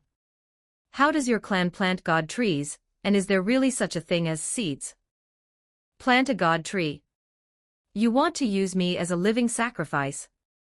Kaguya's thoughts turned to anger and suspicion, but just as she made a subtle move, another hand grabbed the remaining horn on her head. That's enough. If you resist again, I won't be so lenient. And none of the Rinne Sharingan techniques I have were even used just now. Answer my question honestly. Hyuga Mirai shook Kaguya's horn, warning her, and continued, speak quickly. If you think the beating wasn't enough, how could it not be enough? Each punch carried 7 chakra nature changes. Kaguya's face was still bruised. To heal, she would need her immortality to slowly expel Mirai's chakra. I have already eaten a chakra fruit. It's not suitable. Hyuga Mirai frowned, cutting her off. That's not what I asked. Just answer honestly. Seeing his serious expression, Kaguya shivered. Reflecting on the pain she endured and her helplessness before Mirai, she closed her eyes for a moment, then finally answered. God trees do indeed have so-called seeds, saplings separated from the mother tree. They must absorb immense natural energy on a life planet, and an Otsutsuki with the clan's bloodline must act as a sacrifice for the tree to produce chakra fruits suitable for the Otsutsuki. Without a living Otsutsuki sacrifice, the tree will grow naturally and might produce chakra fruits even Otsutsuki cannot consume, which would explode the body upon ingestion, or the tree could become a ten-tails without bearing fruits. As for Kaguya, she still had a sapling from the mother tree. But without a living Otsutsuki, she could never plant another god tree. Her status in the clan was lower than Ishiki's. She was a planter and a sacrifice. But unwilling to be eaten by the ten-tails, Kaguya ambushed Ishiki and ate a chakra fruit herself. After explaining, Kaguya nervously looked at Mirai, hoping he wouldn't insist on using her as a sacrifice. She had told him everything: his origin, clan information, and god tree planting details, trusting he would keep his word. Hand over the sapling. Mirai took the god tree sapling from Kaguya, smiling with satisfaction. Let's pretend I never appeared here. With that, Mirai left via Yomibirasaka. Seeing Mirai leave decisively, Kaguya was stunned. She rolled her eyes to survey the surroundings. Once Mirai was gone, she exhaled in relief. The ninja world must be unified, and Zetsu cultivation must be intensified. Only by cultivating special Zetsu helpers could she face future threats.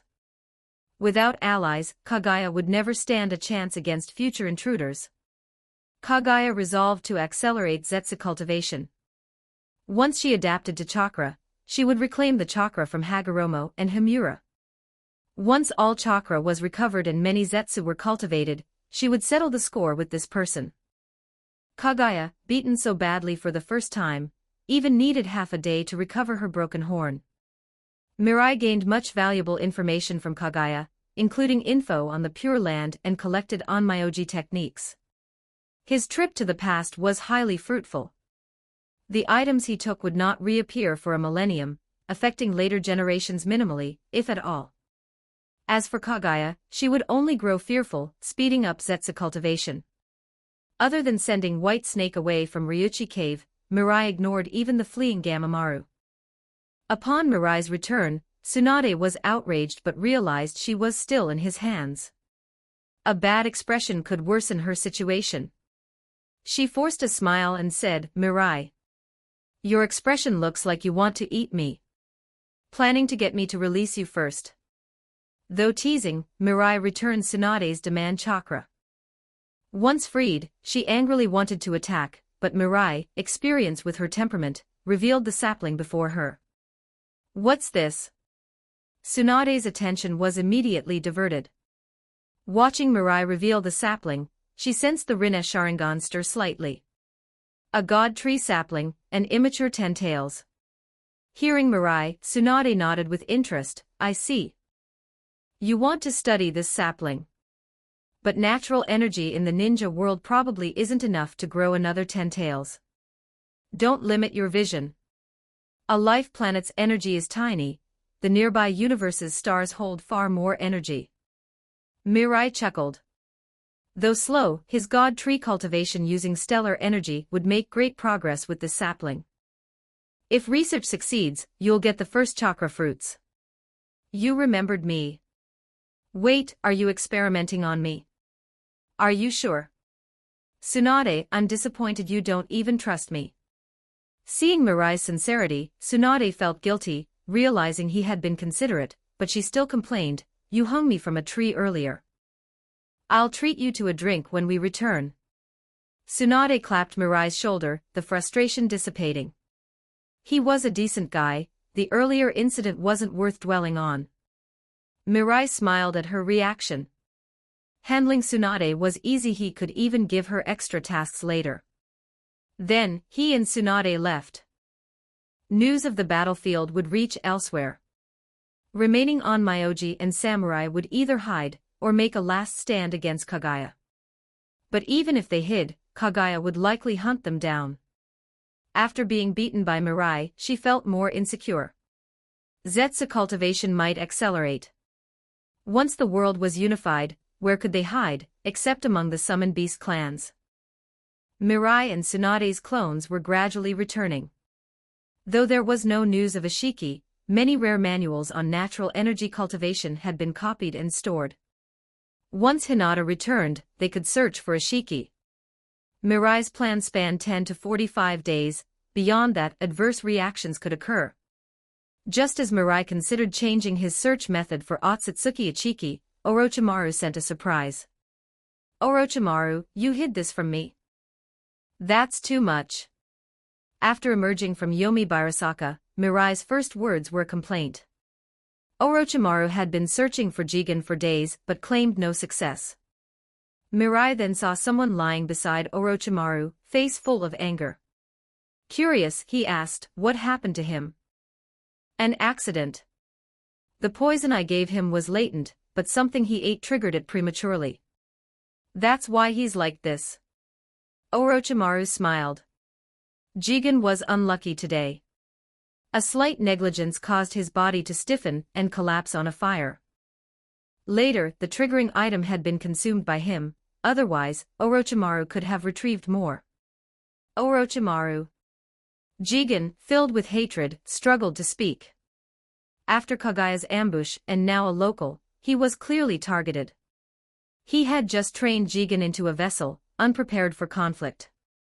Humiliation twisted his features. He had been played like a monkey by a lowly local. Mirai glanced at Jigen, then smiled. Seems Ishiki holds a grudge. What have you done these days? Orochimaru laughed, just a little play acting. But Ishiki took it seriously. After teasing Ishiki, Mirai stopped as Jigen's anger rose. Ishiki, I need intel from you. Cooperate and you'll be spared. Resist and you won't survive to find food like a noble Ishiki should. Mirai extended chakra threads, linking them to Jigen. Though immobilized, Jigen slowly rose with their aid, half kneeling. This posture enraged Jigen further. He, a noble Otsutsuki, a god of this planet, reduced to an animal before a local. Tell me the intel, Ishiki. Otherwise, when you face the gods, I cannot imagine your fate. And your deeds may reach Kaguya's ears. Mirai spoke sincerely, but if you reveal the intel, today's events will stay secret, and your life is guaranteed. Would you rather be controlled like a pet and die failing your mission? Mirai's words made Jigen angry and thoughtful about planting a god tree, and revenge on Kaguya. If not for that fool, how could a noble Otsutsuki fall so low?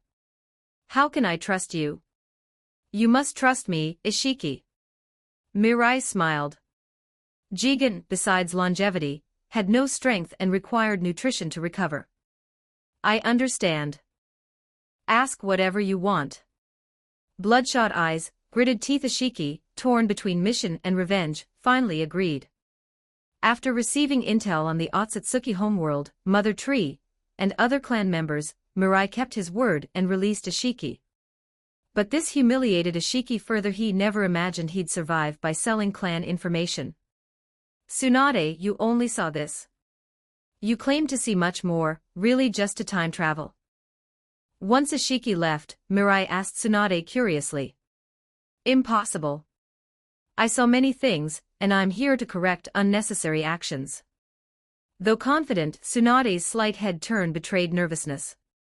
Anyway, we gained what we needed. If nothing else, let's return. Orochimaru, any tasks left? Orochimaru shook his head. No, Mirai. Just send me the results, I'll study them. He had some guesses to verify. Indeed, Ishiki, though intended to become a vessel by Orochimaru, answered most questions. As for Hinata, she copied all the Onmyoji techniques she wanted. But just as she prepared to leave, some toads arrived and took all the inherited Onmyoji collections. Hinata watched briefly but did nothing, then left. Toad's affairs were not her concern, they were inevitable. Onmyoji would weaken and vanish over a decade, and summoned beast clans would surpass ninjas. Once Hinata returned, Mirai planned to compile the results. This time travel yielded much valuable material. He already had plenty to keep him busy. End of chapter. Drop them power stones. Please support me on Patreon if you'd like access on advanced chapters. I have finished all the chapters and uploaded them there. Pat Rayon. com/turd translations. Just remove the space. Chapter 395. Chapter 395 1572 words. Finally back. No. No temporal deviation occurred, sir. Everything is normal. Congratulations on a fruitful time-space journey. Hearing number 18's voice, Hyuga Mirai finally exhaled in relief. If a temporal deviation had caused changes imperceptible even to number 18, then upon returning from time travel, number 18 would connect to his terminal, instantly comparing the data. 18 said all was fine. It meant this trip caused no issues. Still, it had been a risky endeavor. Next time, he would only act as an observer, nothing like this time. Mirai-sama, here are the findings from before I returned. Hyuga Hinata handed over a spatial capsule to Hyuga Mirai. Inside were the most valued Onmyoji legacies, the very foundation of Mount Myaboku's rise. 18 record it, then you can take it back. If you don't know how to operate it, let Orochimaru show you. With that, Hyuga Mirai tossed the spatial capsule to Orochimaru. Beyond this, his terminal recorded numerous Onmyoji and Shrine Maiden legacies. Once organized, these would enrich the Federal Library's collection. Mirai valued this highly. Besides federal schools, he prioritized the Federal Library, a 10-story building, currently the largest in the Federation.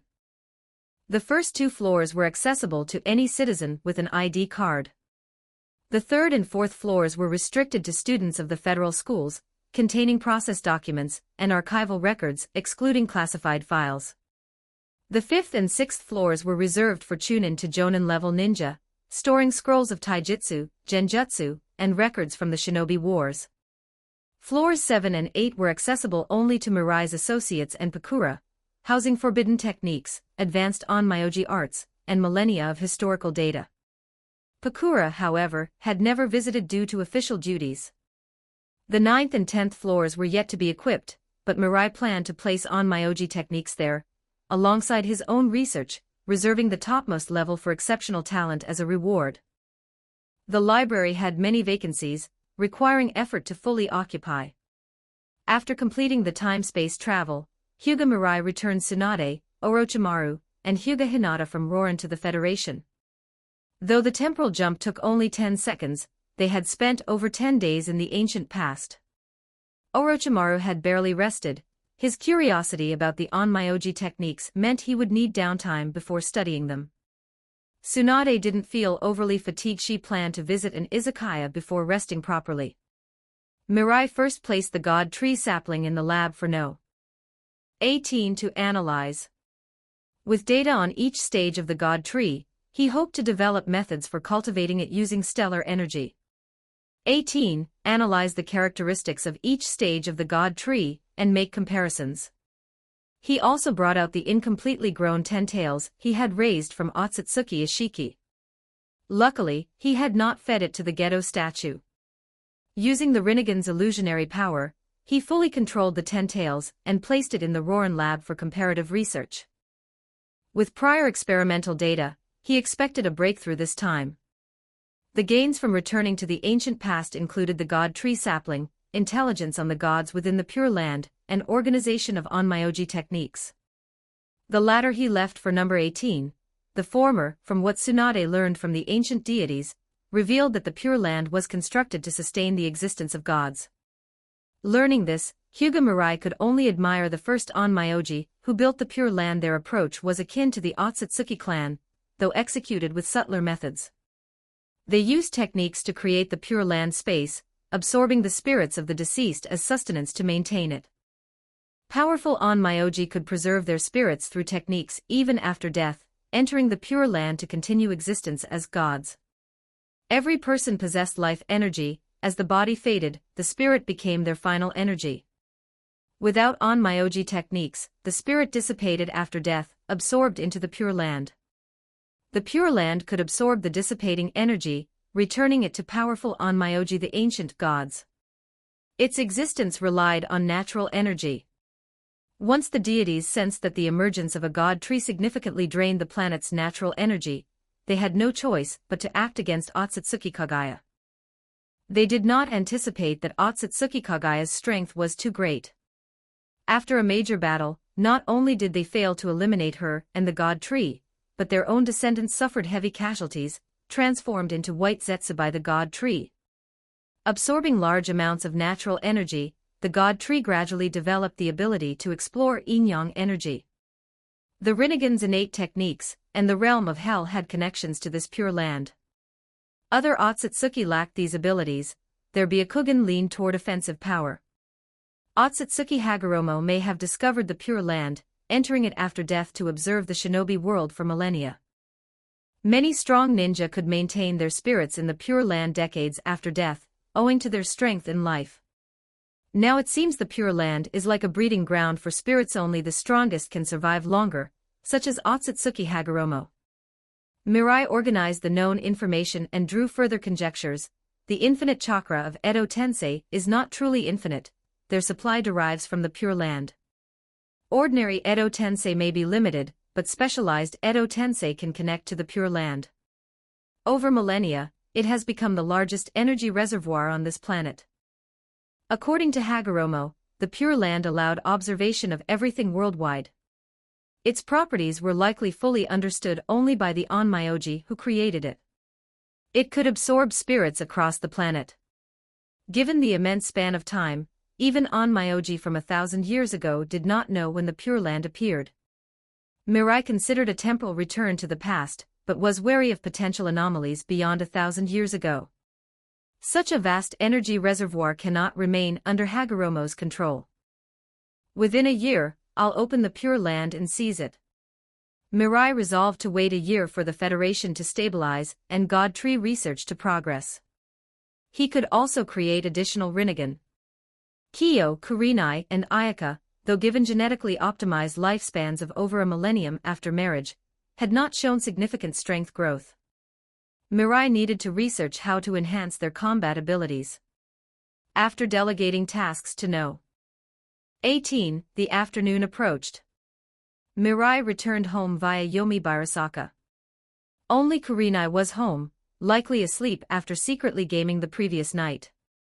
Ayaka accompanied Kiyo to the commercial capital, expected back by evening. Mirai, unable to idle, analyzed numerous individuals' power templates to enhance their abilities scientifically.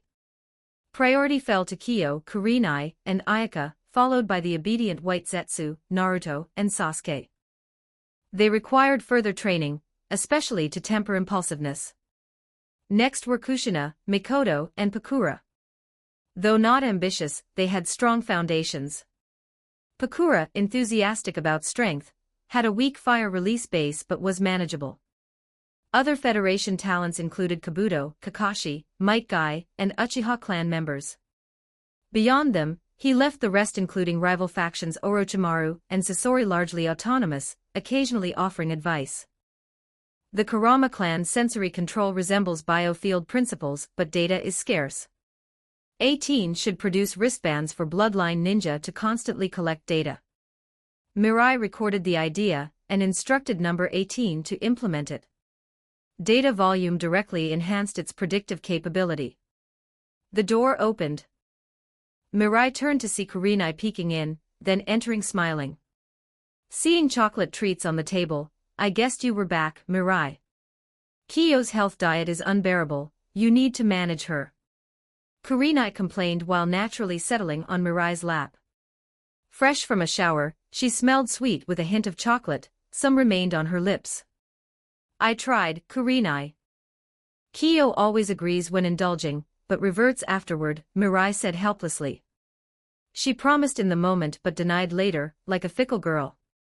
Kurenai was the household mascot, Mirai was the external one. He stroked her belly, hoping for a girl.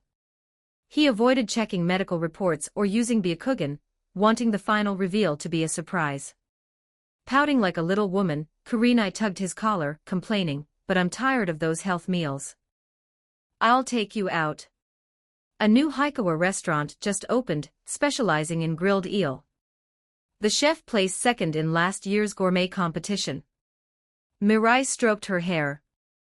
Under his influence, the Federation's capital had become a gourmet hub. Residents were extremely happy, with fewer cooking at home. Many shops in commercial cities thrived financially. He added, "Keep it from Kyo." Of course. But, Mirai-kun, it's still early. Kurenai, freshly showered, had slightly flushed skin, resembling a beautiful serpent. She wrapped her arm around his neck, pressing close. "Careful, Kurenai." Hyuga Mirai was cut off by her chocolate-laden lips. Though weaker than Ayaka, Kurenai's desire was highest, constantly clinging to him. Hesitant only briefly, the silk fabric covering her diminished. 3 hours later, after another comfortable shower, Kurenai led Mirai toward Haikawa. Today was doubly joyful, indulgence and grilled eel with sake. Next, she planned to feign illness and convince Kyo to shop in the commercial capital, feeling briefly guilty afterward to ease her conscience just enough. 6 minutes, she decided. She happily linked arms with Hyuga Mirai, anticipating the outing. End of chapter. Drop them power stones. Please support me on Patreon if you'd like access on advanced chapters. I have finished all the chapters and uploaded them there. Pat Rayon. com/turd translations. Just remove the space. Chapter 396, Chapter 396 1388 words, 18, run another simulation. This time, I want to alter the divine tree's growth environment, using simulations of the moon and several other major planets, combined with an energy conversion device for planting, while factoring in the effect of magnetic fields on the tree. Hyuga Mirai had considered this idea countless times in his mind before proposing a new method for cultivating the divine tree. He had been stuck on this research for nearly a year, achieving minor breakthroughs each time, but never making progress in the final step. Upon hearing Mirai's command, 18 immediately projected images of the major planets and the moon, and began the simulation planting. This was Mirai's improved divine tree variant. Although it still required a sacrifice from the Otsutsuki clan to grow, Mirai could clone his own tissue, and let the tree grow chakra fruits according to his genetic template. Simulation in progress. Growth proceeding smoothly. Lunar divine tree planting failed. Venus divine tree planting failed. Mirai frowned slightly upon seeing the first two failures. He had anticipated Venus might fail due to its proximity to the star. Too much energy is also a test for the tree, but the moon's failure was puzzling. He had assumed the moon would be the optimal planting ground. Excluding energy issues, the moon should have been ideal. If the environment isn't the problem, then I need to consider the tree's vitality. We'll start modifying its genes from the seedling stage. Before Mirai could finalize his new plan, 18's simulation projection offered another update. Jupiter divine tree planting failed. Mars divine tree planting succeeded. Growth is complete. It is currently estimated that full maturity requires 1,029 days.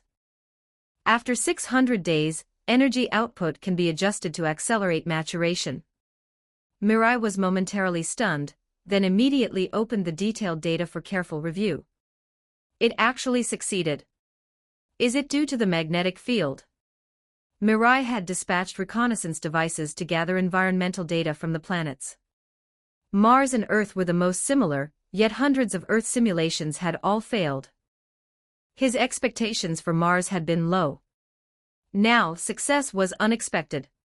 Continue simulations, 18. Consider the environmental effects on Mars. Will it affect the planet? Looks like I can't recreate Mars' environment in the ninja world for cultivation. Studying the simulation, Mirai reflected on the possible outcome, the type of chakra fruit that might grow, noting it would likely differ from the Magatama-linked Rinnegan of the ninja world. The tree's growth depended on the environment and absorbed energy similar to how the Sharingan, said to mirror the mind, is closely tied to the Uchiha's experiences. With the experiment finally successful, Mirai smiled in satisfaction and asked, 18. How's the seedling separation plan coming along? Very successful, sir. However, Lady Kiyo was looking for you half an hour ago. She said if you didn't return within 20 minutes, you'd regret it. Mirai froze. The 20 minutes she mentioned half an hour ago, wasn't that already passed? 18. Why are you only telling me now? Critical experiments sever all outside contact. That was your rule, sir. Mirai covered his face, wanting to return immediately but unable to leave his experiment. He finalized the next simulation settings before using the Yomi Barasaka to return home. Nearly 2 years had passed since the time travel, and Mirai's 2 children were born, a boy and a girl. Kiyo named her daughter Mio, while Kurenai Yuhi picked a casual combination from a book and named her son Yuto. Hyuga Mio and Hyuga Yuto were now Mirai's children. Mio was born with deep blue Rinnegan, permanently active like her father's. With increasing chakra by 6 or 7, she could reach Chunin level strength. Being Mirai's daughter, her chakra potential would surpass everyone else. Kiyo's own strength was already formidable, genetically modified by Mirai. She could easily rank among the top 10 in the Federation if she acted more. Expectations for Mio were high. When she was born, the Hyuga clan sent dozens of representatives to witness the strongest bloodline in the clan. Kiyo had even planned for Mio to begin training at 4, start school at 6, and assist with Federation matters by 8. Yuto, likely influenced by Kurenai, inherited Mirai's divine tree genes, and awakened the 3-tomo Sharingan shortly after birth. Both Kurenai and Mikoto Uchiha were shocked. Mirai had 18 compile an analysis of bloodline limits, explaining the Uchiha Senju lineage and the Ten-Tails inheritance. As the source of the bloodline, Mirai ensured that future descendants would manifest various Kekkei Genkai, with Rinnegan, divine tree, and Byakugan being the most likely. Yuto's status was akin to a second-generation Otsutsuki, comparable to Otsutsuki Hagoromo. Unlike Mio, Kurenai lacked Hyuga genes, so Yuto's awakening of most divine tree genes caused him to manifest the Sharingan. Mikoto, Sasuke, and others felt conflicted, seeing Yuto awaken 3-tomo, at a few days old emphasized the extraordinary power inherent in Mirai's descendants. Kurenai's expectations for Yuto were lower. With the ninja world unified and her husband supreme, no enemies or problems could challenge them. Life was comfortable, with Kurenai and Ayaka planning Mirai's wardrobe and secretly preparing dozens of outfits for Kiyo. Her father, Yuhi Mikoto, regained vitality after receiving Mirai's genetic medicine, extending his work years. With all crises resolved, Kurenai intended to enjoy life, making up for the lost years during the war. Upon returning from Rorin, Mirai found the house empty. Kiyo had taken Mio and Yuto to the hospital. Kurenai, initially intending to play games while Yuto was taken, was scolded and taken along. Mirai monitored from home, relaxed, and made tea. When Kiyo and Kurenai returned, they found Mirai sitting on the sofa. Why go to the hospital today? Aren't I the best medical ninja? Kiyo shot him a glare. Years of marriage hadn't changed her demeanor. Mirai chuckled, with you there, I was completely at ease. Kiyo's anger eased, but she reminded him, do your duty as a father. Mirai agreed and asked about the children. What happened that required a hospital check? They've been using their dojutsu. Mio occasionally, but Yuto keeps his Sharingan active. They're not even one yet. After the check, both were healthy. Just that. The 3-tomo Sharingan shouldn't affect Yuto much. What abilities can Mio use? Curious, Mirai teased Mio, causing her to cry and struggle, and her blue eyes flashed. A repulsive force radiated from Mio, pushing Mirai and the table's fruit and teapot. Even the coffee table shifted. Using Rinnegan dojutsu already exactly my daughter. Seeing Kiyo's uneasy glance, Mirai coughed and explained, it's a minor issue. Simple solution, seal their abilities for now. Kiyo worried, seal them. Ayaka said sealing dojutsu is rare. Before she finished, Mirai touched Mio's forehead, She yawned and slept. This isn't sealing her eyes, just preventing chakra use. He confirmed this was fatigue from lost chakra, and handed her to Kyo. Similarly, Yudo's chakra was sealed. Both had a form of yin sealing to store excess chakra until adolescence. Without chakra, Mio's Rinnegan became ordinary blue eyes, Yudo's slightly dark red, resembling Kurenai. Kurenai hugged and kissed Yudo until he playfully pushed her 3 times, then crawled toward Kyo. With Mio and Yudo's issues handled, we should celebrate tonight. Kurenai suggested, licking her lips. Kyo considered protesting, but with Mirai agreeing and Ayaka present, she joined in. Meanwhile, Mirai realized the house needed someone for chores. Originally intending to follow Kyo, Hyuga had her own partner, so Kyo declined. Few could be trusted. Mirai remembered a partially sealed consciousness in the Shikyu space. Tsunade could release it, letting the god of the rabbit return as a servant. Early morning, Mirai left quietly before Kyo awoke. The previous night had been intense. He wanted to check Tsunade and Hyuga Hinata's progress on the Pure Land Gate. He also arranged breakfast for them, anticipating their waking. When Kyo awoke, she recalled last night and angrily slapped Kurenai. Mirai, let's deal with Kyo together. Kurenai protested. Your Mirai is gone. I'll deal with him myself. Kyo's dominance quickly subdued Kurenai, who found Ayaka had already left quietly.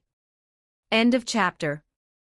Drop them Power Stones. Please support me on Patreon if you'd like access on advanced chapters.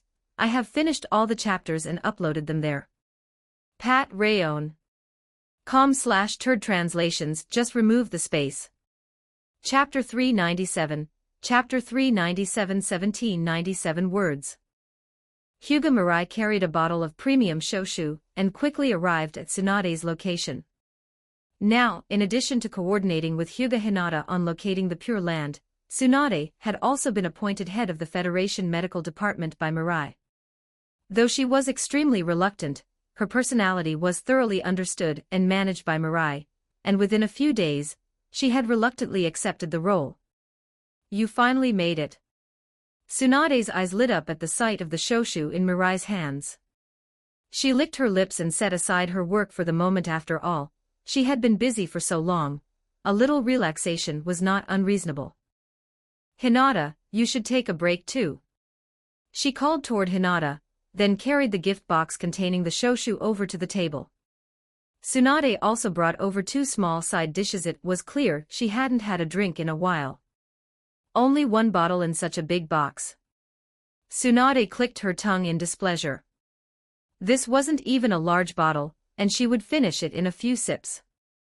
She looked up at Mirai with a warning glare. Don't use medical ninjutsu on me again. Drinking is meant to be enjoyed fully. Fine, suit yourself. Less than half a liter of shoshu had little effect on someone like Tsunade. Even if Mirai suppressed her chakra, she'd only smell a faint alcohol scent, nothing more. How's the Pure Land Gate coming along? Any progress? At Mirai's question, Hinata knelt slightly and replied calmly, it's nearly complete, Lord Mirai. Using summoning techniques, I called several long-deceased ninjas. They emerged from the Pure Land Gate, but they didn't provide much information about the Pure Land. If we follow only Lord Tsunade's records, there may be some differences. Then it doesn't matter. We're the attackers here, Hinata. Mirai tapped the table for a moment, then asked, and what about research on spiritual bodies? The greater the proportion of natural energy, the more damage it causes to spiritual bodies, Hinata said with certainty. Ordinary ninjas' chakra-based ninjutsu barely affects spiritual bodies, if at all. But sage techniques or natural energy provoke clear fear in the spiritual bodies of the Pure Land. Mirai nodded. Then we can only gather those who have trained in sage mode. Fortunately, with the improved method, we can produce many ninjas and puppets capable of sage mode in a short time. Tsunade muttered beside him, sage mode, which took so much effort to master, is now just a C-rank technique in your words. Mirai patted her shoulder. That's the power of scientific research, Tsunade. He could now artificially produce Otsutsuki and 10 tails. Sage mode was trivial by comparison. If it weren't for the limited natural energy in the ninja world, his improved Sage mode serum could create thousands.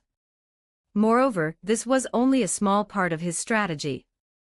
Around the Pure Land Gate, he had built numerous laser turrets capable of absorbing natural energy and solar photon energy.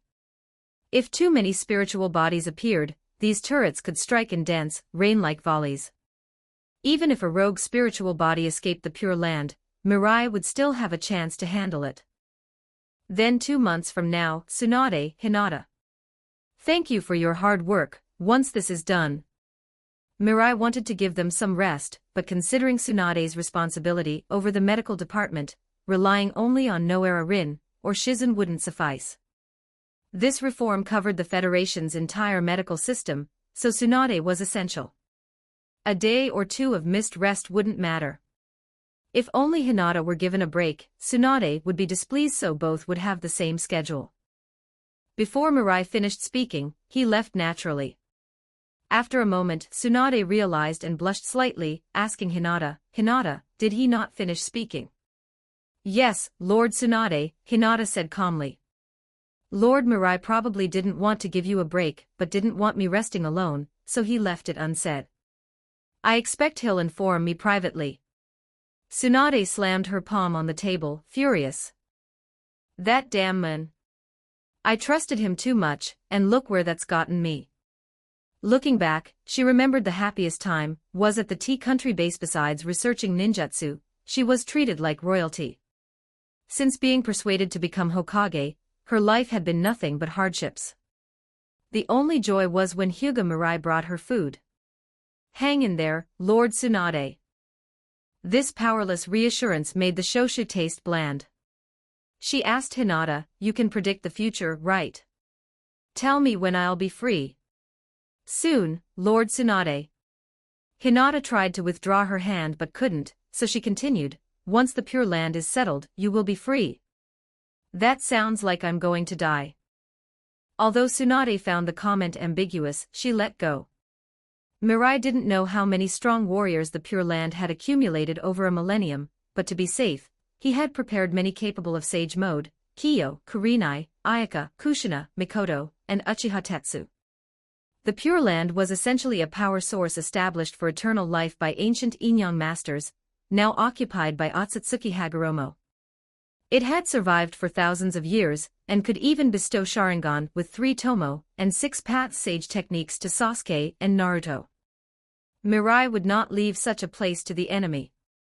He had informed many about the Pure Land in advance. Over 300 people in the Federation were skilled in Sage Mode, and he selected 100, supplemented with laser weapons enough to handle the situation. The Pure Land Gate would not affect the Federation's annexation of the Land of Earth. Within 3 days, the Federation ninjas overran the Land of Earth. Several young, exceptional ninjas appeared, including Uzumaki Naruto, Uchiha Sasuke, Gaara, Temari, and Nara Shikaku. Any resistance was crushed swiftly. "Are you sure about the Pure Land?"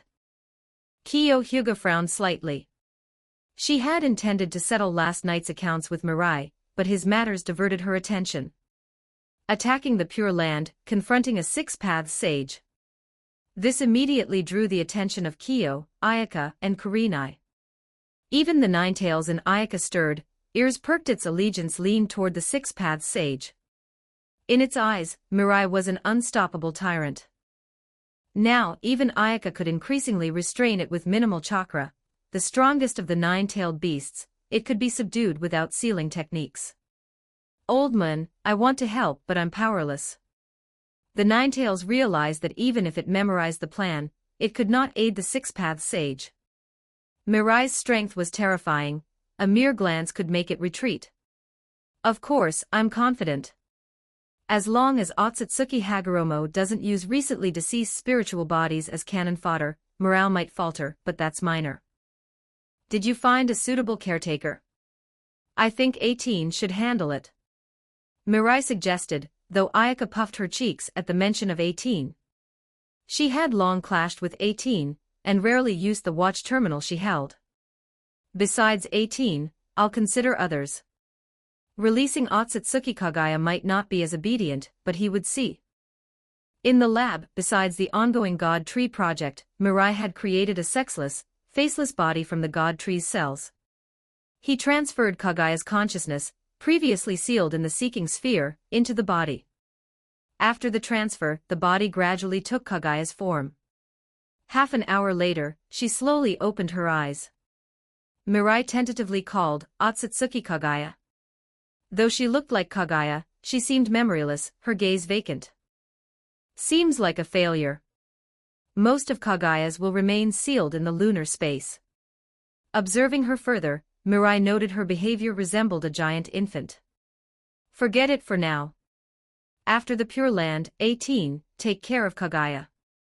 Understood, sir. With 18's response, Mirai left. Entrusting matters to 18 brought him peace of mind, except for minor accidents. Mirai hadn't seen 18's true body in a long time. Each encounter was via hologram or other means. After Mirai departed, Kagaya crawled around the large lab, tapping things, then returned to the bed. Soon after, 18's true body entered. Only she and Mirai had full access to all Ninja World labs. Her appearance remained the same as the first template Mirai had created outside the Land of Rivers camp: blonde hair, fair skin, though her outfit had changed. She approached Kagaya, whose consciousness was partial and infant-like, tilting her head. Yet 18 did not follow or distort Mirai's instructions, she acted in her own way. Placing her hand on Kagaya's forehead, her eyes glowed slightly. Within moments, Kagaya's consciousness was collected by 18. She then injected nanomaterials into the God Tree cell body, restoring Kagaya's original appearance within seconds. Still a bit short. 18 calculated, briefly transforming into Kagaya herself, then returned to her original golden short hair via projection. Although called the Gate, the Pure Land Gate was actually a massive jutsu array, reconstructed by Hinata from Tsunade's Hell Path, and ancient Inyang master's techniques, capable of maintaining a long-term connection to the Pure Land. This passage lay near Roran. Tsunade examined the array, which spanned over 100 meters, and asked Hinata, "All confirmed?" "Confident, but let's double-check, Lord Tsunade." Hinata appeared entirely unconcerned, and her confirmation was mostly to ease Tsunade's anxiety. "Then, Lord Tsunade, is there anyone you wish to see?" "Not limited to one." Tsunade paused, astonished, then asked, "Hinata, you mean?" Hinata tilted her head, expression unchanged. "Lord Tsunade, didn't we complete the Pure Land Gate together? You should know its capabilities." "I know, but..." Tsunade felt conflicted. She wanted to confirm something secretly, without others present, yet Hinata openly addressed it, even summoning many at once. Was this appropriate? Before she could continue pondering, Hinata activated the gate's jutsu. The runes on the high platform ahead glowed faintly. Tilting her head, Hinata asked, "Lord Tsunade, ready?" "You can summon them now." "So fast, Hinata?" "I'm not ready yet." Tsunade had intended to refuse, but seeing Hinata's penetrating gaze, she inhaled deeply and said, "Then please summon my grandfather, second grandfather, grandmother, Jiraiya, and Kato Dan." "Can it be done without a medium?" "No problem." Hinata traced summoning yin-yang symbols in the air. As she spoke their names, a seemingly invisible spatial channel opened atop the platform, slowly forming several spiritual bodies. These yin-yang summoned spirits would regain their consciousness upon leaving the Pure Land, remain in the ninja world for extended periods, and partially exert their previous abilities. In essence, they were nearly identical to Edo Tensei, except without a physical body. End of chapter. Drop them power stones. Please support me on Patreon if you'd like access on advanced chapters. I have finished all the chapters and uploaded them there. Pat Rayon. com/turd translations. Just remove the space. Chapter 398. Chapter 398. 1798 words. Edo Tensei again. Damn you, Tobarama. Oh wait, it's not. Senju Hashirama angrily muttered to Tobarama, then suddenly realized that he wasn't in an Edo Tensei body, he was in the spirit form, he had been summoned into last time. Then he saw Tsunade, the Byakugan girl who had summoned him before. "Big brother, why did you just scold me?" A familiar voice sounded beside Hashirama, startling him. When he turned, he found himself surrounded by familiar faces. "Tobirama, Mito, and Konoha ninjas, how are you all summoned here?" Uzumaki Mito, standing nearby, sighed upon seeing Hashirama's reaction and said beside Shigeru, "Hashirama, this is your grandson, Shigeru." "Ah haha, my mistake, I didn't even recognize my own grandson." Hashirama scratched his head, apologetically smiling. Tobirama, Tsunade, and Mito were all accustomed to Hashirama's quirks, but Shigeru hesitated. How could his grandfather, the god of shinobi, be such an unpredictable man? "Looks like a new forbidden jutsu. It summons the spirits of the dead from the Pure Land while preserving their chakra and part of their former abilities." Tobirama sensed the current state of their spirits, then noticed Hyuga Hinata slightly ahead, and guessed that it was this Hyuga girl's forbidden jutsu. Seeing her eyes, Tobirama recalled unpleasant memories, and realized that as spirits, they were still under her subtle control. "Trying to control us again, aren't you? Damn Hyuga clan." Tobirama's expression darkened. Hinata tilted her head. She was likely the only Hyuga present and didn't understand why the second Hokage held such hostility toward her clan. "Grandfather, second grandfather, and grandmother, we summoned you to experiment with the Pure Land Gates jutsu." Tsunade stepped forward to explain their current state to Hashirama and Tobirama. She then looked at the still confused Shigeru and smiled faintly, but seeing Kato Dan brought mixed emotions. "Sister, you're my sister, right?" Shigeru paused, then realized he had died, and was now pulled back from the Pure Land by his sister. Tsunade smiled faintly with a complex expression and patted Shigeru's head. Even in spirit form, Shigeru's hair felt almost the same as when alive, filling Tsunade with guilt. Shigeru was her only younger brother, and she had failed to protect him. He died shortly after becoming a ninja. "Incredible as expected of my sister." Shigeru praised with a big heart, quickly forgetting his own death. Tobirama crossed his arms and asked, "Little Tsunade, tell me about the ninja world. How is Konoha now?" "Konoha has become history, second grandfather." Tsunade spoke while displaying the Federation map on her ring terminal, explaining to Tobirama and the others. Now the ninja world had only one country, the Federation. The last war had ended 2 weeks ago, ushering in a true era of peace. Ninja numbers would be drastically reduced and gradually reassigned to other positions. Only the most talented elite could become Federation ninjas. Without war, civilians had sufficient food, children no longer faced the battlefield, and Federation schools would expand, implementing a branch school ranking system to reward and honor top students. The Federation Ministry of Education also planned to establish higher-level schools, but due to limited teachers, only 50 students would be admitted across the Federation. Infrastructure development was in full swing. The Federation Engineering Department had a 15-year plan for roads and utilities, making this period the fastest development in Federation history. While explaining, Tsunade displayed projections of vast farmland and classrooms filled with students. Seeing this, Tobirama's resentment over Konoha's disappearance vanished. He noticed Hashirama nodding approvingly. This was the peace he had wanted. No wars, children growing up safely, eventually pursuing livelihoods, marrying, and raising families. A new era. Only Shigeru seemed glum, saying, "So there's no Hokage anymore, my dream is over." Tsunade ruffled his hair firmly and said with a smile, "Though there's no Hokage, the Federation's supreme leader role exists now. If you work hard, Shigeru, you might achieve it. It's even more prestigious than the Hokage." Shigeru smiled and nodded, taking it as comfort, while Tobirama and Mito understood Tsunade's true intentions. Tobirama asked, "Little Tsunade, why are you doing this?" He had observed the jutsu on the platform, neither a ceiling nor curse mark, but a new technique.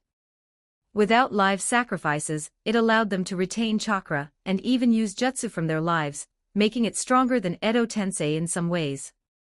As a forbidden jutsu master, Tobirama quickly analyzed its merits.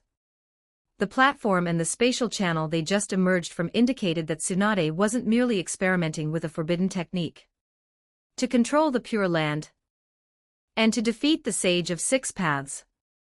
After stating her purpose, Tsunade glanced at Kato Dan, who silently smiled.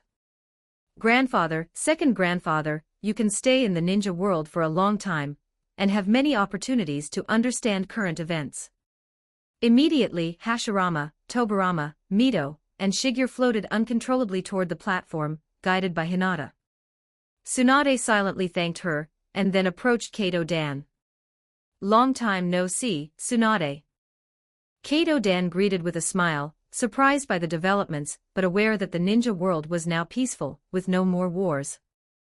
Like Shigeru, he regretted that the Hokage position no longer existed. How's Shizun? She's fine. Now the Deputy Minister of Medical Affairs, busy reforming the medical system, though she hasn't found a partner yet. Tsunade's gaze met Kato Dan's warm smile, and she instinctively avoided it but knew avoidance was useless. Since Hinata summoned him, she had to face him. Kato Dan smiled, please remind Shizun for me. It's my wish to see her settle down soon. Don't worry, I'll do it, Dan. Tsunade felt a bit embarrassed. Shizun's busyness was partly due to laziness, and she had accompanied Tsunade across the ninja world, otherwise, admirers would have pursued her. Dan, actually I understand, Tsunade. Seeing Tsunade's expression wanting to explain, and her subtle avoidance, Kato Dan guessed her thoughts. Decades had passed, and it was time to let go. We can't always dwell on the past, Tsunade.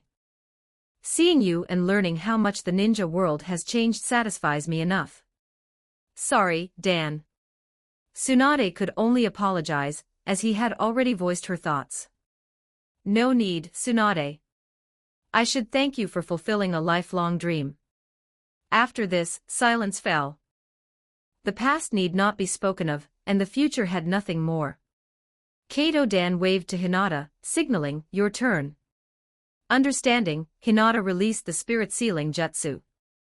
Without Onmyo magic, Kato Dan immediately felt the Pure Land summons, and seconds later, his spirit vanished. After sending him off, Tsunade felt much lighter, having expressed her inner apologies. Returning below the platform, Hashirama anxiously asked, Little Tsunade, what's your relationship with that Konoha ninja? Weren't you grandfather? Don't assume you can speak freely just because we're spirits. Tsunade grabbed his collar, shaking him. Their spirits now had physical characteristics. Little Tsunade, it seems the Pure Land Gate has no issues. I'll rest elsewhere for now. Hinata interjected, bowing slightly before leaving. Once Tsunade left, Tobirama's expression grew serious. Little Tsunade, you didn't summon us just to test the Pure Land Gate, right? No, grandfather, second grandfather, Shigeru. I want to ask, do you want to be revived? Hearing this, only Shigeru reacted excitedly, the others remained calm. They had lived long lives and could face death peacefully. Even Tobirama, who had died in war, showed no emotion. Sister, I want to be revived. Don't speak yet, Shigeru. Tobirama stopped him and continued, why revive us? Little Tsunade, this isn't a decision you'd make lightly. Reviving the dead comes with great cost. Even you couldn't handle reviving 4 people at once. The last part is wrong. For me, the cost isn't high, perhaps a bit of chakra. And both second grandfather and Shigeru died unexpectedly, so there's much resentment to resolve. Tsunade displayed her Sharingan and Rinnegan, signaling her abilities. Most importantly, we'll act on the Pure Land next.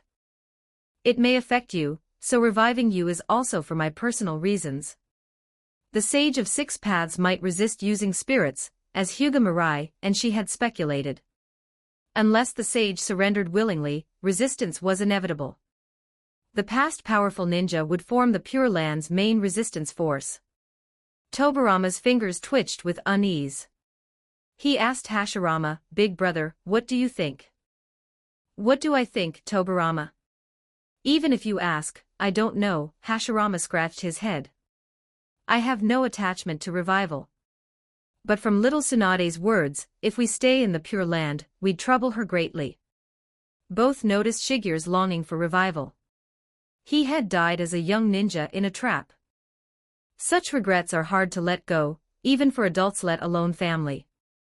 When Tobirama had first created Edo Tensei, he had considered reviving family but found the jutsu flawed. The revived were controlled like puppets. Realizing the failure, Tobirama only used it for war. Tsunade's reasoning was sound. They had no reason to refuse. Refusing might even cause a conflict among relatives in the Pure Land. In this matter, just follow me, grandfather. Seeing no reaction from Hashirama or Tobirama, she assumed consent and informed Hyuga Mirai to send some bodies over. Revival should not be publicized. Even after revival, they couldn't reveal their true identities. Otherwise, reviving the dead could stir resentment among those who mourned lost loved ones. Tsunade, why suddenly for bodies? First and second Hokage. Hyuga Mirai emerged from the spatial channel, immediately seeing the spirits. These two were particularly familiar, especially the second Hokage, who had once been shattered by him in Edo Tensei form. You evil Byakugan brat. Today I will. Tobirama was silenced by Hashirama, who covered his mouth. Hashirama scratched his head and laughed, explaining, Tobirama's mistaken. He was referring to someone from the Warring States period. Warring States. Grandfather, did the Senju fight the Hyuga back then? Tsunade looked between Hashirama and Hyuga Mirai, suspicious. Though sensing a ruse, she decided to privately ask the second Hokage. The excuse seemed too flimsy. The bodies? Cultivated from the divine tree, just modify them with Onmyo release. Hyuga Mirai produced 4 embryonic bodies. By using Onmyo release to construct organs and tissue, they could become the perfect revival vessels. Once revived, limitless potential awaited, including developing various Kekkei Genkai.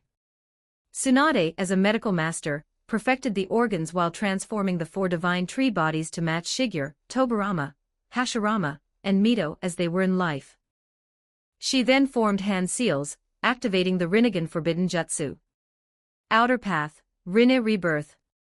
End of chapter. Drop them power stones. Please support me on Patreon if you'd like access on advanced chapters. I have finished all the chapters and uploaded them there. Pat Rayon. com/turd translations. Just remove the space. Don't forget to like and subscribe to Novels Wonderland.